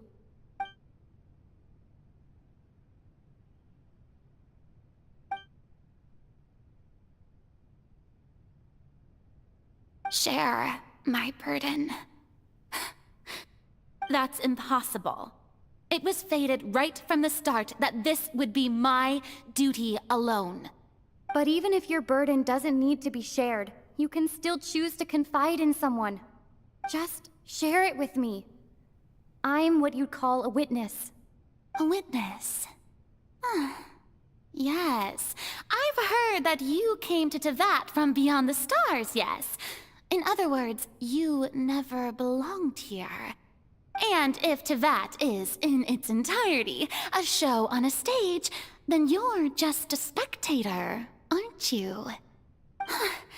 If that's the case... She's right. I could confide in her, couldn't I? But if things don't play out as expected, the people of Fontaine will be the ones to pay the price. No, Farina. You shouldn't be selfish. But what if it's really all right? Farina, you've worked so hard for so long. Surely it would be okay to put yourself first for once. Just this once. Is it such an outrageous thing to do anyway? To find someone in whom you can confide your frustrations and sorrows? Surely it could not hurt. If you let this opportunity slip through your fingers, it might never come by again. Think about it. Long, and hard.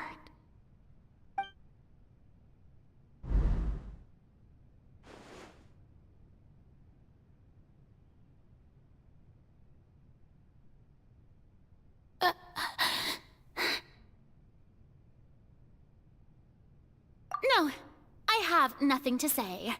I am Farina, the Archon of Fontaine. Everything will surely get better. All you need to do, dear spectator, is to witness my performance until the curtains fall.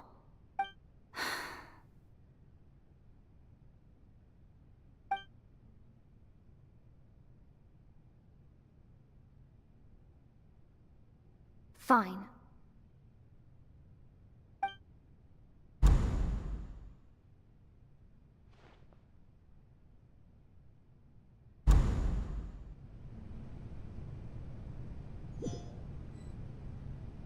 So even Farina doesn't know the truth? You've never once let her in on the full plan? Yes, it had to be done. To deceive the heavenly principles, you must first deceive yourself. She did very well. If she had let her resolve falter even once in these 5 centuries, Fontaine would have been doomed to the most tragic fate. It seems that trusting humanity was the right decision after all. I believe that I understand how your deception works, but that is only half the truth, is it not? How would you build on this foundation to save the people of Fontaine? That is the most important thing. Ah, good. Of course, the Iudex of Fontaine has pinpointed the crux of the issue. I'm sure you've long sensed that the Oratrice is no simple machine, yes?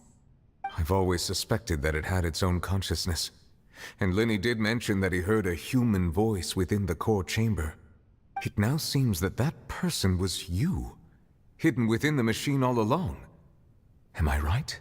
And then I became one with the Oratrice, taking Fontaine's gnosis with me. Yes, it would seem so, wouldn't it? Alas, your understanding of this device still lacks sufficient depth. In truth, it is no enactor of justice. It is, in fact, a device created to kill the god of justice. I beg your pardon? Oh, you have it. And to be more precise, not only will the Oratrice take down the god of justice, it will also take down the divine throne upon which she has been placed. I mean, did you think I would be the sort to enjoy peaceful repose while Farina suffered? My work over these last 500 years has been to constantly accumulate indemnitium within the Oratrice. But really, some have already discovered that only a small fraction of the energy generated by the device was ever used to provide power to Fontaine. The vast majority had to be, accumulated to enact this death sentence. It was all part of your plan, then? Both the trial and the sentence? Indeed. This power, accrued over 5 centuries, could have sustained Fontainians for millennia, had it only been used for that purpose. Almost all of it has now been stored within the Oratrice. But only power of this magnitude could hope to destroy the Hydro Archon's divine throne, shaking the rules established by Celestia, and breaking through the institution that is the Seven. So the Oratrice's call for death was for neither Farina nor Focalor, but for the Hydro Archon. The destruction of that divine throne. If I do not misunderstand your intent, you must be... Returning what's rightfully yours to you, of course. In other words, this was all done to return the authority of the Hydro Archon to the Hydro Dragon of this planet. But...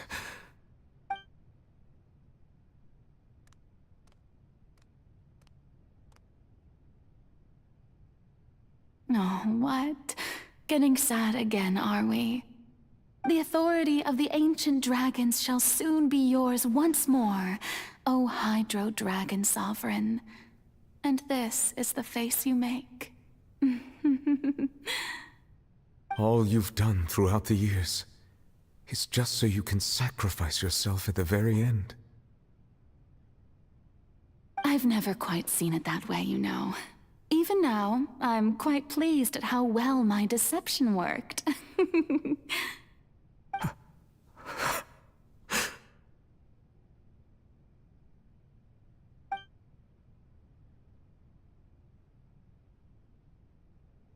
Hydro Dragon, don't cry. I must say, had it been within my rights, I would have loved to judge the heavenly principles themselves. Were they not guilty of essentially the same crime? Egeria stole the power of the primordial sea, and the heavenly principles stole the power you ancient dragons possessed. I, for my part, am the god of justice. And is it not just that your original powers should be returned to you? Speaking of justice, I have always believed that justice lies in the process of pursuing human existence itself.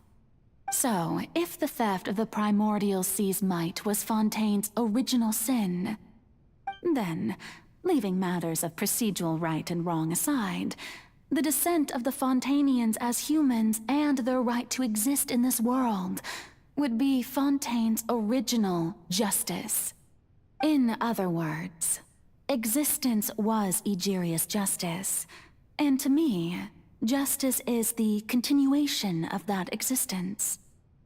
Defying the prophecy and ensuring that Fontaine's people shall live on, that should be the justice enthroned over all others. At this point, we, whether it be myself or all other Fontanians, have shouldered the burden of this sin for far too long. Iudex Nervillet, the highest judge in our land, when you regain your full power as an elemental sovereign, what verdict shall you pass upon us? So when I was invited to the court of Fontaine to serve as Iudex, I see now that that was your idea too. At last, I now understand the true purpose behind this position. In the beginning, I was uninterested in human existence. But these 5 centuries of living alongside them have gradually brought about mutual understanding between us. And I have even attempted to feel as they feel. You are a devious one, Focalor. Things being as they are, surely you know that I could never declare them to be guilty.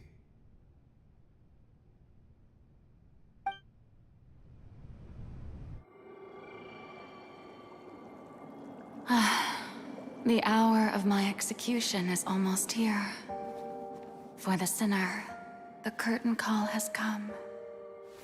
I know I may not sound it, but faced with death, I find myself a little afraid. Perhaps this is one thing both gods and humans have in common.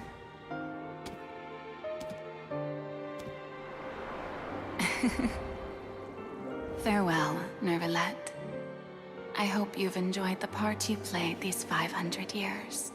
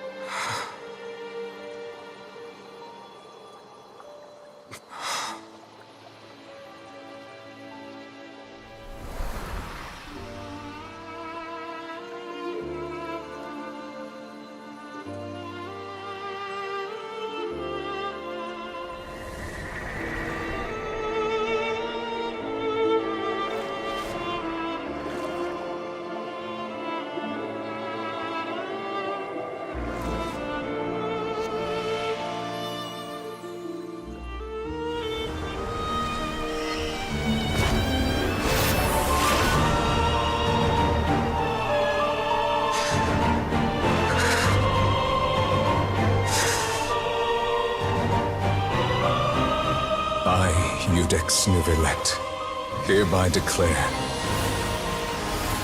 people of Fontaine, your sins are forgiven.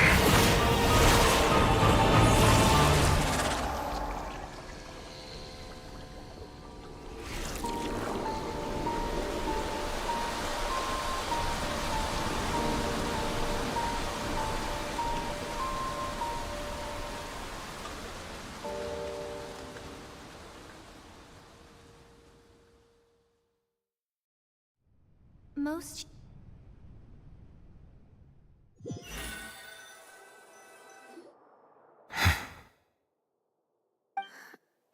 What just happened? Has the death sentence been carried out? Was that bright light some sort of misdirection? I have a feeling that something huge just happened. But since we're all still alive and haven't been dissolved, I assume whatever happened was good for us. It's time to end this. We must mete out punishment to that beast. Didn't you say just a moment ago that it can't be defeated? I have gained the strength sufficient to deal with it. Through certain means, I now have the ability to separate the power of the Primordial Sea from that creature. We should seize the opportunity to pursue our quarry. Traveler, now that the oratories can no longer function, I require an executor to help me mete out justice. The root of the calamities befalling Fontaine, the beast that enacts the prophecy. Its name is the all-devouring narwhal. Come with me, traveler. The hour of execution has come.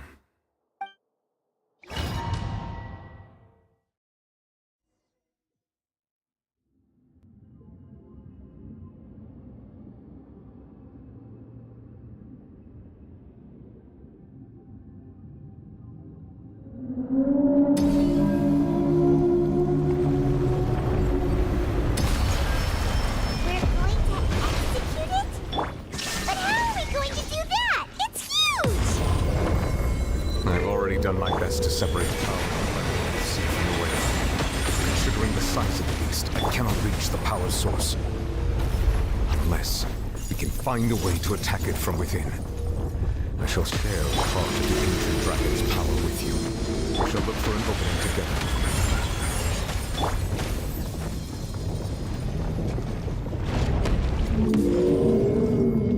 I can feel its sorrow turning into hostility. Right here. Into the wind. Let's light it up!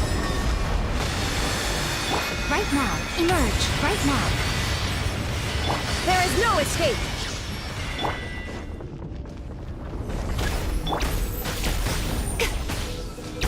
The all-devouring narwhal cannot resist its instinct to devour. Continue to trigger its hostility. It will present itself.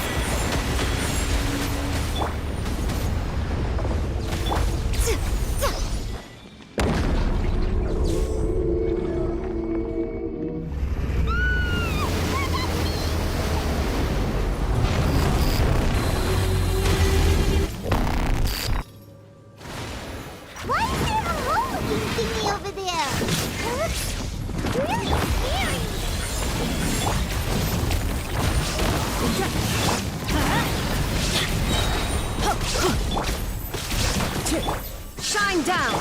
Emerge, right now. Emerge. Fallen leaves, adorn my I have granted you my protection. Do not fear. Seize the moment and use my power to suppress its roots from within.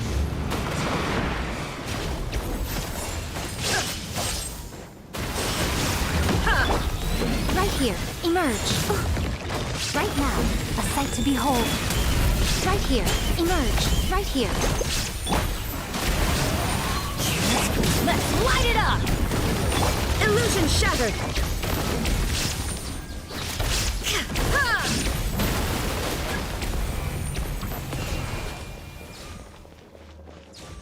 There is no escape! Right now, emerge. What a nuisance. Right here. The wind knows me. Manifest the authority of the ancient dragons. Witness the might of the primordial sea.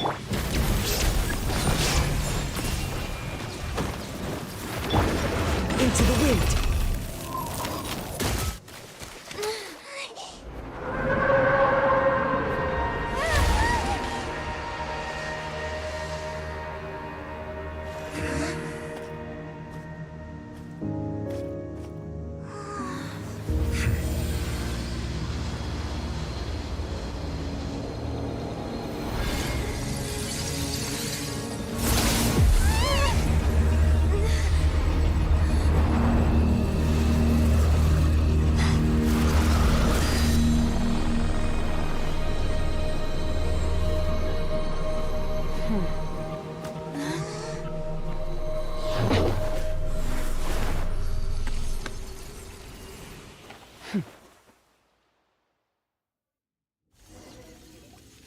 Thanks for helping with the cleanup. It should have been my job, but... oh well. It was just supposed to be a short private training session for me. I didn't think that my disciple and my master's pet would start brawling in the meantime. Well, actually, I had a feeling that it would happen at some point, but they bumped into one another earlier than I thought. What a blunder. I suppose I'll have to swing my sword 3 million times as penance. That power. Who are you exactly? Paimon has an idea. From what she said earlier, she must be Child's master. Skirk, right? It's just that he gave us the impression that she was the less talkative person. I simply did not have anything to say to the weak. But you, on the other hand, managed to defeat the all-devouring narwhal without using power from beyond this world. So you may speak to me as equals.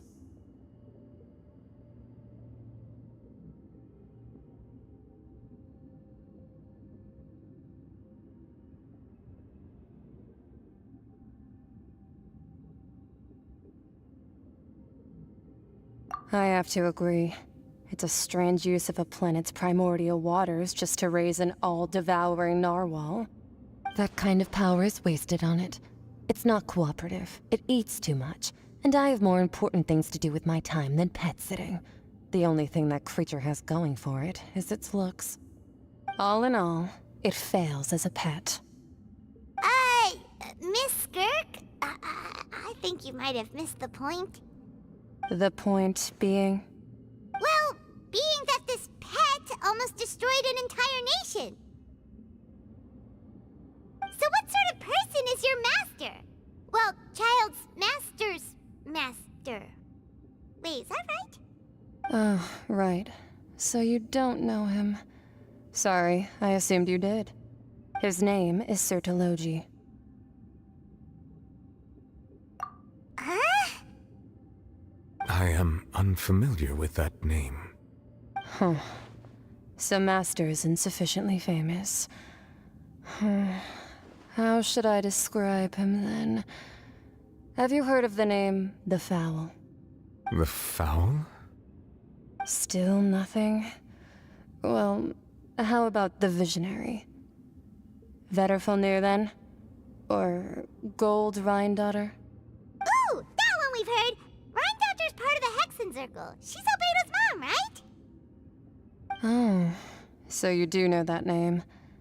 To be honest, I also heard all of those names and titles from my master. I don't actually know them either. But I suppose you understand now, yes? My master is likely a similar sort to Rhindaughter. They are both pursuing some form of perfection. Wait! Didn't you also mention a visionary person? Paimon didn't quite catch their name. Actually, never mind that.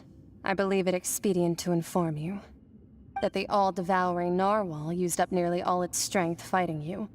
Such roiling hydro energies will prove difficult for the planet's deep seas to digest. As such, the fontaine back on the surface has most likely been thrown into chaos. In other words, the prophecy that you've been fretting over should now be in full swing. What?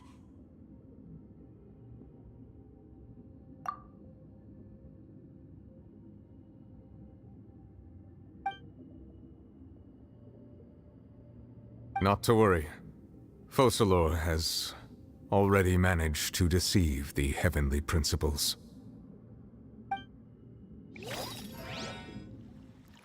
In the end, the people will all be dissolved into the waters, and only Farina will remain, weeping on her throne.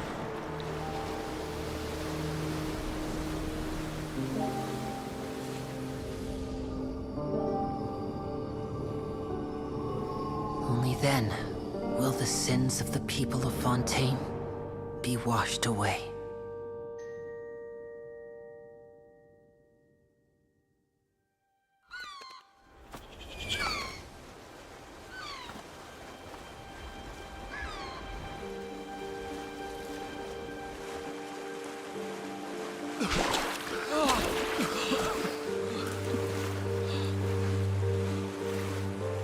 Hey! Help! Over here!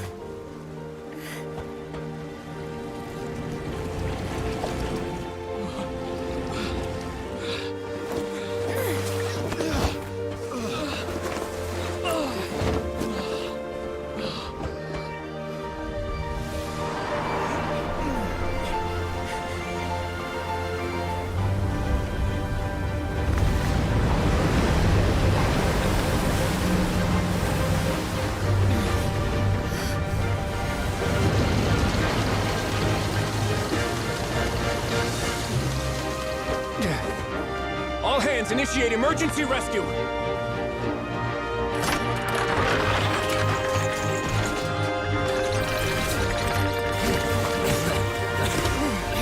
Hurry!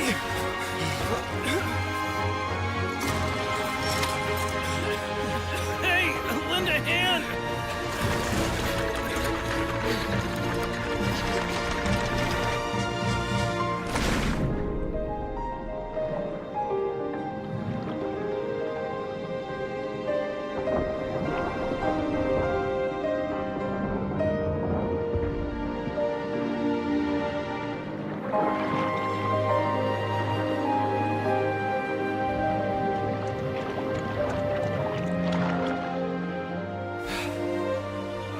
Look!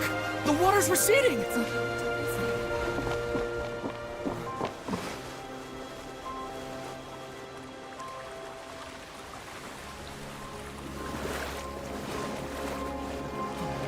It's a miracle! Water's receding.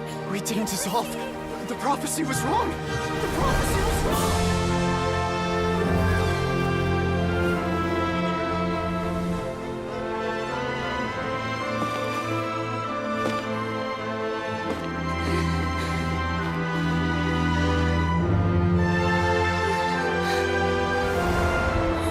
Are you alright? We're saved. The prophecy was wrong.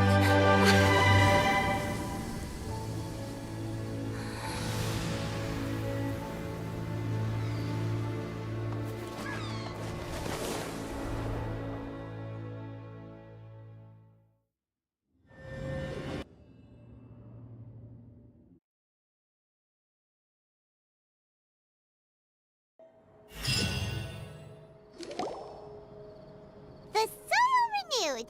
The Spina di Rosula talks post-disaster rebuilding.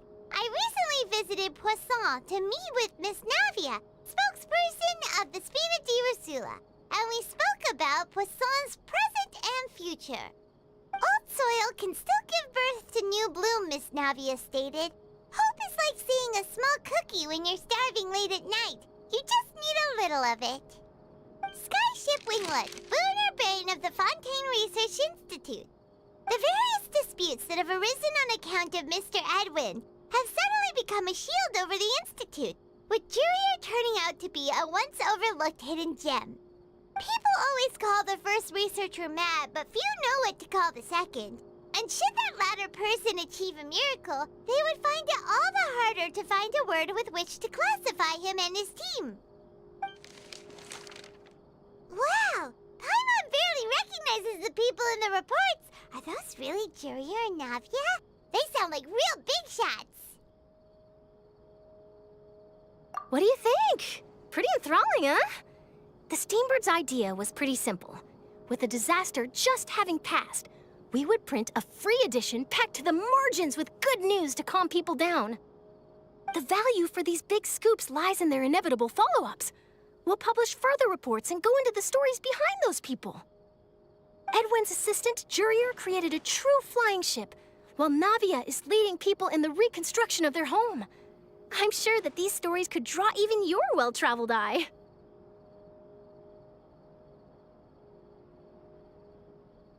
Paimon's curious too! Wait a minute. Didn't we watch everything happen from start to finish? What's there to be curious about? And that's exactly why I'd like you to come conduct interviews with me. You're the best incubators of news, if you haven't noticed. And also, with you around, I'm sure I'll get to see that Duke. Are you sure? Hasn't he turned you down several times already? Oh, this time will be different. Come on, let's head to Poisson first, and then make a trip to the fortress. There are some things you'll only know when you get there.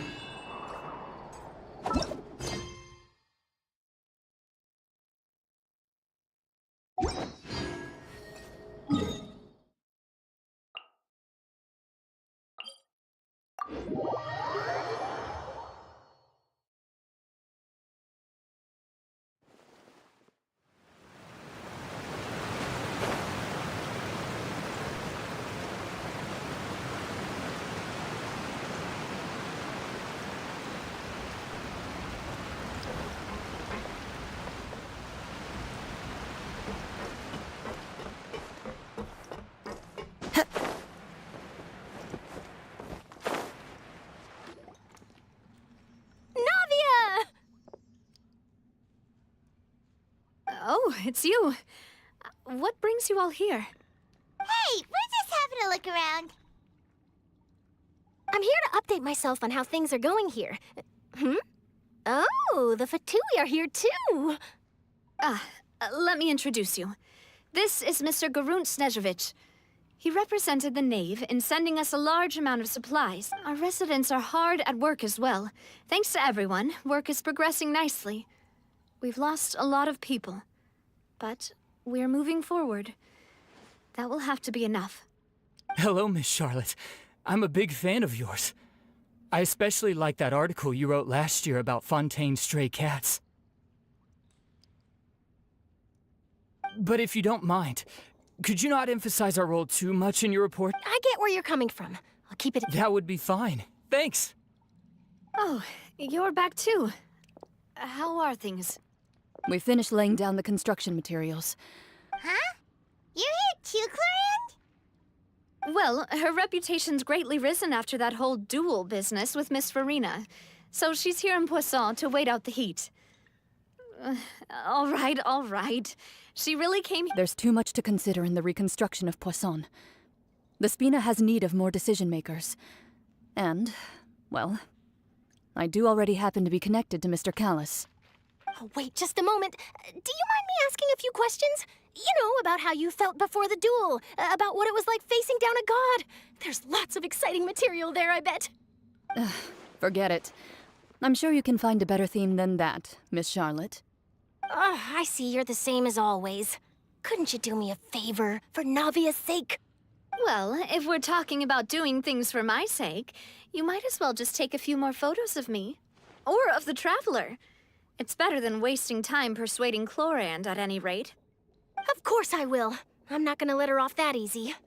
All right, then everyone who wants to be in the photo, gather up. And smile.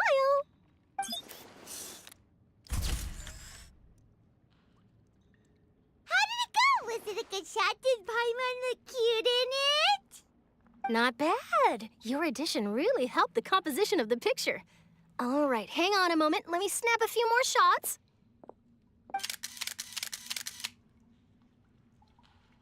All right, that should do it.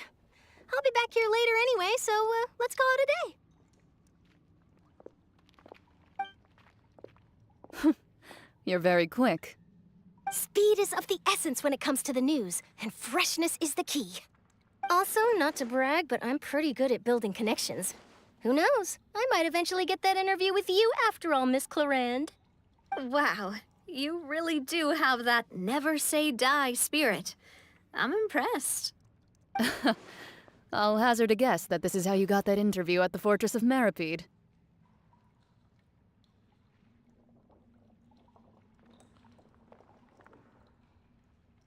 Whoa, you're well informed. Let me make a guess, too. I asked Sigewinne, who told Monsieur Nervillette, and he told you, right? That's a very complete information chain. In truth, all Monsieur Nervillette asked me was, when did the fortress become so friendly towards the media? I told him that it was best not to speak too soon. There's no guarantee that Ridsley will make a personal appearance. You're right. I've got to treasure every moment I have with them.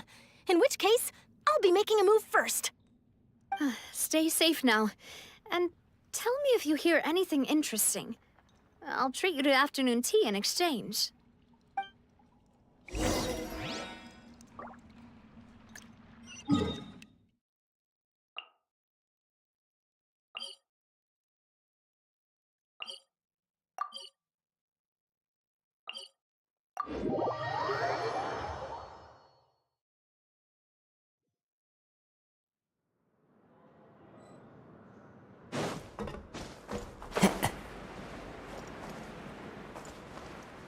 Yeah.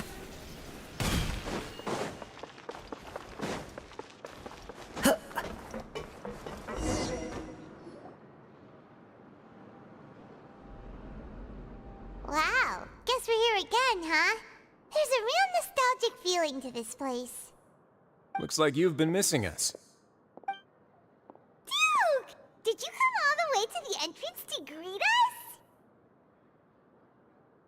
Of course. I'm here to welcome you and our dear Miss Charlotte, whom our good head nurse recommended to me. It's an honor to finally meet the much-rumored Duke. Thank you for consenting to my visit to the fortress, sir. No need to thank me. But that said, I shouldn't be the focus of your interview. I trust you recall our agreement? Of course, of course. All right then, this way.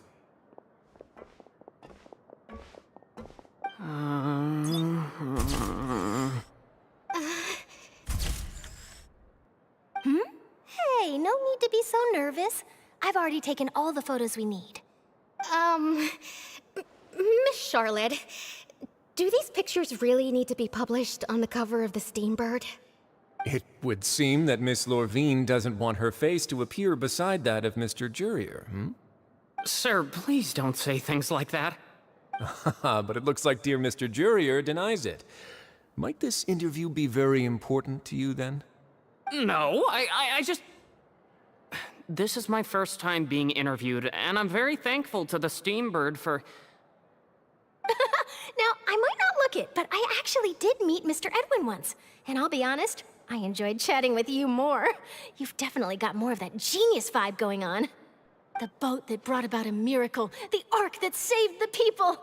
Why, you recreated a myth back there, like an emissary of legend. Still, if I might ask, where's that flying ship now? Huh! Looks like Charlotte's trying to get herself another exclusive scoop. I have to apologize, but that ship is presently in the bowels of our factory. I'm afraid it won't be easy for you to get a shot of it. Really? Well, then in that case, could I have an interview with you to make up for that loss? You already know my answer, I'm afraid. Best you interview our head nurse instead. Or perhaps you'd like to take another photo of this couple of researchers? Did you really have to use the word couple? Well, then, 2 solo photos will do. Is my hair messed up? Please, someone help me have a look. Things sure are getting pretty lively here. We've seen this kind of thing before. Oh, seems like everyone's here. Would any of you like to try this new drink I came up with? Ah, Sigewinne. Hey, Miss Charlotte. Why don't you, take some pretty photos of our head nurse? Sure. Come on, Miss Sijuane. Over this way. Let's find a brighter spot. Huh? Sure. Do I have to smile? So, how have things been at the fortress?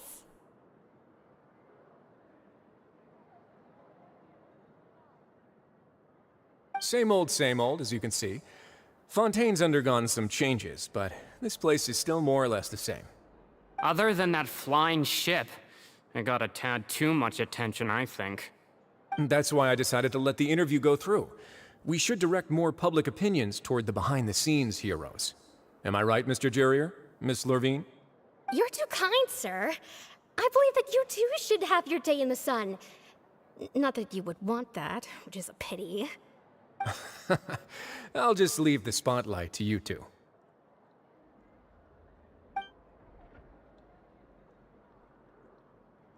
I see. Lots of things happened that day, huh? Anyway, regarding that Harbinger, I'm not sure you remember, but his 3 young followers are still waiting for his return. He sure did win them over, huh? I'll tell them that there's good news and bad news. The good being that their boss seems fine, and the bad being that they must face extended sentences for abetting his escape. Oh, actually, what about you? Are things gonna change for you too? What change can there be? The fortress will keep chugging along, and so will my duties. As to what Miss Farina's departure will mean for the nation, and if our laws and governance will be transformed, we'll leave those to the folks in the overworld. Hey everyone, the photo shoot's done. Good. In that case, let's call it a day here. Thanks for your cooperation. Come on, Traveler, let's go. Till next time, everyone. There'll be a next time? Maybe. Who knows? I might write a story about the underwater factory next time. Until then. All right, last stop, the docks.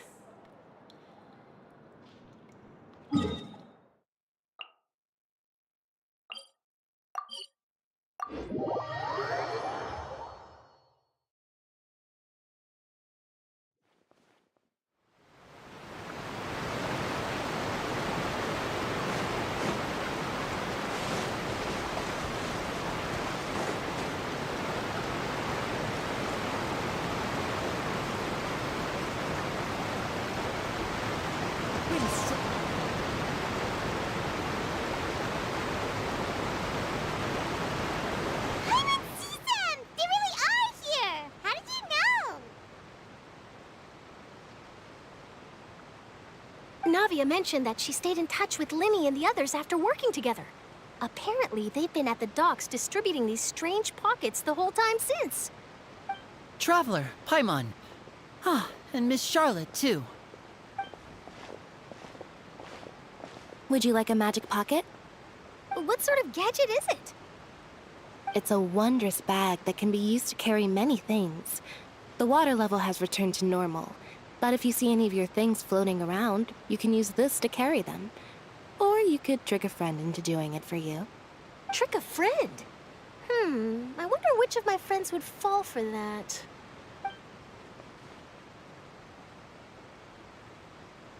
You could just make a friend like Fremine here. Isn't that right, Fremine?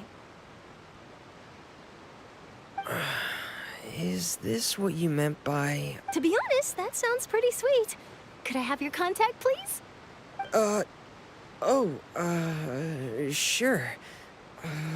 Please, write down my address. You sure are working hard to help Fremine socialize. He was the one who proposed doing this. He even wants to assist in our magic shows. Yes, I was planning to first introduce Pear as an assistant, and later Fremine himself. In the future, I think we can leave underwater escape magic to him too. That said, would anyone want to see a diver escape underwater? Oh, it'll work out. Every journey begins with the first step. He'll become a part of our show eventually. Lynette, could you come over? Miss Charlotte says she wants to take a picture of us. Got it. My, that Charlotte is rather perceptive. She got rid of everyone the moment she realized I had something to say to you. Father says that you did a great deal during the latest events. She's very grateful for your contributions to Fontaine. That's all right. We were more than happy to help. So, what's she doing now? Oh, I guess you haven't heard. Well, after Lady Farina left, Father and Monsieur Neuvillette opened negotiations, during which he gave Fontaine's gnosis to her as a diplomatic gift. A diplomatic gift? A gnosis? Yes, I was quite surprised at first myself. But when I thought it over, there were actually a number of things going for it. It could have been done as an apology for the incident with Lord Child, or as thanks for his help in tying the all-devouring narwhal down. Furthermore, Father did also lend significant aid to Fontaine and Poisson. Well, that's true, but this is a gnosis we're talking about. Doesn't this seem a bit irresponsible? I would agree, but I've also heard that it seems that Monsieur Neuvillette has had a significant change of heart regarding the matter. So there's some reason for this that only Neuvillette knows about? I suspect you'll have to ask him about that yourself. Ah, yes, speaking of which, I did see him strolling around the entrance to the Fortress of Meripede a while back. Isn't he real busy and stuff? Paimon didn't think he'd have the time for that. But back to the topic. The gnosis was given to the knave, right? What about Child? They say that he's returned to Snezhnaya to recover from his wounds. I hear that the recent disaster really did a number on his health.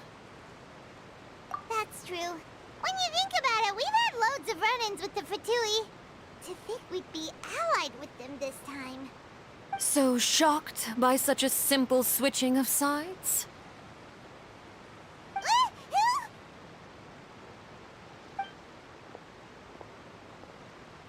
Father! Well, well, what do you know? Come to the docks to see how my children are doing and meet the Traveler by chance. Please do not pay my accomplishments in Fontaine too much mind. I would have done them regardless. Are you going to take the gnosis back to Snezhnaya? That is our duty as harbingers, yes. Don't be too preoccupied with sides. The goal of the Fatui concerns not a single place or person, but the entire world. With such a grand goal in mind, it is inevitable that we must wear many masks. Switching my masks is something I've always done. Well, that depends on many things. No one truly knows what the future holds. What good is honesty if you can't rely on it forever? As for you, I very much look forward to our next collaboration. Good things cannot be achieved alone, and you've proved yourselves to be great partners.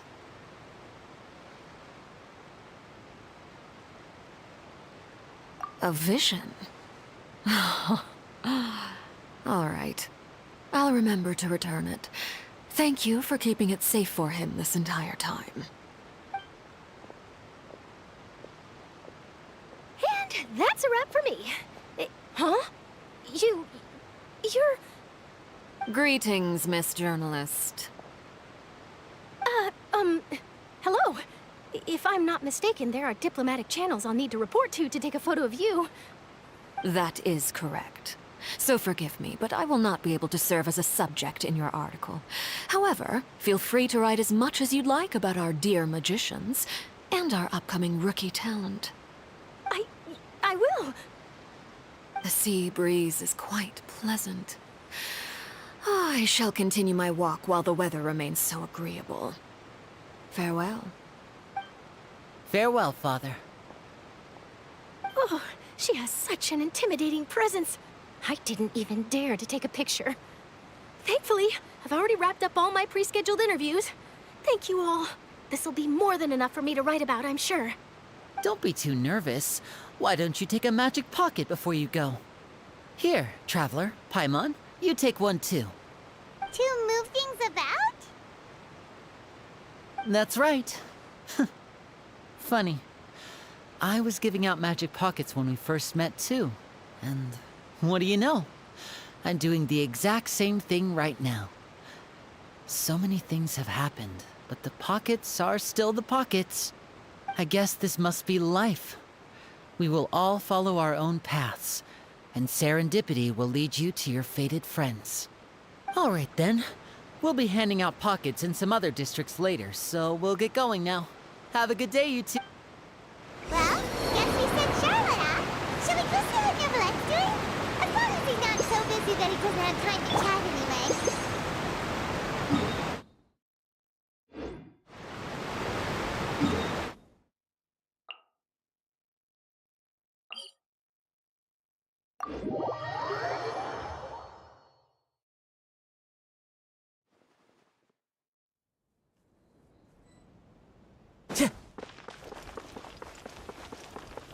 Time to go.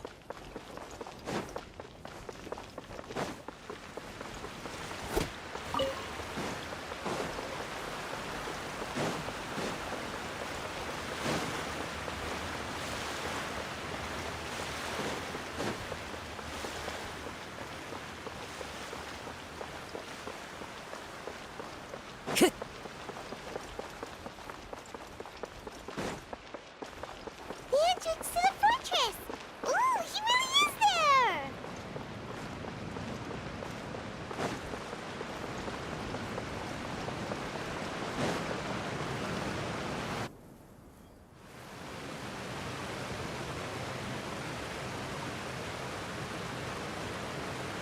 So, you really are here, Nicolette!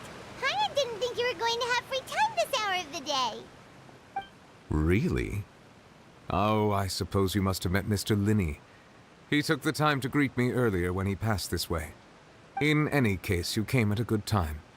I was just considering reaching out to you to set up a meeting, so I may explain some things that I haven't had the time to before. Aw, Paimon's glad that you remembered. Thank you for keeping us on your mind, what with you being busy and all. Alright, let's have it then. How was Fontaine actually saved? The whole business is still quite the mystery to us. It is strange how words can often leave a bitter taste in the mouth when it finally comes time to say them out loud.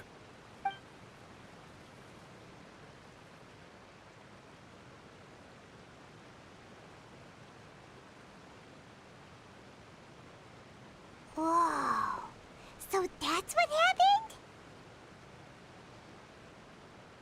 Focalor destroyed the divine throne of the Hydro Archon and restored your power to you, transforming you into a fully fledged elemental dragon sovereign. But Paimon still doesn't quite get what you did to save the Fontanians from dissolving. For me, the authority of the ancient dragons refers to absolute control over the hydro element.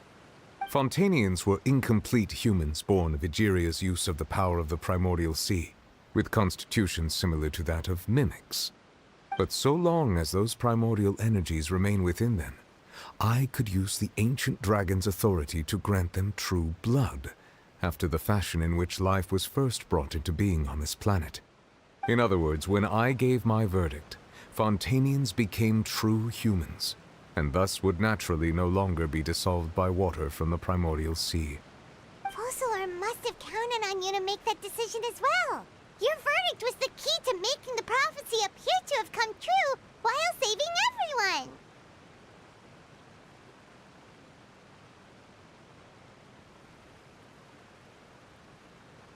Yeah, and in a manner of speaking, Focalor finally managed to fulfill the original Hydro Archon's wish to turn Oceanids into real people too! It seems from your expressions that you still have more things you wish to ask. Ask away. I will tell you the truth as I know it. I have investigated his case along many avenues, and I have learned that he once fell into an unknown chasm when he was young. There, by chance, he awakened the all-devouring narwhal. But whether it be by sentiment or reason, that should not have been enough to consider him the root cause of the disaster. At most, he would have had tangential liability. As for the judgment passed by the Oratrice during the trial, Whether it was due to that liability by association, or Focalor deliberately using him to buy time for us on the assumption that he would be able to hold the creature off, I cannot say. Guess Focalor had Fontanians in mind the whole time. In the end, it was thanks to her that they finally became real humans. Hang on a second. Paimon suddenly got another question.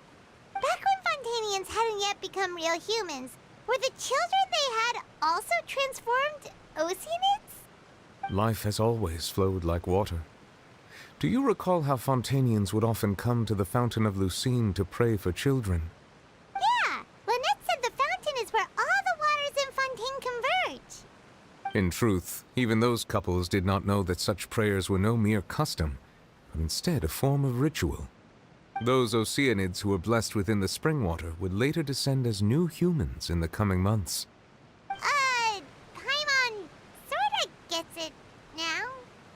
Either way, seems like this ritual won't be of any further use, but it'll probably live on as a local custom. Ask away. I will tell you the truth as I know it. Oh, that's right! They say you've given it to the Knave as a diplomatic gift or something. Leaving aside their intentionality, the two Fatui Harbingers have indeed done much for us during this crisis.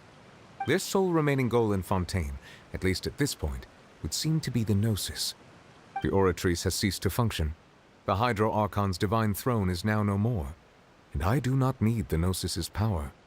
As such, it has lost all meaning for Fontaine. If the Fatui have impure designs, then we might as well accede to their request now, and avoid unnecessary conflict. What complicated considerations.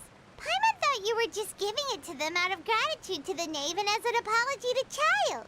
Ask away. I will tell you the truth as I know it. You will soon be heading to Natlan, I presume? I'm afraid that I have little talent as a travel guide, so all I can do is tell you what I know about that land. As far as I'm aware, Natlan can be said to be a nation of dragons. A nation of dragons? You mean like you? No, I suspect that I would not find myself welcome there. Unlike ancient dragons such as myself, the dragons of Natlan have undergone long years of development and evolution. Large numbers of them have entered a form of coexistence with humanity. Natlan is also the nation of war. War ravages those lands like an undying flame. There is one other piece of information I got incidentally from my negotiations with the Knave that I believe may be useful to you. The Harbinger known as the Captain has thrown his hat into the endless ring of war. The Captain. Sounds like a real tough customer. Seriously, everywhere you look, there's a Fatui Harbinger doing their thing. I suggest that you fully prepare yourself before going to Natlan. In the meantime, Fontaine's doors will always be open to you. Ask away. I will tell you the truth as I know it. Hang on a sec. Paimon still got a question about the Gnosis. When we spoke to Linny earlier, he mentioned that your attitude towards giving away the Gnosis had clearly changed. We guessed that there might be some reason for it that only you were aware of. No wonder the House of the Hearth is the Fatui's intelligence division. They are certainly sharp. So regarding this specific issue, I was just getting ready to share something with you. What is it? In truth, I exchanged some further words with that lady named Skirk after sending you two back to the surface. It went something like this.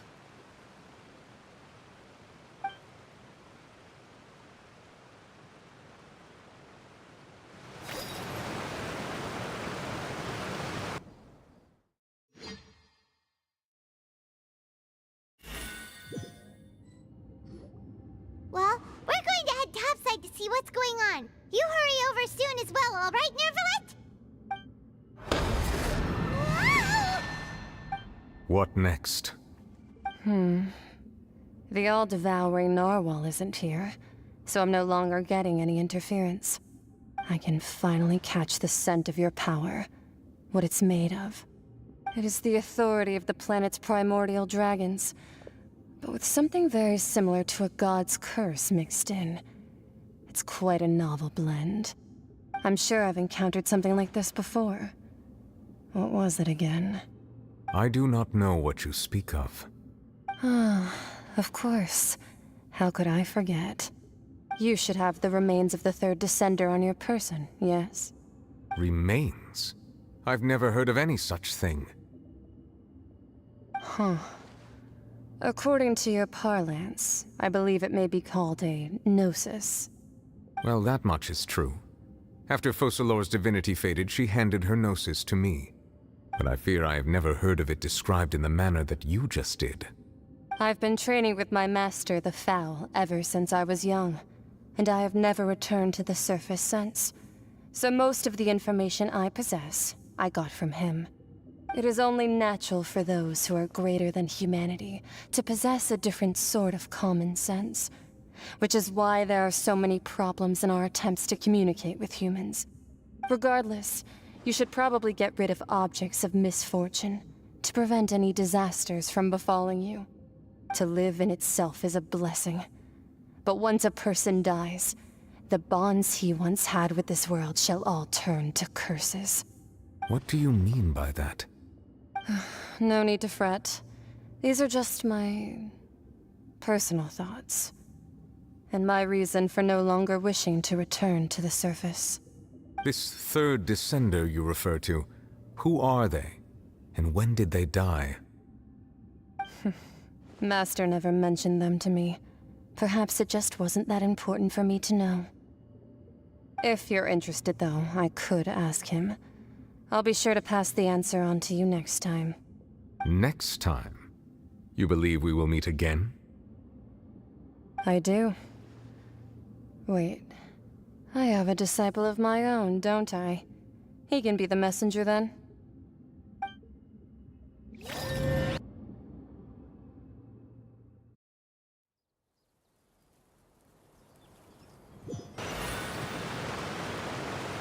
That's what she told me. Whether it would prove useful or not, I wanted to pass that information on to you. The remains of the third descender? So that's what the Gnosis actually are. Paimon just thought they looked like chess pieces. How could they be a person's remains? All the same, assuming that there was no misunderstanding or special metaphor at play, that is what she meant to say. And she said that it would bring misfortune and that you should check it, which is why you gave it to the Fatui. If she speaks the truth, then I would simply be putting Fontaine at unnecessary risk by keeping it here.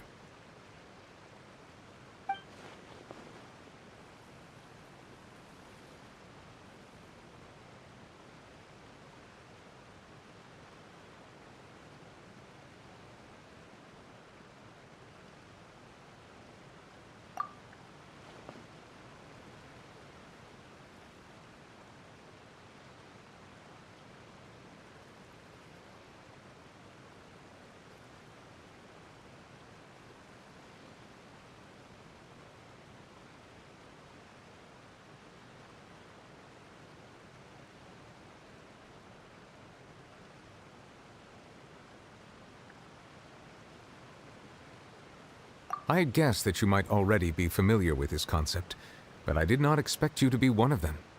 That means that the Gnosis, which are exceedingly element-compatible and can even enhance elemental abilities, do indeed come from the third descender. I wonder, does your body also possess similar properties? Like being able to use elemental powers without a vision. That does sort of count as special compatibility, right?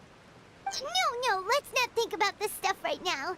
It just feels creepy. Comparing the Traveler to the dead third descender and all.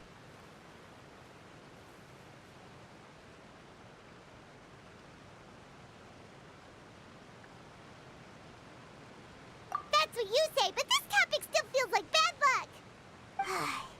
Once Child recovers, let's get some more answers out of him. Or go look for his master and get the answers that way. I too believe it unwise to make too many blind guesses when information is lacking. The same is true of being at court. All right. Whatever the case, it seems like the crisis here in Fontaine's over for now. Yes. All of Focalor's efforts were for this moment as well. But she sacrificed herself in the end as a god, and she suffered through all those years as a woman. Was that really what she wanted? I suppose that would be the mystery of a god's will.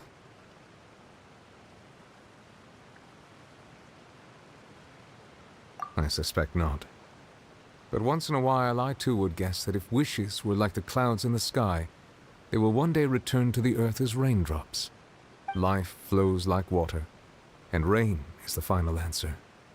The water levels may sometimes tilt one way or another, but the rain falls fairly upon all. And what, ultimately, is the difference between the rains that fall upon all of us?